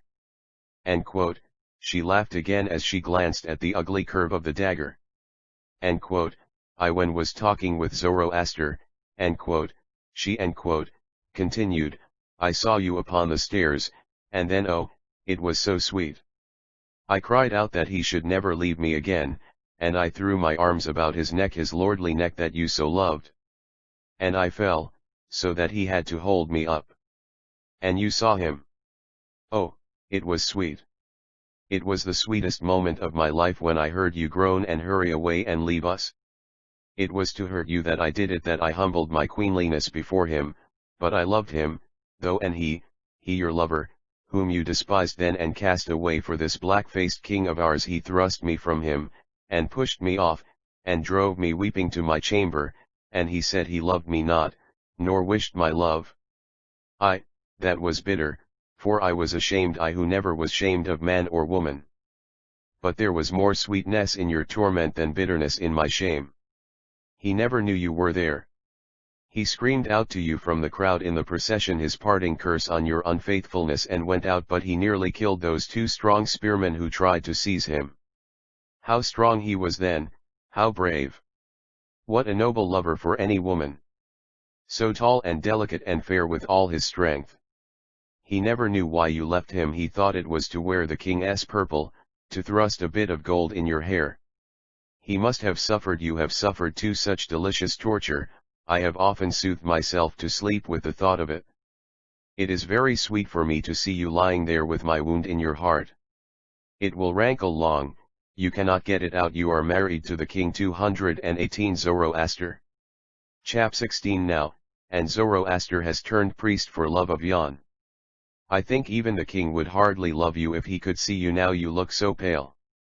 I will send for the Chaldean physician, you might die. I should be sorry if you died, you could not suffer any more then. I could not give up the pleasure of hurting you, you have no idea how delicious it is. How hate you I. Atossa rose suddenly to her feet, with flashing eyes. Nehushta, in sheer horror of such hideous cruelty, had fallen back against the doorpost, and stood grasping the curtain with one hand while the other was pressed to her heart, as though to control the desperate agony she suffered. Her face was paler than the dead, and her long, black hair fell forward over her ghastly cheeks. Shall I tell you more. Atossa began again. Should you like to hear more of the truth? I could tell you how the king. But as she spoke, Nehushta threw up her hands and pressed them to her throbbing temples, and with a low wail, she turned and fled through the doorway between the thick curtains, that parted with her weight and fell together again when she had passed. When she will tell the king, said Atossa aloud, she was gone. I care not, but I will keep the knife, she added, laying the keen blade upon the table, amid the little instruments of her toilet. But Nehushta ran fast through the corridors and halls till she came to her slaves who had waited for her at the entrance to the queen's apartment. Then she seemed to recollect herself, and slackened her pace, and went on to her own chambers. But her women saw her pale face, and whispered together as they cautiously followed her. Chap. 16. Zoroaster. 219. She was wretched beyond all words.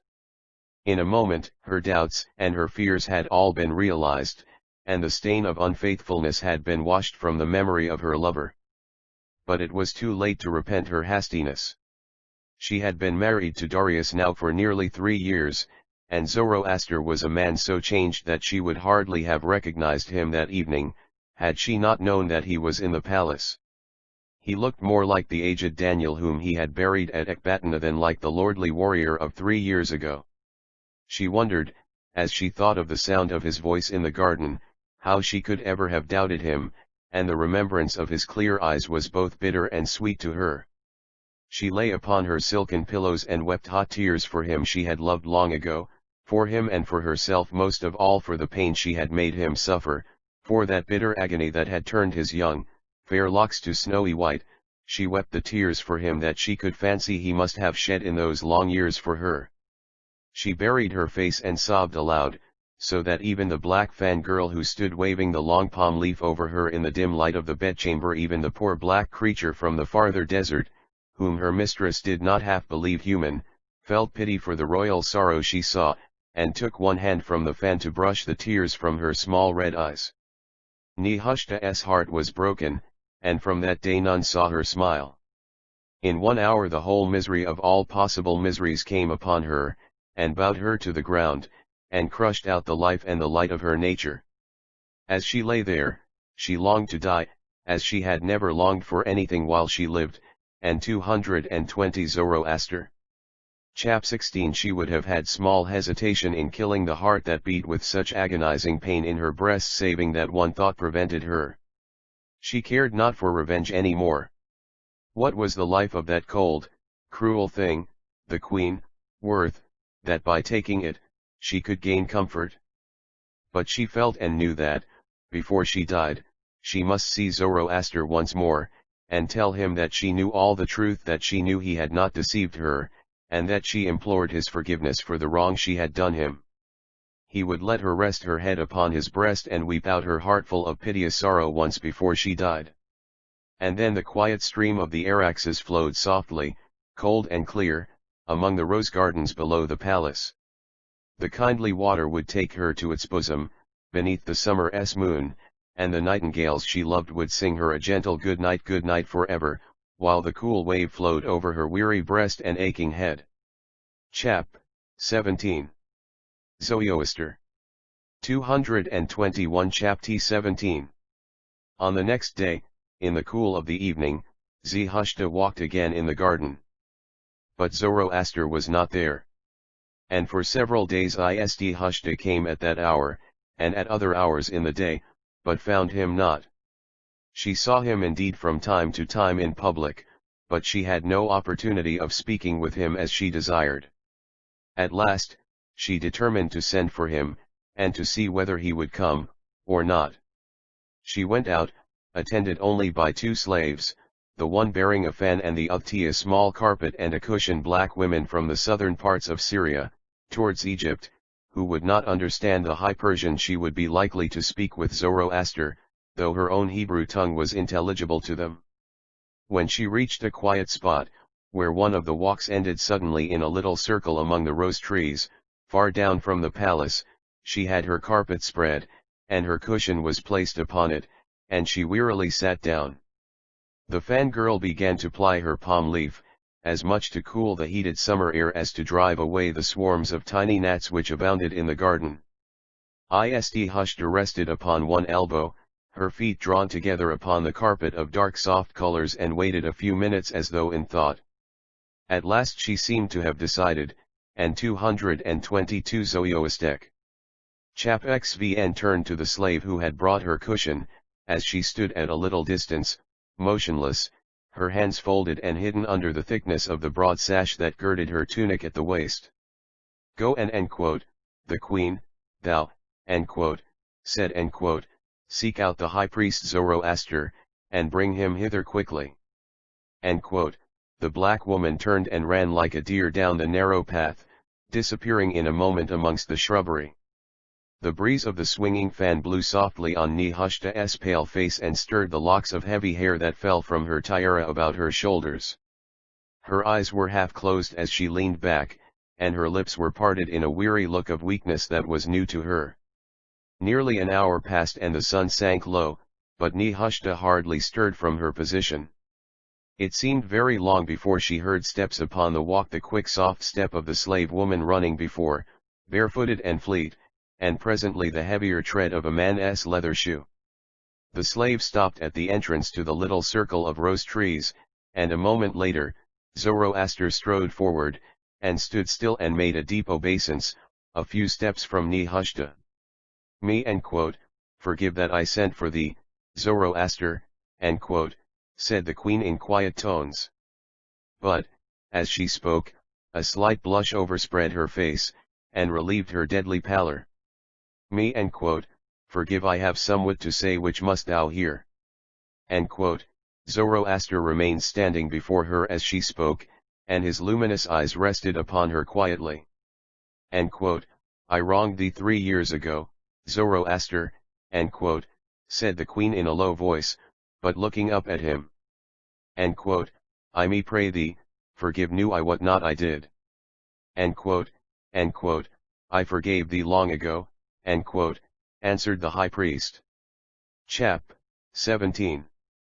Zoroaster. 223 I did thee a bitter wrong, but tree wrong I did myself was even greater. I never knew till I went and asked her. At the thought of Atossa, the Hebrew woman's eyes flashed fire, and her small fingers clenched upon her palm. But, in an instant, her sad, weary look returned. That is all if you forgive me, she said, and turned her head away. It seemed to her that there was nothing more to be said. He did not love her, he was far beyond love. Cow, by Ahura Mazda, I have indeed forgiven thee. The blessing of the All-Wise be upon thee. Zoroaster bent again, as though to take his leave, and he would have gone from her. But when she heard his first footsteps, Nehushta raised herself a little and turned quickly towards him. It seemed as though the only light she knew were departing from her day. You me loved once, she said, and stopped, with an appealing look on her pale face. It was very weak of her, but oh! She was far spent with sorrow and grief. Zoroaster paused, and looked back upon her, very calmly, very gently. I loved you once but not now. There is no more love in the earth for me. But I bless you for the love you gave me. You I loved so well, said Nehushta. Love you I she still, added, suddenly raising herself and gazing on him with a wild look in her eyes. You love, I still. She cried passionately. I thought I had put you away, forgotten you, trodden out your memory that I so hated I could not bear to hear your name. Ah! Why did I do it, miserable woman that I am? I love you now, I love you with my whole 224 Zoroaster. Chap XVN heart and it is too late. She fell back upon her cushion, and covered her face with her hands, and her breast heaved with passionate, Tearless sobbing. Zoroaster stood still, and a deep melancholy came over his beautiful, ethereal face. No regret stirred his breast, no touch of the love that had been waked his heart that slept forever in the peace of the higher life. He would not have changed from himself to the young lover of 3 years ago, if he had been able. But he stood calm and sorrowful, as an angel from heaven gazing on the grief of the world, his thoughts full of sympathy for the pains of men, his soul still breathing the painless peace of the outer firmament whence he had come and whither he would return. Nehushta, he said at last, seeing that her sobbing did not cease, it is not meet that you should thus weep for anything that is past. Be comforted, the years of life are few, and you are one of the great ones of the earth. It is needful that all should suffer. Forget not that although your heart be heavy, you are a queen, and must bear yourself as a queen. Take your life strongly in your hands and live it. The end is not far and your peace is at hand. Nehushta looked up suddenly and grew very grave as he spoke. Her heavy eyes rested on his, and she sighed, but the sigh was still broken by the trembling of her past sobs. Who you, are a priest and a prophet, she said, you, who read the heaven as it were a book, tell me, Zoroaster, is it not far? Shall we meet beyond the stars, as you used to tell long ago so? It is not far, he answered, and a gentle smile illuminated his pale face. Take courage, for truly not it is far. Chap. 17. Zoroaster. 225. He gazed into her eyes for a moment, and it seemed as though some of that steadfast light penetrated into her soul, for as he turned and went his way among the roses, a look of peace descended on her tired face, and she fell back upon her cushion and closed her eyes, and let the breeze of the palm fan play over her wan cheeks and through her heavy hair. But Zoroaster returned into the palace, and he was very thoughtful. He had many duties to perform, besides the daily evening sacrifice in the temple, for Darius consulted him constantly upon many matters connected with the state, and on every occasion Zoroaster's keen foresight and knowledge of men found constant exercise in the development of the laws and statutes Darius was forming for his consolidated kingdom. First of all, the question of religion seemed to him of paramount importance, and here Zoroaster displayed all his great powers of organization, as well as the true and just ideas he held upon the subject. Himself an ascetic mystic, he foresaw the danger to others of attempting to pursue the same course, or even of founding a system of mystical study. The object of mankind must be the welfare of mankind, and a set of priests who should shut themselves off from their fellow men to pursue esoteric studies and to acquire knowledge beyond the reach of common humanity, must necessarily forget humanity itself in their effort to escape from it. The only possible scheme upon which a religion for the world could be based, especially a life for such a world as the empire of Darius, must be one where the broad principle of common good living stood foremost, and where the good of all humanity should be the good of each man's soul. The vast influence of Zoroaster's name grew day by Q 226. Zoroaster. Chap xvn day, as from the palace of Stakar he sent forth priests to the various provinces, full of his own ideas, bearing with them a simple form of worship and a rigid rule of life, which the iron laws of Darius began at once to enforce to the letter. The vast body of existing hymns, of which many were by no means distinctly Mazdayasnian, were reduced to a limited number containing the best and purest, and the multifarious mass of conflicting caste practices, partly imported from India, and partly inherited by the pure Persians from the Aryan home in Sogdiana, was simplified and reduced to a plain rule. The endless rules of purification were cut down to simple measures of health, the varying practices in regard to the disposal of the dead were all done away with by a great royal edict commanding the building of dakamas, or towers of death, all over the kingdom, within which the dead were laid by persons appointed for the purpose, and which were cleansed by them, at stated intervals. Severe measures were taken to prevent the destruction of cattle, for there were evident signs of the decrease of the beasts of the field in consequence of the many internal wars that had waged of late, and special laws were provided for the safety of dogs, which were regarded, for all reasons, as the most valuable companions of men in those times, as a means of protection to the flocks in the wilderness, and as the scavengers and cleansers of the great cities. Human life was protected by the most rigorous laws, and the utmost attention was given to providing for the treatment of women of all classes. It would have been impossible to conceive a system better fitted to develop the resources of a semi-pastoral country, to preserve peace and to provide for the increasing wants and the public health of a multiplying people. Chap XVIL Zoroaster. 227. As for the religious rites, they assumed a form and a character which made them seem like simplicity itself by the side of the former systems, and which, although somewhat complicated by the additions and alterations of a later and more superstitious generation, have still maintained the noble and honorable characteristics imparted to them by the great reformer and compiler of the Mazdayasnian religion. The clays flew quickly by, and Zoroaster's power grew apace.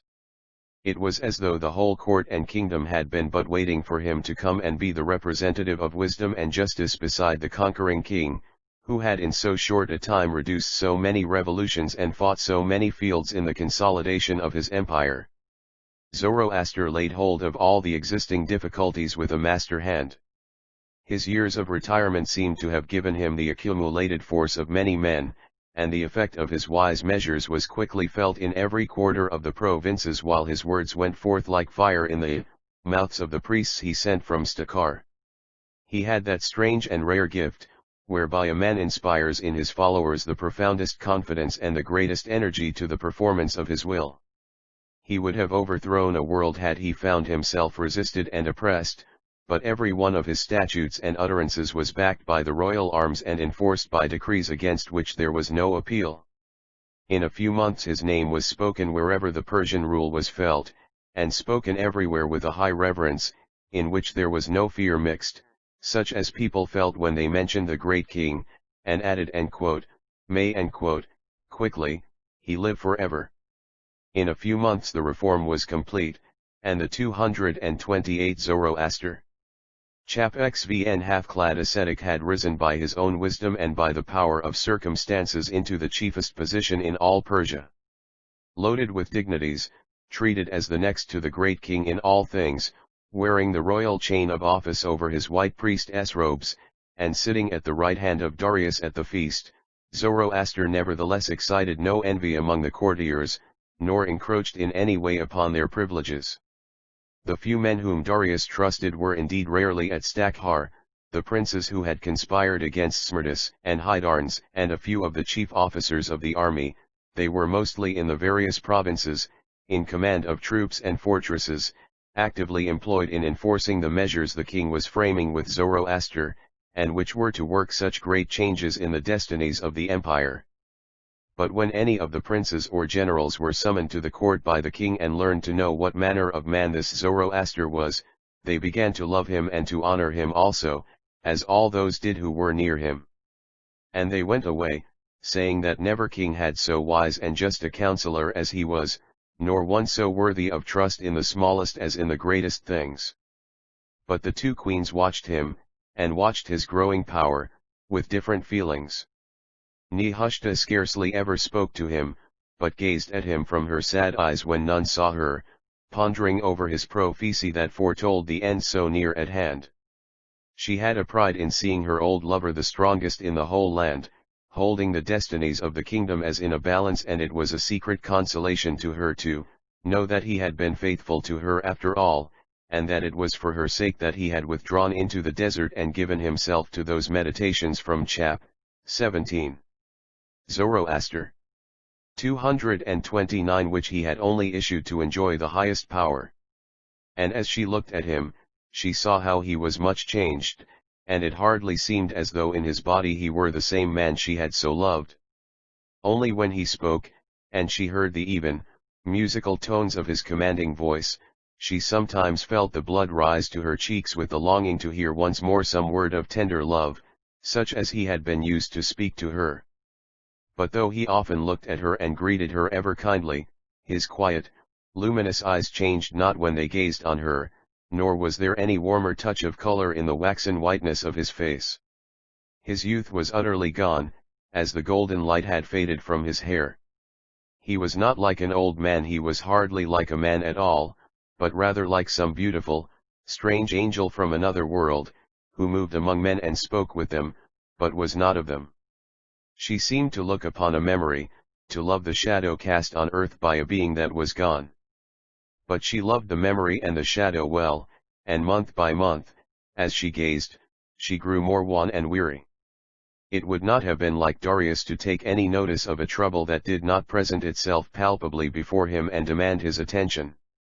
Nehushta scarcely ever spoke of Zoroaster, and when the king mentioned Hrm to her, it was always in connection with affairs of state.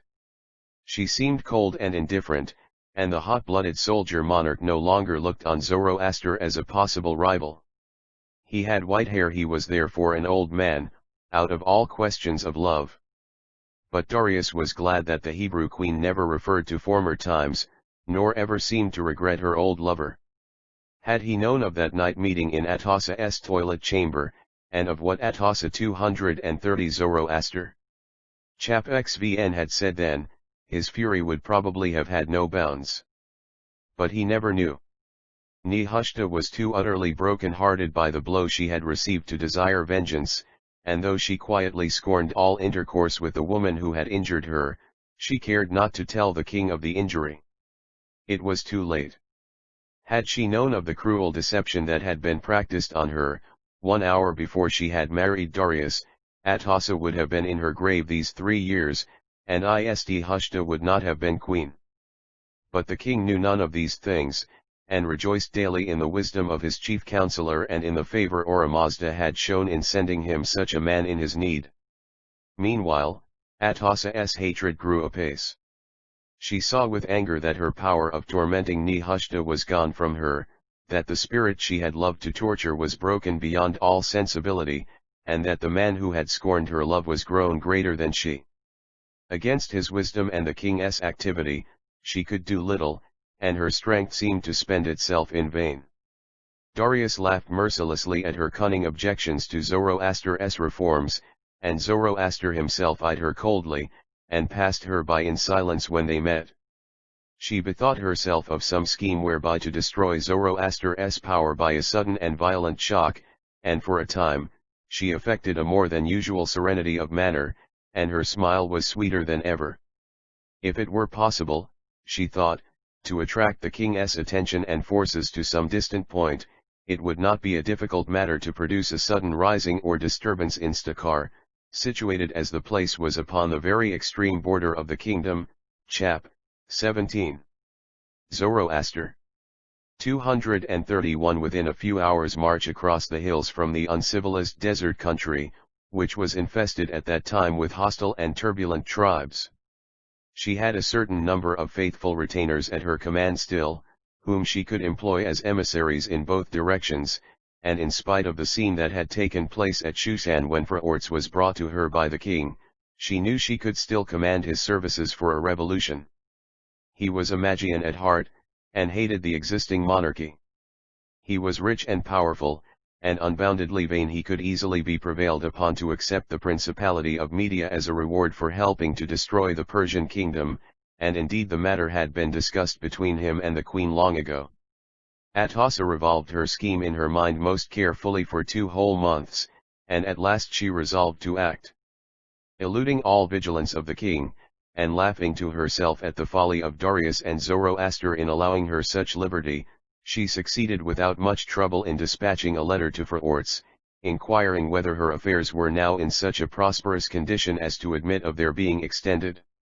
On the other hand, she sent a black slave she owned, with gifts, into the country of the barbarian tribes beyond the hills, to discover whether they could be easily tempted.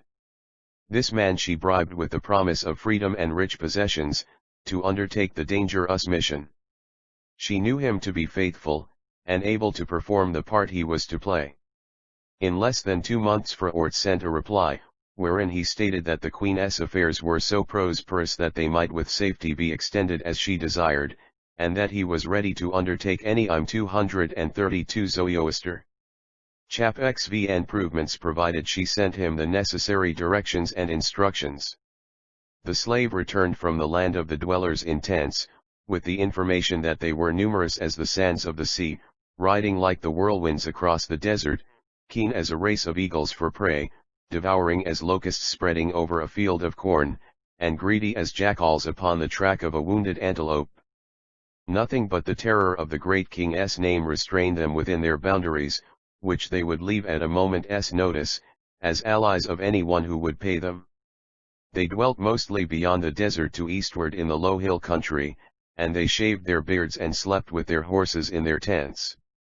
They were more horrible to look upon than the devils of the mountains, and fiercer than wolves upon the mountain paths. Allowing for the imagery of her slave's account, Atossa comprehended that the people described could be easily excited to make a hostile descent upon the southern part of the kingdom, and notably upon the unprotected region about Stakar, where the fortress could afford shelter to a handful of troops and fugitives, but could in no wise defend the whole of the fertile district from a hostile incursion.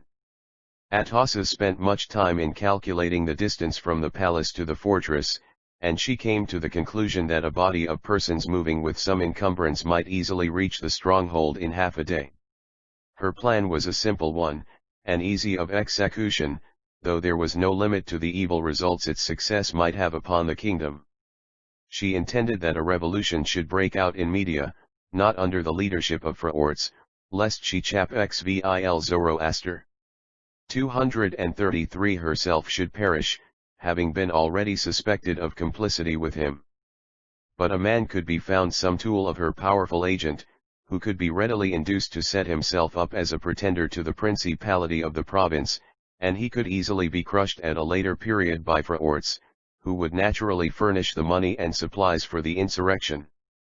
As soon as the news reached Stakar, Darius would, in all probability, set out for Media in haste to arrive at the scene of the disturbance. He would probably leave Zoroaster behind to manage the affairs of state, which had centered in Stakar during the last year and more.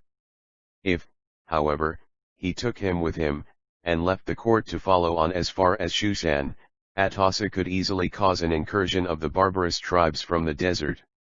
The people of the south would find themselves abandoned by the king, and would rise against him, and Atossa could easily seize the power.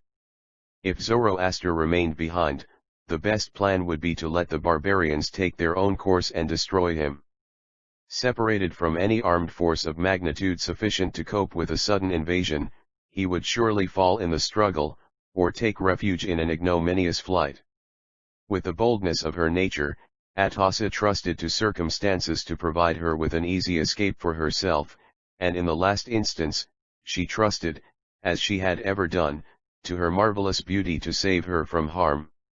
To her beauty alone she owed her escape from many a fit of murderous anger in the time of Cambyses, and to her beauty she owed her salvation when Darius found her at Shushan, the wife and accomplice of the impostor Sneartus.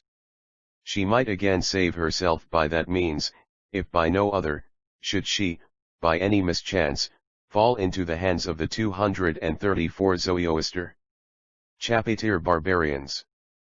But she was determined to overthrow Zoroaster, even if she had to destroy her husband's kingdom in the effort. It was a bold and simple plan, and she doubted not of being successful. During the months while she was planning these things, she was very calm and placid. Her eyes met Zoroaster's with a frank and friendly glance that would have disarmed one less completely convinced of her badness, and her smile never failed the king when he looked for it. She bore his jests with unfailing equanimity and gentleness, for she felt that she should not have to bear them long. Even to Nehushta she gave an occasional glance as though of hurt sympathy, a look that seemed to say to the world that she regretted the Hebrew queen's sullen temper and moody ways, so different from her own, but regarded them all the while as the outward manifestation of some sickness, for which she was to be pitied rather than blamed. But, as the time sped, her heart grew more and more glad, for the end was at hand, and there was a smell of death in the air of the sweet Rose Valley. Chapzithe. Zoroaster. 235 chapters Ithe. Oxce more the spring months had come, and the fields grew green and the trees put forth their leaves. 4 years had passed since Daniel had died in Ecbatana, leaving his legacy of wisdom to Zoroaster, and almost a year had gone by since Zoroaster had returned to the court at Stakar. The time had sped very swiftly, except for Nehushta, whose life was heavy with a great weariness and her eyes hollow with suffering sleeplessness. She was not always the same, saving that she was always unhappy. There were days when she was resigned to her lot and merely hoped that it would soon be over, and she wondered how it was that she did not slip out of the gardens at evening, and go and sink her care and her great sorrow in the cool waves of the Araxes, far down below. But then the thought came over her that she must see his face once more, and it was always once more, so that the last time never came. And again, there were days when she hoped all things, madly, indiscriminately, without sequence. The king might die, Zoroaster might again love her, all might be well. But the mood of a hope that is senseless is very fleet, and despair follows close in its footsteps. Nehushta grew each time more sad, as she grew more certain that for her there was no hope. At least it seemed as though Atossa had given up 236 Zokostek. Chap xvm loving Zoroaster and thought no more of him than of another. Indeed, Atossa seemed more anxious to please the king than formerly, in proportion as Darius seemed less easily pleased by her. But overall, Zoroaster's supremacy was felt in the palace, and though he was never known to be angry with anyone, he was more feared than the fierce king himself, for his calm clear eyes were hard to meet and the words that fell from his lips had in them the ring of fate. Moreover, he was known and his power was dreaded from one end of the kingdom to the other, and his name was like the king's signet, which sealed all things, and there was no appeal. Upon a fair morning in the springtime, when the sun was shining outside upon the roses still wet with dew, the king sat in an inner hall, half lying upon a broad couch, on which the warm rays of the sun fell through an upper window.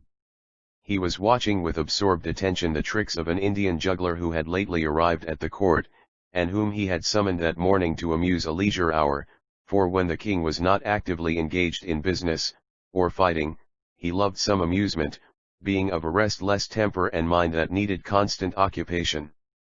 Atossa sat near him, upon a carved chair, turning over and over in her fingers a string of pearls as she gazed at the performances of the juggler. 2 spear men, clad in blue and scarlet and gold, stood motionless by the door, and Darius and Atossa watched the slight-handed Indian alone. The man tossed a knife into the air and caught it, then 2, then 3, increasing the number in rapid succession till a score of bright blades made a shining circle in the air as he quickly tossed them up. And chap 18. Zoroaster. 237 passed them from hand to hand and tossed them again. Darius laughed at the man's skill, and looked up at the queen. "You me remind of that fellow," said Darius. "The king is very gracious to his handmaiden," answered Atossa, smiling. "I think I less skillful, but more fair." "You are fairer, it is true," returned the king. "No, but as for your skill, I not. You seem always to be playing with knives, but you never wound yourself any more than he does." The queen looked keenly at Darius, but her lips smiled gently. The thought crossed her mind that the king perhaps knew something of what had passed between her and Nehushta nearly a year before, with regard to a certain Indian dagger. The knives the juggler tossed in the air reminded her of it by their shape. But the king laughed gaily, and she answered without hesitation, "I would it were true, for then I could be not only the king's wife, but the king's juggler." "Meant the would I not so, laughed Darius. "Two hardly suit one another." Yet, I need more skill than this Indian fellow, to be the king's wife, answered the queen slowly. "Said I not so?" "Nay, but you meant not so," replied Atossa, looking down. "What I say, I mean," he returned. "You need all the fairness of your face to conceal the evil in your heart, as this man needs all his skill in handling those sharp knives, that would cut off his fingers if, unawares, he touched the wrong edge of them. End quote, I conceal nothing, end quote, said the queen, with a light 238 Zoroaster. Chap XVM laugh. End quote, the king has 1,000 eyes, conceal anything from him, end quote. How should I, end quote, that is a question which I constantly ask myself, end quote, answered Darius. End quote, and yet, I often think I know your thoughts less well than those of the black girl who fans you when you are hot, and whose attention is honestly concentrated upon keeping the flies from your face, or of yonder stolid spearmen at the door, who watch us, and honestly wish they were kings and queens, to lie all day upon a silken couch, and watch the tricks of a paid conjurer. End quote. As Darius spoke, the guards he glanced at turned suddenly and faced each other, standing on each side of the doorway, and brought their heavy spears to the ground with a ringing noise. In a moment the tall, thin figure of Zoroaster, in his white robes, appeared between them. He stopped respectfully at the threshold, waiting for the king to notice him, for, in spite of his power and high rank, he chose to maintain rigidly the formalities of the court. Darius made a sign, and the juggler caught his whirling knives, one after the other, and thrust them into his bag, and withdrew. Come and hail, Zoroaster, end quote. End quote, said the king. End quote, near me, sit beside me, and tell your business. End quote. Zoroaster came forward and made a salutation, but he remained standing, as though the matter on which he came were urgent. And he, end quote, hail, king, end quote, live forever, said. I am, end quote, a bearer of evil news. Rider has come speeding from Ecbatana, escaped from the confusion. Media has revolted, and the king's guards are besieged within the fortress of Ecbatana. End quote. Darius sat upright upon the edge of his couch, the chap, 18. Zoroaster. 239 knotted veins upon his temples swelled with sudden anger, and his brow flushed darkly. Doubtless, end quote, it is Phraortes who has set himself up, as he said. King, end quote, then, suddenly, and fiercely, he turned upon Atossa. Our he is sto, end quote, your is come, end quote, you cried in uncontrollable anger. End quote, shall surely die this day, for you have done this, and the powers of evil shall have your soul, which is of them, and of none other. End quote.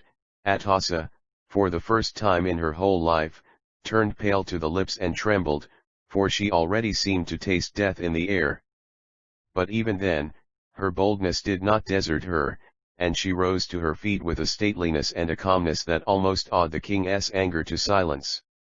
Me, end quote, slay if thou wilt, end quote, she said in a low voice, but firmly. Am I, end quote, innocent of this deed? End quote. The great lie fell from her lips with a calmness that a martyr might have envied. But Zoroaster stepped between her and the king. As he passed her, his clear, calm eyes met hers for a moment. He read in her face the fear of death, and he pitied her. Let he, end quote, the king hear me, end quote, said. It not, end quote, is Phraortes who has headed the revolt, and it is told me that Phraortes has fled from Ecbatana. Let the king send forth his armies and subdue the rebels, and let this woman go, for the fear of death is upon her, and it may be that she has not sinned in this matter. And if she have indeed sinned, will the king make war upon women, or redden his hands with the blood of his own wife? End quote. You, end quote, speak as a priest, I feel as a man, end quote, returned the king, savagely. This, end quote, woman has deserved death many times, let her die. So shall be free of her. End quote. 240 Zoroaster. Chap XVM. End quote. It is not lawful to do this, returned Zoroaster, thing, end quote, coldly, and his glance rested upon the angry face of Darius, as he spoke, and seemed to subdue his furious wrath. End quote. The king cannot know whether she have deserved death or not, until he have the rebels of Ecbatana before him. Moreover, the blood of a woman-man is a perpetual shame to the who has shed it." The king seemed to waver, and Atossa, who watched him keenly, understood that the moment had come in which she might herself make an appeal to him. In the suddenness of the situation she had time to ask herself why Zoroaster, whom she had so bitterly injured, should intercede for her. She could not understand his nobility of soul, and she feared some trap, into which she should fall by and by. But, meanwhile, she chose to appeal to the king's mercy herself, lest she should feel that she owed her preservation wholly to Zoroaster. It was a bold thought, worthy of a woman of her strength, in a moment of supreme danger. With a quick movement she tore the tiara from her head and let it fall upon the floor. The mass of her silken hair fell all about her like a vesture of gold, and she threw herself at the king's feet, embracing his knees with a passionate gesture of appeal. Her face was very pale, and the beauty of it seemed to grow by the unnatural lack of color, while her soft blue eyes looked up into the king's face with such an expression of imploring supplication that he was fain to acknowledge to himself that she moved his heart, for she had never looked so fair before. She spoke no word, but held his knees, and as she gazed, 2 beautiful great tears rolled slowly from under her eyelids, and trembled upon her pale, soft cheeks, and her warm, quick breath went up to his face. Chapitel Zoroaster. 241 Darius tried to push her from him, but she would not go, and he was forced to look at her, and his anger melted, and he smiled somewhat grimly, though his brows were bent. "Go," he said, "I jested. 2. It is impossible for a man to slay anything so beautiful as you." Atossa's color returned to her cheeks, and bending down, she kissed the king's knees and his hands, and her golden hair fell all about her and upon the king's lap. But Darius rose impatiently, and left her kneeling by the couch. He was already angry with himself for having forgiven her, and he hated his own weakness bitterly. "I will myself go hence at once with the guards, and I will take half the force from the fortress of Stakar and go to Shushan, and thence, with the army that is there, I will be in Ecbatana in a few days. And I will utterly crush out these rebels who speak lies and do not acknowledge me. Eniane here, Zoroaster, and govern this province until I return in triumph." Darius glanced once more at Atossa, who lay by the couch, half upon it and half upon the floor, seemingly dazed at what had occurred, and then he turned upon his heel and strode out of the room between the 2 spearmen of the guard, who raised their weapons as he passed, and followed him with a quick, rhythmical tread down the broad corridor outside. Zoroaster was left alone with the queen. As soon as Darius was gone, Atossa rose to her feet, and with all possible calmness proceeded to rearrange her disordered hair and to place her head-dress upon her head. Zoroaster stood and watched her, her hand trembled a little, but she seemed otherwise unmoved by what had occurred. She glanced up at R242 Zoroaster. Chap XVM him from under her eyelids as she stood with her head bent down and her hands raised, to arrange her hair. "Why did you beg the king to spare life?" she me asked. "You, of all men, must wish dead." "I do not wish you dead," he answered coldly. "You have yet much evil to do in the world, but it will not be all evil. Neither did I need to intercede for you. Your time is not come, and though the king's hand were raised to strike you, it would not fall upon you, for you are fated to accomplish many things." "Do you not hate me, Zoroaster?" It was one of the queen's chief characteristics that she never attempted concealment when it could be of no use, and in such cases affected an almost brutal frankness. She almost laughed as she asked the question, it seemed so foolish, and yet she asked it. "I do not hate," answered you, the priest. "You are beneath hatred. I presume you are far above it. She said very scornfully, and eyed him in silence for a moment. You are a poor creature, she pursued, presently. I heartily despise you. You suffered yourself to be deceived by a mere trick, you let the woman you loved go from you without an effort to keep her. You might have been a queen's lover, and you despised her. And now, when you could have the woman who did you a mortal injury be led forth to death before your eyes, you interceded for her and saved her life. You are a fool. I despise you. I rejoice that you returned to, Zoroaster coldly. I would not have your admiration, if I might be paid for receiving it with the whole world and the wisdom thereof. Not even if you might have for your wife, the chap Xyer. Zoroaster. 243 Woman you loved in your poor, insipid way, but you loved her nevertheless. She is pale and sorrowful, poor creature, she haunts the gardens like the shadow of death, she wearies the king with her wan face. She is eating her heart out for you. The king took her from you, you could take her from him tomorrow, if you pleased. The greater your folly, because you do not. As for her, her foolishness is such that she would follow you to the ends of the earth. Poor girl. She little knows what a pale, wretched, sapless thing you have in your breast for a heart. But Zoroaster gazed calmly at the queen in quiet scorn at her scoffing. Think you that the sun is obscured, because you can draw yonder curtain before your window and keep out his rays? He asked. Think you that the children of light feel pain because the children of darkness say in their ignorance that there is no light.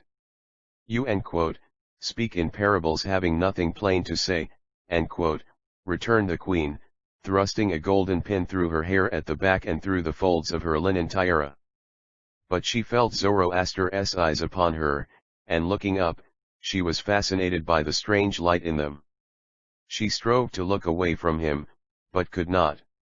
Suddenly her heart sank within her. She had heard of Indian charmers and of Chaldean necromancers and wise men, who could perform wonders and slay their enemies with a glance. She struggled to take her eyes from his, but it was of no use.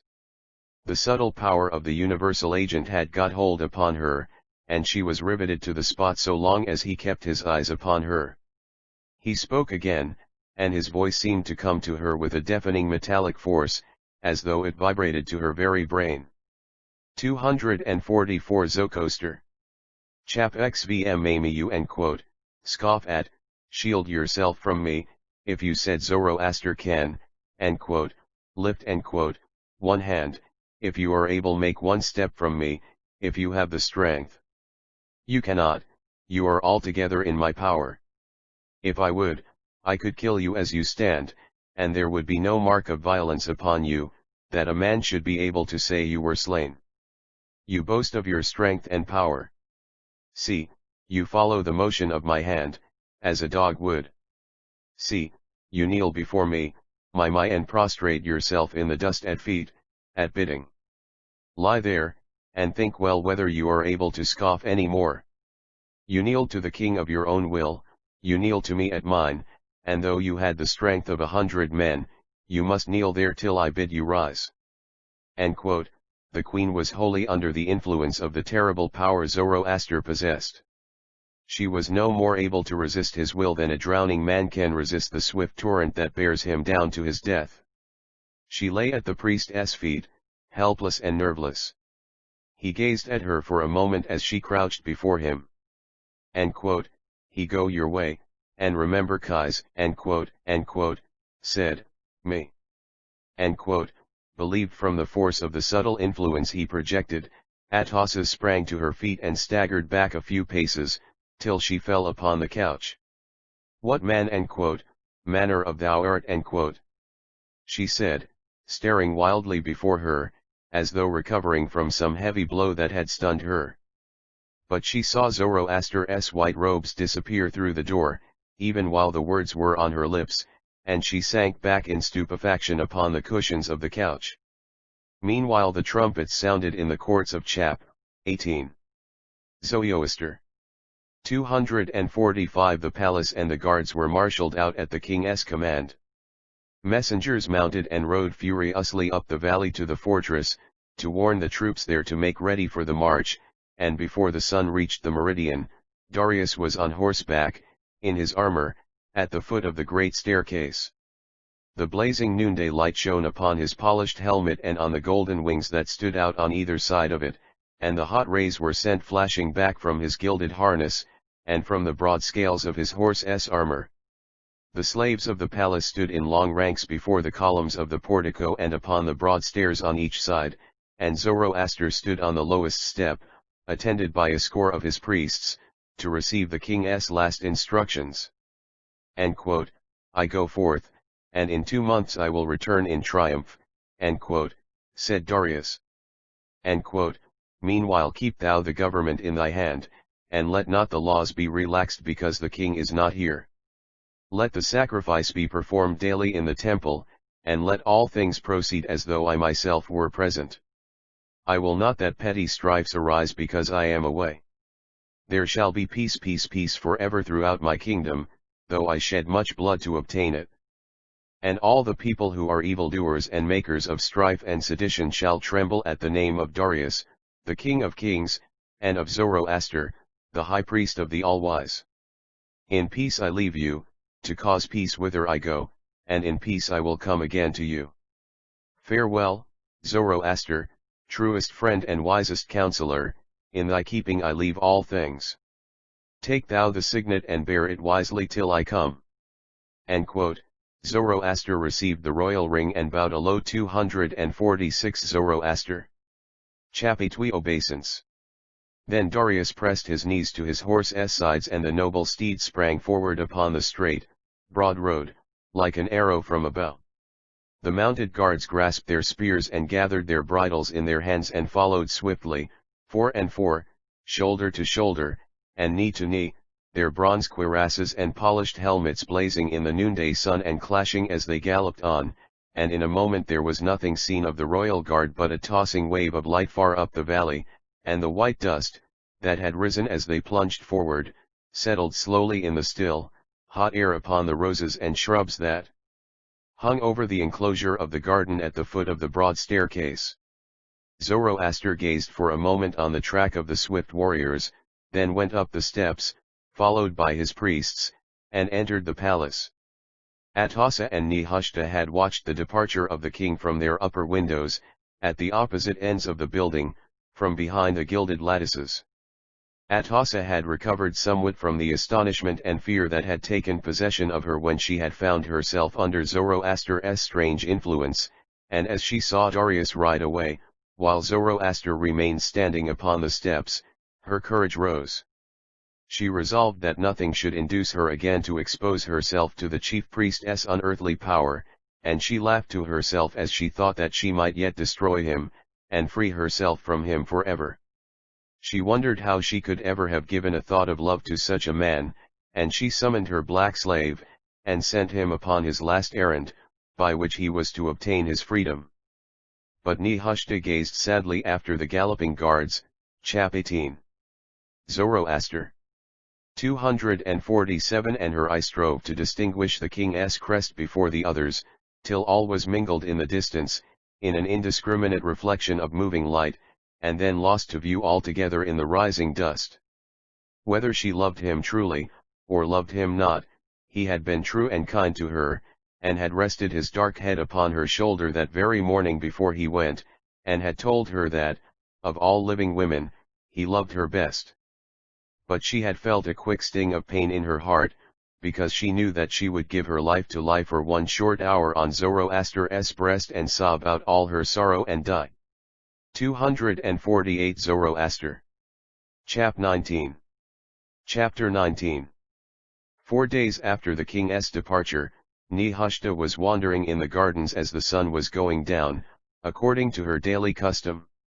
There was a place she loved well, a spot where the path widened to a circle, round which the roses grew, thick and fragrant with the breath of the coming summer, and soft green shrubs and climbing things that twisted their tender arms about the myrtle trees. The hedge was so high that it cut off all view of the gardens beyond, and only the black northwestern hills could just be seen above the mass of shrubbery, beyond the mountains and all over the sky. The glow of the setting sun spread like a rosy veil, and the light tinged the crests of the dark hills and turned the myrtle leaves to a strange color, and gilded the highest roses to a deep red gold. The birds were all singing their evening song in loud, happy chorus, as only eastern birds can sing. The air was warm and still, and the tiny gnats chased each other with lightning quickness in hazy swarms overhead, in the reflected glow.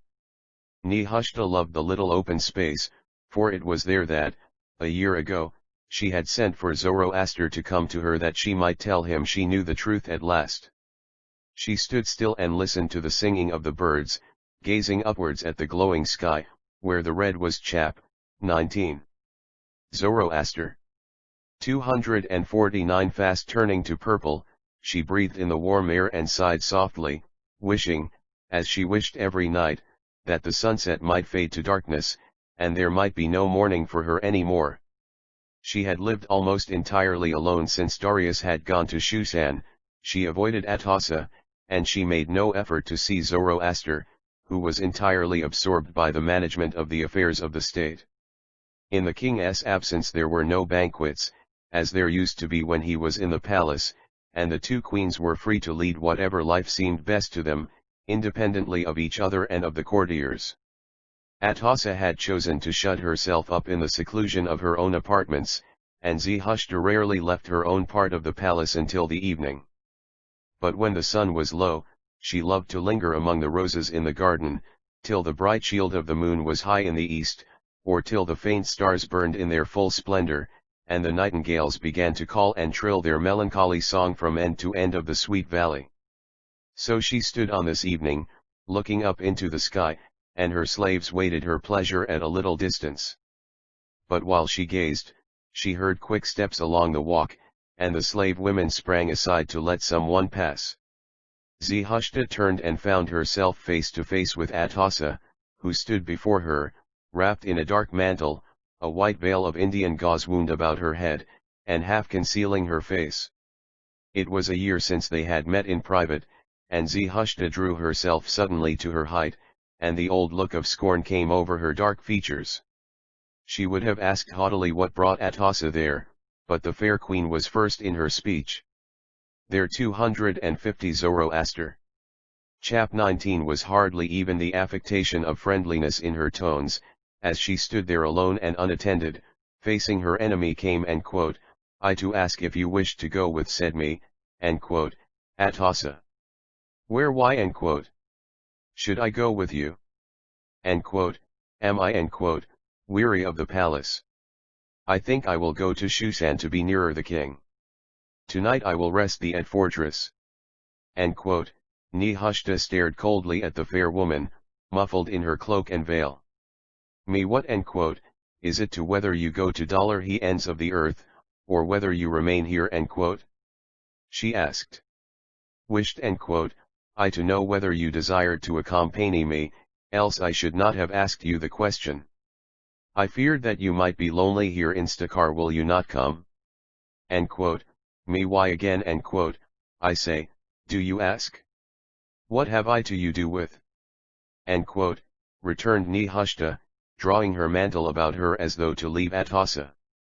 If and quote, the king were here, he would bid you go, and quote, said Atossa, looking intently upon her enemy. Me it for and quote, is to judge what the king would wish me to do not for you. Leave me in peace. Go your way if you will, it is nothing to me. And quote, you and quote, come and quote, will not. Atossa's voice softened and she smiled serenely. Nehushta turned fiercely upon her. No and quote. If you are going, go. Want you I not. And quote, am and quote, you are glad I going, are you not?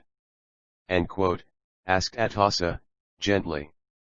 Am and quote, I glad with a gladness only you I would you were already gone. And quote, you and quote, rejoice that I leave you alone and quote, lover. It is very natural can know. With your chap, 19. Zoroaster. 251 My lover. Cried Nehushta, her wrath rising and blazing in her eyes. Your lover. Once was Zoroaster lover. The thin, white-haired priest, that your old lover, your poor old Nehushta steadied herself for a moment. She felt as though she must tear this woman in pieces. But she controlled her anger by a great effort, though she was nearly choking as she drew herself up and answered. Whom I would that the powers of evil, of you are, might strangle the thrice accursed lie in your false throat.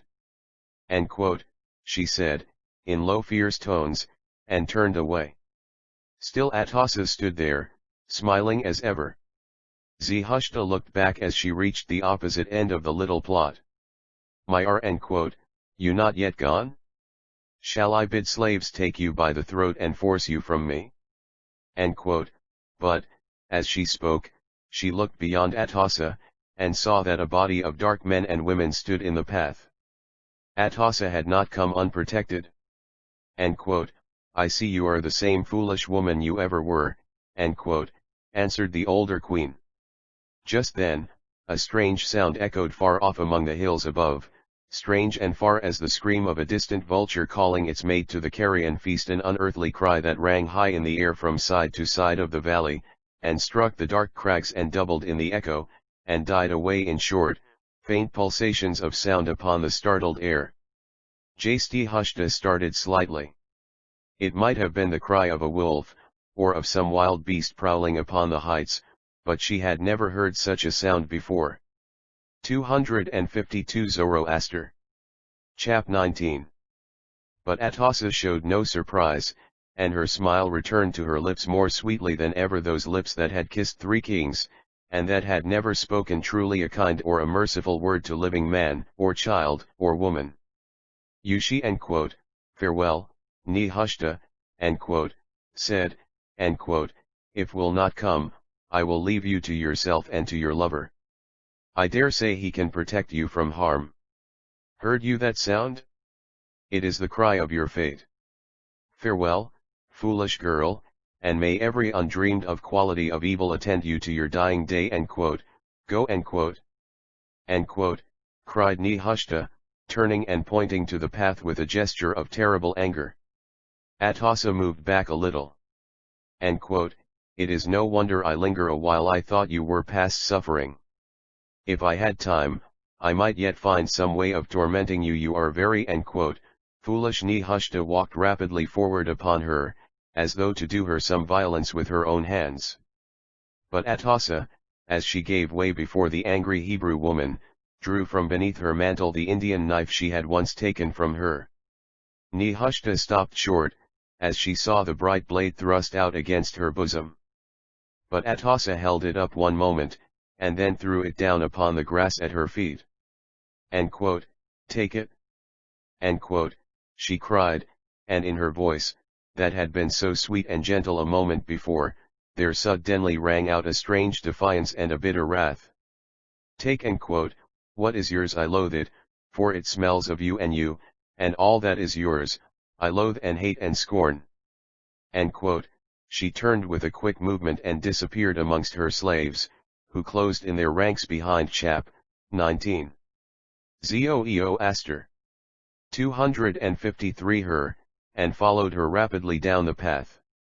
Nehushta remained standing upon the grass, peering after her retreating enemy through the gloom, for the glow had faded from the western sky while they had been speaking, and it was now dusk. Suddenly, as she stood, almost transfixed with the horror of her fearful anger, that strange cry rang again through the lofty crags and crests of the mountains, and echoed and died away.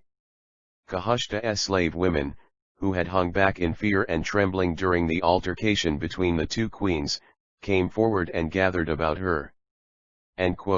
What is it?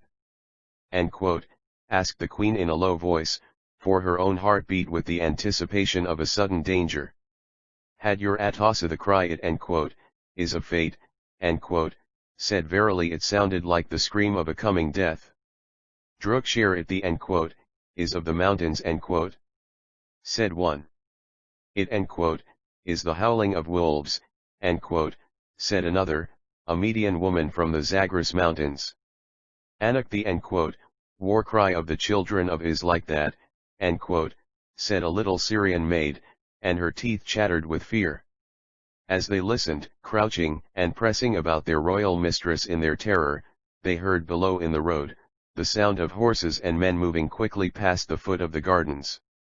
It was Atossa and her train, hurrying along the highway in the direction of the fortress.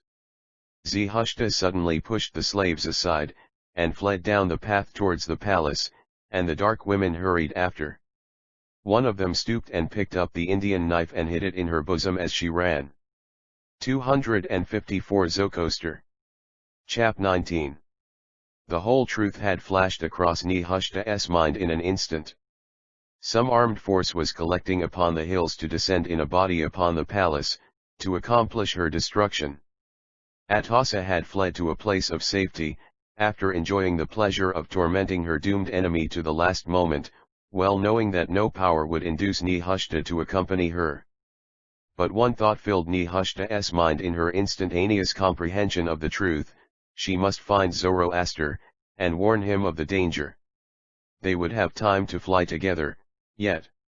Atossa must have known how to time her flight, since the plot was hers, and she had not yet been many minutes upon the road. Through the garden she ran, and up the broad steps to the portico. Slaves were moving about under the colonnade, leisurely lighting the great torches that burned there all night. They had not heard the strange cries from the hills, or, hearing only a faint echo, had paid no attention to the sound. Nehushta paused, breathless with running. As she realized the quiet that reigned in the palace, where the slaves went about their duties as though nothing had occurred, or were likely to occur, it seemed to her as though she must have been dreaming. It was impossible that if there were any real danger, it should not have become known at least to some one of the hundreds of slaves who thronged the outer halls and corridors. Moreover, there were numerous scribes and officers connected with the government, some few nobles whom Darius had left behind when he went to Shushan. There were their wives and families residing in various parts of the palace and in the buildings below it, and there was a strong detachment of Persian chap. 19. Zoroaster. 255 guards. If there were danger, someone must have known it. She did not know that at that moment the inhabitants of the lower palace were already alarmed, while some were flying, leaving everything behind, in their haste to reach the fortress higher up the valley.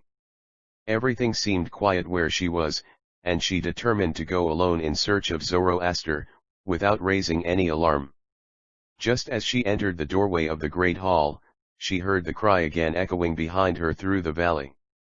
It was as much as she could do to control the terror that again took hold of her at the dreaded sound, as she passed the files of bowing slaves, and went in between the two tall spearmen who guarded the inner entrance, and grounded their spears with military precision as she went by. She had one slave whom she trusted more than the rest. It was the little Syrian maid, who was half a Hebrew. "Own and go, and she said quickly, in her tongue. "Go and in one direction and I will go in another, and search out Zoroaster, the high priest, and bring him to my chamber. I also will search, but if I find him not, I will wait for thee there."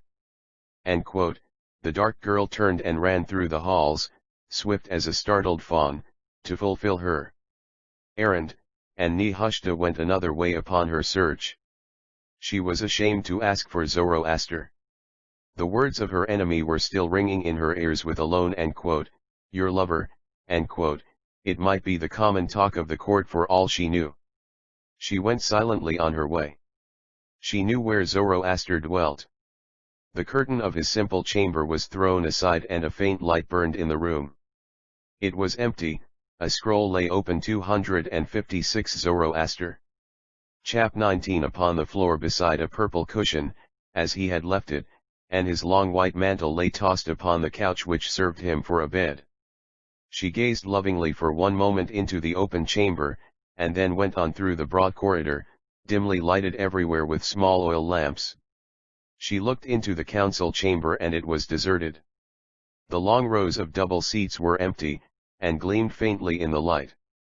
High upon the dais at the end, a lamp burned above the carved chair of ivory and gold, whereon the king sat when the council was assembled. There was no one there.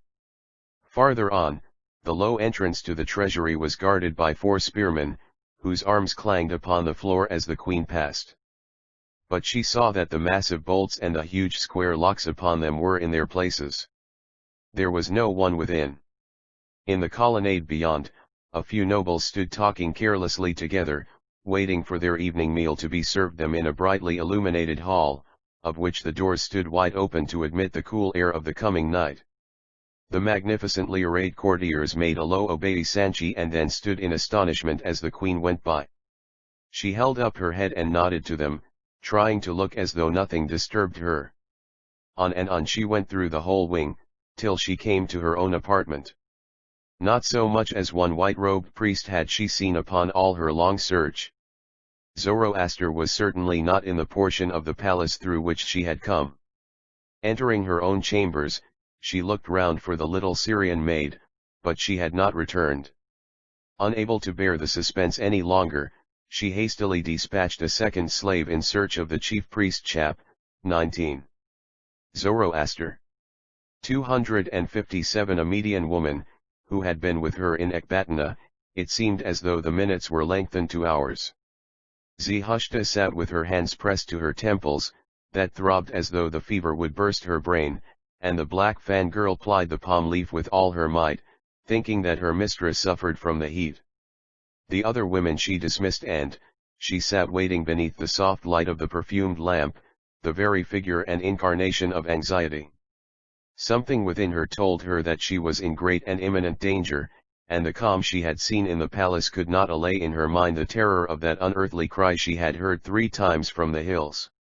As she thought of it, she shuddered, and the icy fear seemed to run through all her limbs, chilling the marrow in her bones, and freezing her blood suddenly in its mad course. With your left alone, lover, the cry it is of, your fate. Atossa's words kept ringing in her ears like a knell, the knell of a shameful death, and as she went over the bitter taunts of her enemy, her chilled pulses beat again more feverishly than before. She could not bear to sit still, but rose and paced the room in intense agitation. Would they never come back, those dallying slave-worn men? The fangirl tried to follow her mistress, and her small red eyes watched cautiously every one of Zarathustra movements. But the queen waved her off, and the slave went and stood beside the chair where she had sat, her fan hanging idly in her hand. At that moment, the Median woman entered the chamber. Where, is he, asked Zarathustra, turning suddenly upon her. 258 Zoroaster. Chap 19. The woman made a low obeisance and answered in trembling tones, they say that the high priest left the palace 2 hours ago, with the queen Atossa. They say thou least, cried Zarathustra vehemently, and her face turned white, as she stamped her foot upon the black marble pavement. The woman sprang back with a cry of terror, and ran towards the door. She had never seen her mistress so angry. But Zarathustra called her back. Come, hither. What else do they, say? She asked, controlling herself as best she could. They say that the wild riders of the eastern desert are descending from the hills, answered the slave hurriedly and almost under her breath.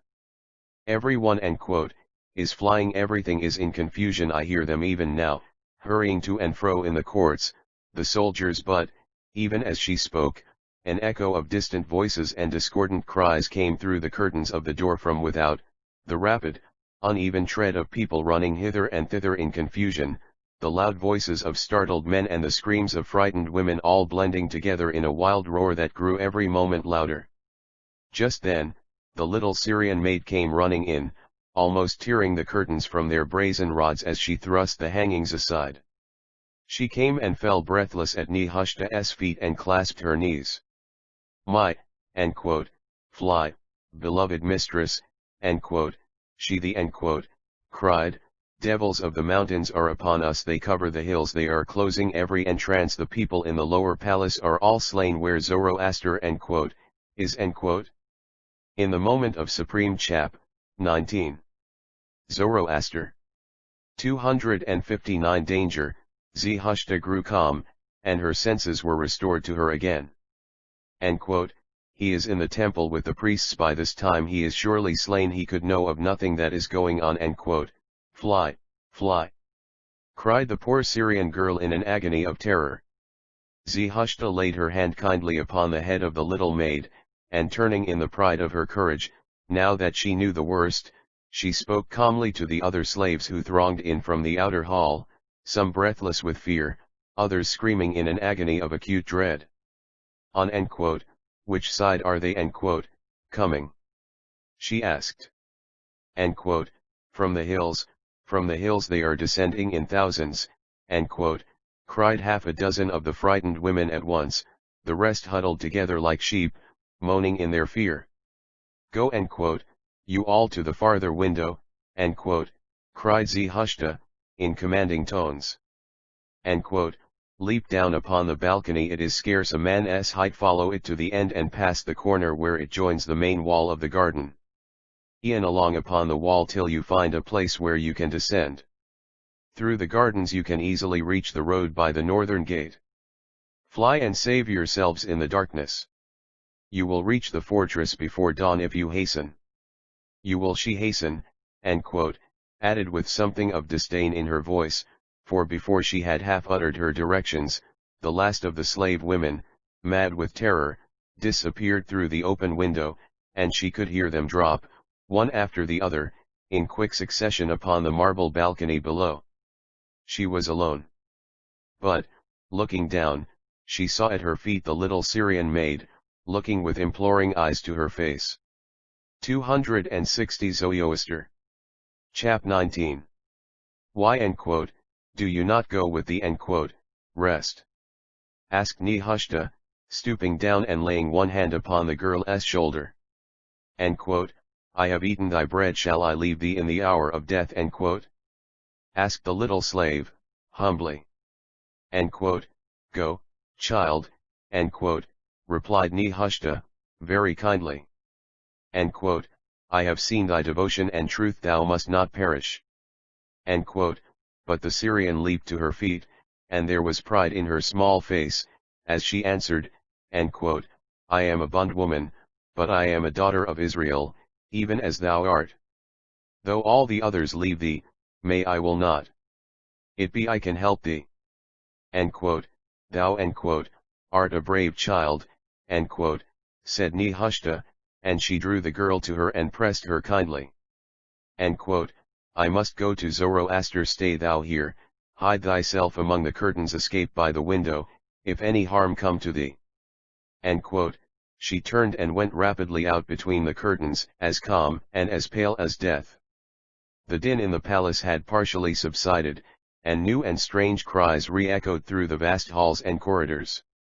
An occasional wild scream, a momentary distant crash as of a door breaking down and thundering upon the marble pavement, and then again, the long, strange cries, mingled with a dull, low sound as of a great moaning, all came up together, and seemed to meet Zarathustra as she lifted the curtains and went out. But the little Syrian maid grasped the Indian knife in her girdle, and stole stealthily upon her mistress's steps. Chap. XX. Zoroaster. 261 Chapter XX. Zarathustra glided like a ghost along the corridors and dimly lighted halls. As yet, the confusion seemed to be all in the lower story of the palace, but the roaring din rose louder every moment, the shrieks of wounded women with the moaning of wounded men, the clash of swords and arms, and, occasionally, a quick, loud rattle, as half a dozen arrows that had missed their mark struck the wall together. Onward she flew, not pausing to listen, lest in a moment more the tide of fight should be forced up the stairs and overtake her. She shuddered as she passed the head of the great staircase and heard, as though but a few steps from her, a wild shriek that died suddenly into a gurgling death hiss. She passed the treasury, whence the guards had fled, and in a moment more she was above the staircase that led down to the temple behind the palace. There was no one there as yet, as far as she could see in the starlight. The doors were shut, and the massive square building frowned through the gloom, blacker than its own black shadow. Zarathustra paused as she reached the door, and listened. Very faintly through the thick walls she could hear the sound of the evening chant. The priests were all within with Zoroaster, unconscious of 262 Zoroaster. Chap XX their danger and of all that was going on in the palace, singing the hymns of the sacrifice before the sacred fire, chanting, as it were, a dirge for themselves. Nehushta tried the door. The great bronze gates were locked together, and though she pushed with her whole strength, they would not move a hair's breadth. Press the nail nearest the middle, said a small voice behind her. Nehushta started and looked round. It was the little Syrian slave, who had followed her out of the palace, and stood watching her in the dark. Nehushta put her hand upon the round head of the nail and pressed, as the slave told her to do. The door opened, turning slowly and noiselessly upon its hinges. Both women entered. The Syrian girl looked cautiously back and pushed the heavy bronze back to its place. The Egyptian artisan who had made the lock, had told one of the queen's women whom he loved the secret by which it was opened, and the Syrian had heard it repeated and remembered it. Once inside, Nehushta ran quickly through the corridor between the walls and rushing into the inner temple, found herself behind the screen, and in a moment more she stood before all the priests and before Zoroaster himself. But even as she entered, the Syrian slave, who had lingered to close the gates, heard the rushing of many feet outside, and the yelling of hoarse voices, mixed with the clang of arms. Solemnly the chant rose around a sacred fire that seemed to burn by unearthly means upon the black stone altar. Zoroaster stood before it, his hands lifted in prayer, and his waxen face and snow-white beard illuminated by the dazzling effulgence. The 70 priests, in even rank, stood around the chap, XX. Zoroaster. 263 walls, their hands raised in like manner as their chief priestess, their voices going up in a rich chorus, strong and tuneful, in the grand plain chant. But Zarathustra broke upon their melody, with a sudden cry, as she rushed before them. Zoroaster, fly, there is yet time. The enemy are come in thousands, they are in the palace. There is, barely time. As she cried to him and to them all, she rushed forward and laid one hand upon his shoulder. But the high priest turned calmly upon her, his face unmoved, although all the priests ceased their chanting and gathered about their chief in sudden fear. As their voices ceased, a low roar was heard from without, as though the ocean were beating at the gates. Zoroaster gently took Zarathustra's hand from his shoulder. Go, thou, and save he thyself, said kindly. I will not go. If it be the will of the All-Wise that I perish, I will perish before this altar. Go thou quickly, and save thyself while there is yet time. But Zarathustra took his hand in hers, that trembled with the great emotion, and gazed into his calm eyes as he spoke. Her look was very loving and very sad. Knowest, thou not, Zoroaster, that I would rather die with thee than live with any other? I swear to thee, by the God of fathers, I will not leave thee. Her soft voice trembled, for she was uttering her own sentence of death. More there no is time, I cried the voice of the little Syrian maid, as she came running into the temple, there is no more time. Yet are all dead men. Behold, they are breaking clown the doors. As she spoke, the noise of some heavy mass striking 264 Zoroaster. Chap XX against the bronze gates echoed like thunder through the temple, and at each blow a chorus of hideous yells rose, wild and long drawn out, as though the fiends of hell were screaming in joy over the souls of the lost. The priests drew together, trembling with fear, brave and devoted though they were. Some of them would have run towards the door, but the Syrian maid stood before them. Ye are dead men and there is no salvation, ye must die like men, said the little maid, quietly. Let me go to and mistress. She pushed through the crowd of white-robed men, who surged together in their sudden fear, like a white-crested wave heaved up from the deep by a fierce wind. Nehushta still held Zoroaster's hand and stared wildly upon the helpless priests.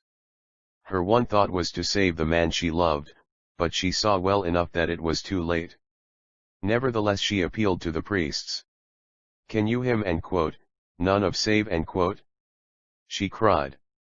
Foremost in the little crowd was a stern, dark man, the same who had been the high priest before Zoroaster came, the same who had first hurled defiance at the intruder, and then had given him his whole allegiance. He spoke out loudly, we will save him and thee if we are he able, we cried in brave enthusiasm for his chief. We'll take you between us and open the doors, and it may be that we can fight our way out, though we are all he may slain, he be saved. Would have laid hold on Zoroaster, and there was not one of the priests who would not have laid down his life in the gallant attempt. But Zoroaster gently put him back. Yemai cannot save me, for hour is come, he said, chap, XX. Zoroaster. 265 And a radiance of unearthly glory stole upon his features, so that he seemed transfigured and changed before them all. The foe are as 1,000 men against one. Here we must die like men, and like priests of the Lord before his altar.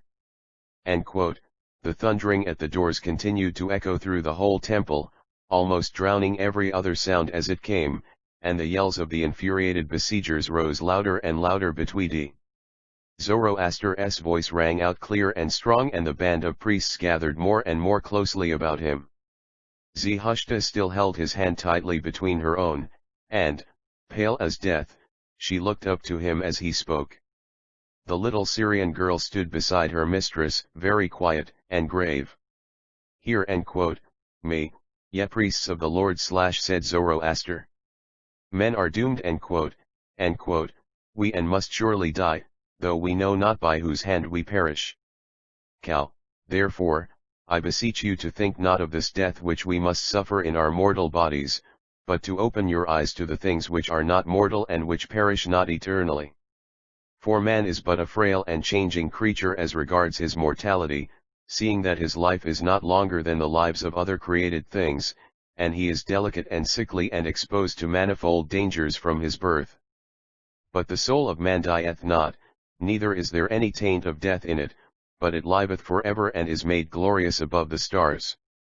For the stars, also, shall have an end, and the earth even as our bodies must end here this night, but our souls shall see the glory of God, the All-Wise, and shall live.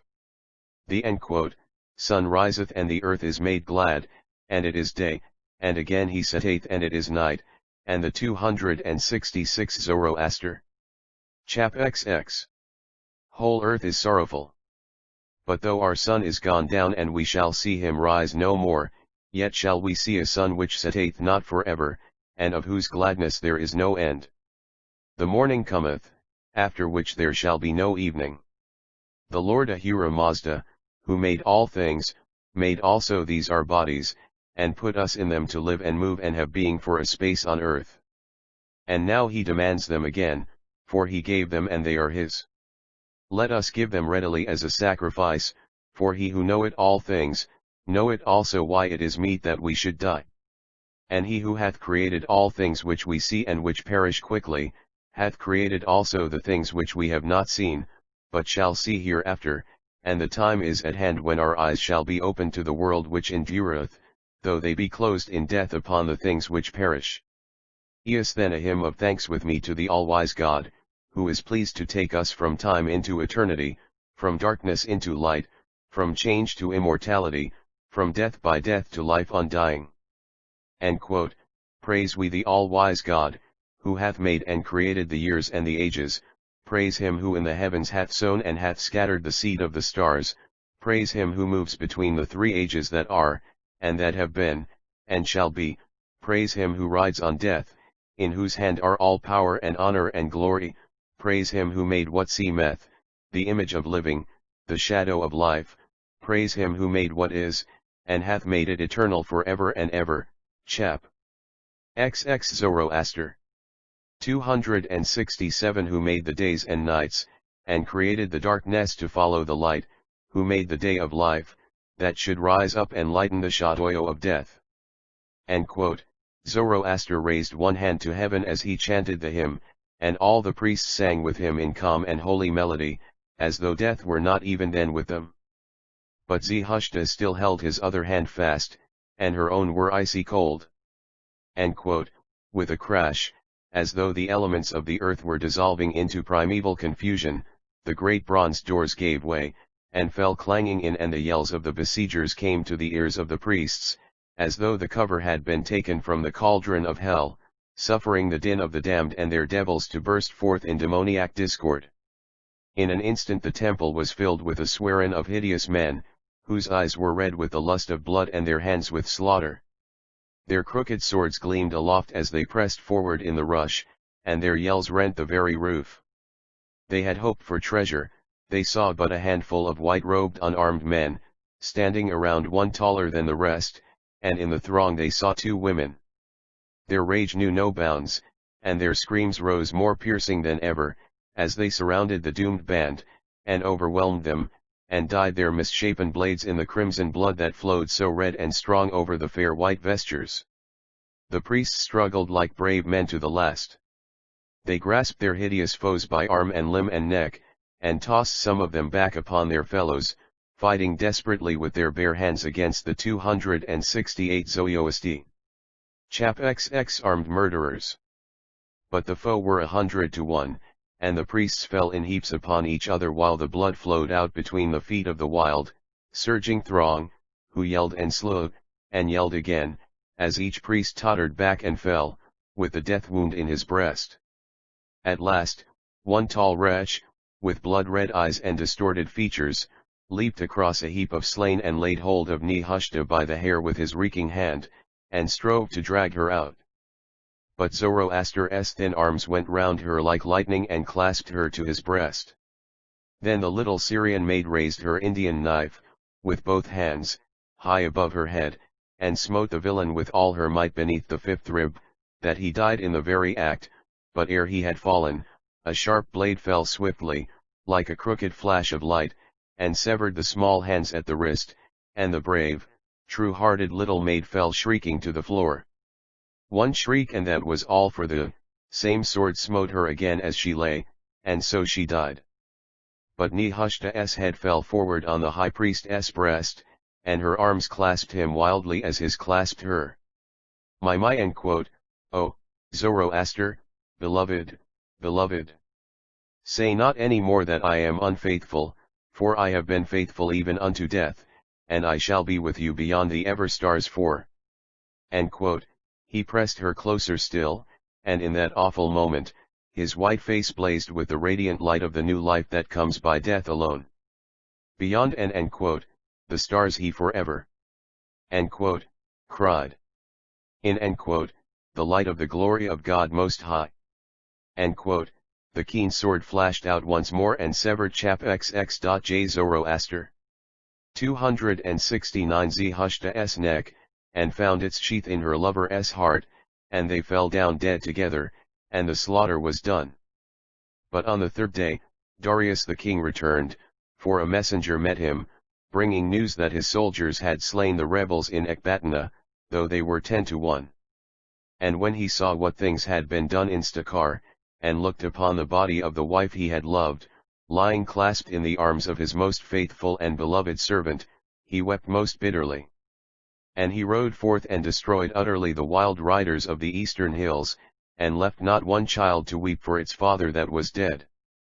But 2,000 of them he brought to Stakar, and crucified them all upon the roadside, that their blood might avenge the blood of those he had loved so well. And he took the bodies of Zoroaster the high priest, and of Zarathustra the queen, and of the little Syrian maid, and he buried them with spices and fine linen, and in plates of pure gold, together in a tomb over against the palace, hewn in the rock of the mountain. The End. By the same author. In extra cloth binding, Crown 8 VO, $1.50. M. R. Isaacs. A Tale of Modern India. The End. Athenaeum. End. A 11 work of unusual ability. It fully deserves the notice it is sure to attract. End. The End. Academy. End. First notice. End. A story of remarkable freshness and promise, displaying exceptional gifts of imagination. End. The End. Academy. End. 2D Codas. There. End. Was magic in Mr. Isaacs which held the reader by a spell. When it was finished, the impression left upon the mind grew in force. The author was hardly thought of at first, for Mr. Isaacs himself was a distinct personality, a new creation, a fresh department in fiction. The work should always stand out among modern novels as one that had broken new ground. End. The End. Spectator. End. There. End. Is much to like in it. It is entertaining, and contains capital bits of description of travelling and general mode of life in India, besides fresh and pleasant writing, and sufficient cleverness and imagination to make us hope that the same pen will. End. Produce another story. The End. Daily News. End. Mr. Isaacs has the quality which a long and varied experience of novel reading leads us to believe is the rarest in fiction, the quality of fascination. In the present day of realism, this is a singular and rare effect. No novel that we are acquainted with has produced it with so much effect as Mr. Isaacs since John Inglesant. No story of human experience that we have met with since has such an effect of transporting the reader into regions differing from his own. Mr. Isaacs is the best novel that has ever laid its scene in our Indian dominions. End. Macmillan and Co., New York.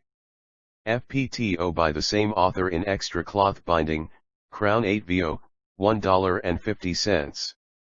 Dr. Claudius. A True Story. The End. Athensum. End. Mr. Crawford has achieved another success. His new book, if it has not the peculiar fascination of Mr. Isaacs, is in some respects superior. The characters are more easily grasped, they are wonderfully distinct, and each one is an epitome. He has the power of constructing a story, and of telling it well, and his varied information and wide knowledge of the world, men as well as places, serve to adorn his narrative, and to add a grace to the vigor of his thoughts. Few recent books have been so difficult to lay down when once begun as Mr. Isaacs and Dr. Claudius, and few have been and will be read with so little skipping. The End. Spectator. End. Altogether it is so bright and pleasant that it will be read from cover to cover without a yawn. Mr. Crawford's dialogues are always excellent, and as far removed as possible from those of ordinary novels. End. The End. Academy. End. Dr. Claudius, on the other hand, brings before us chiefly and forcibly the rare versatility and brilliant gifts of the author. The story is one of ordinary life, and it flows unpleasantly from first to last, sparkling with wit and fresh thought, humorous and pathetic by turns, full of culture, of travel, of curious knowledge of men and things, and in its love passages almost inaugurating a new phase of chivalric thought, so high in its tone and motif. The interest is sustained to the last page. But the real charm of the book lies chiefly in its vivid character painting. Each figure is full of vitality and sketched with vigor. The Mall Paul Gazette. The book is clever and readable. It has that something so hard to define, that charm which springs from natural gift, and can never be quite learned by taking thought, and there is a courage, a grand air, about some of it worthy of a countryman of Hawthorne.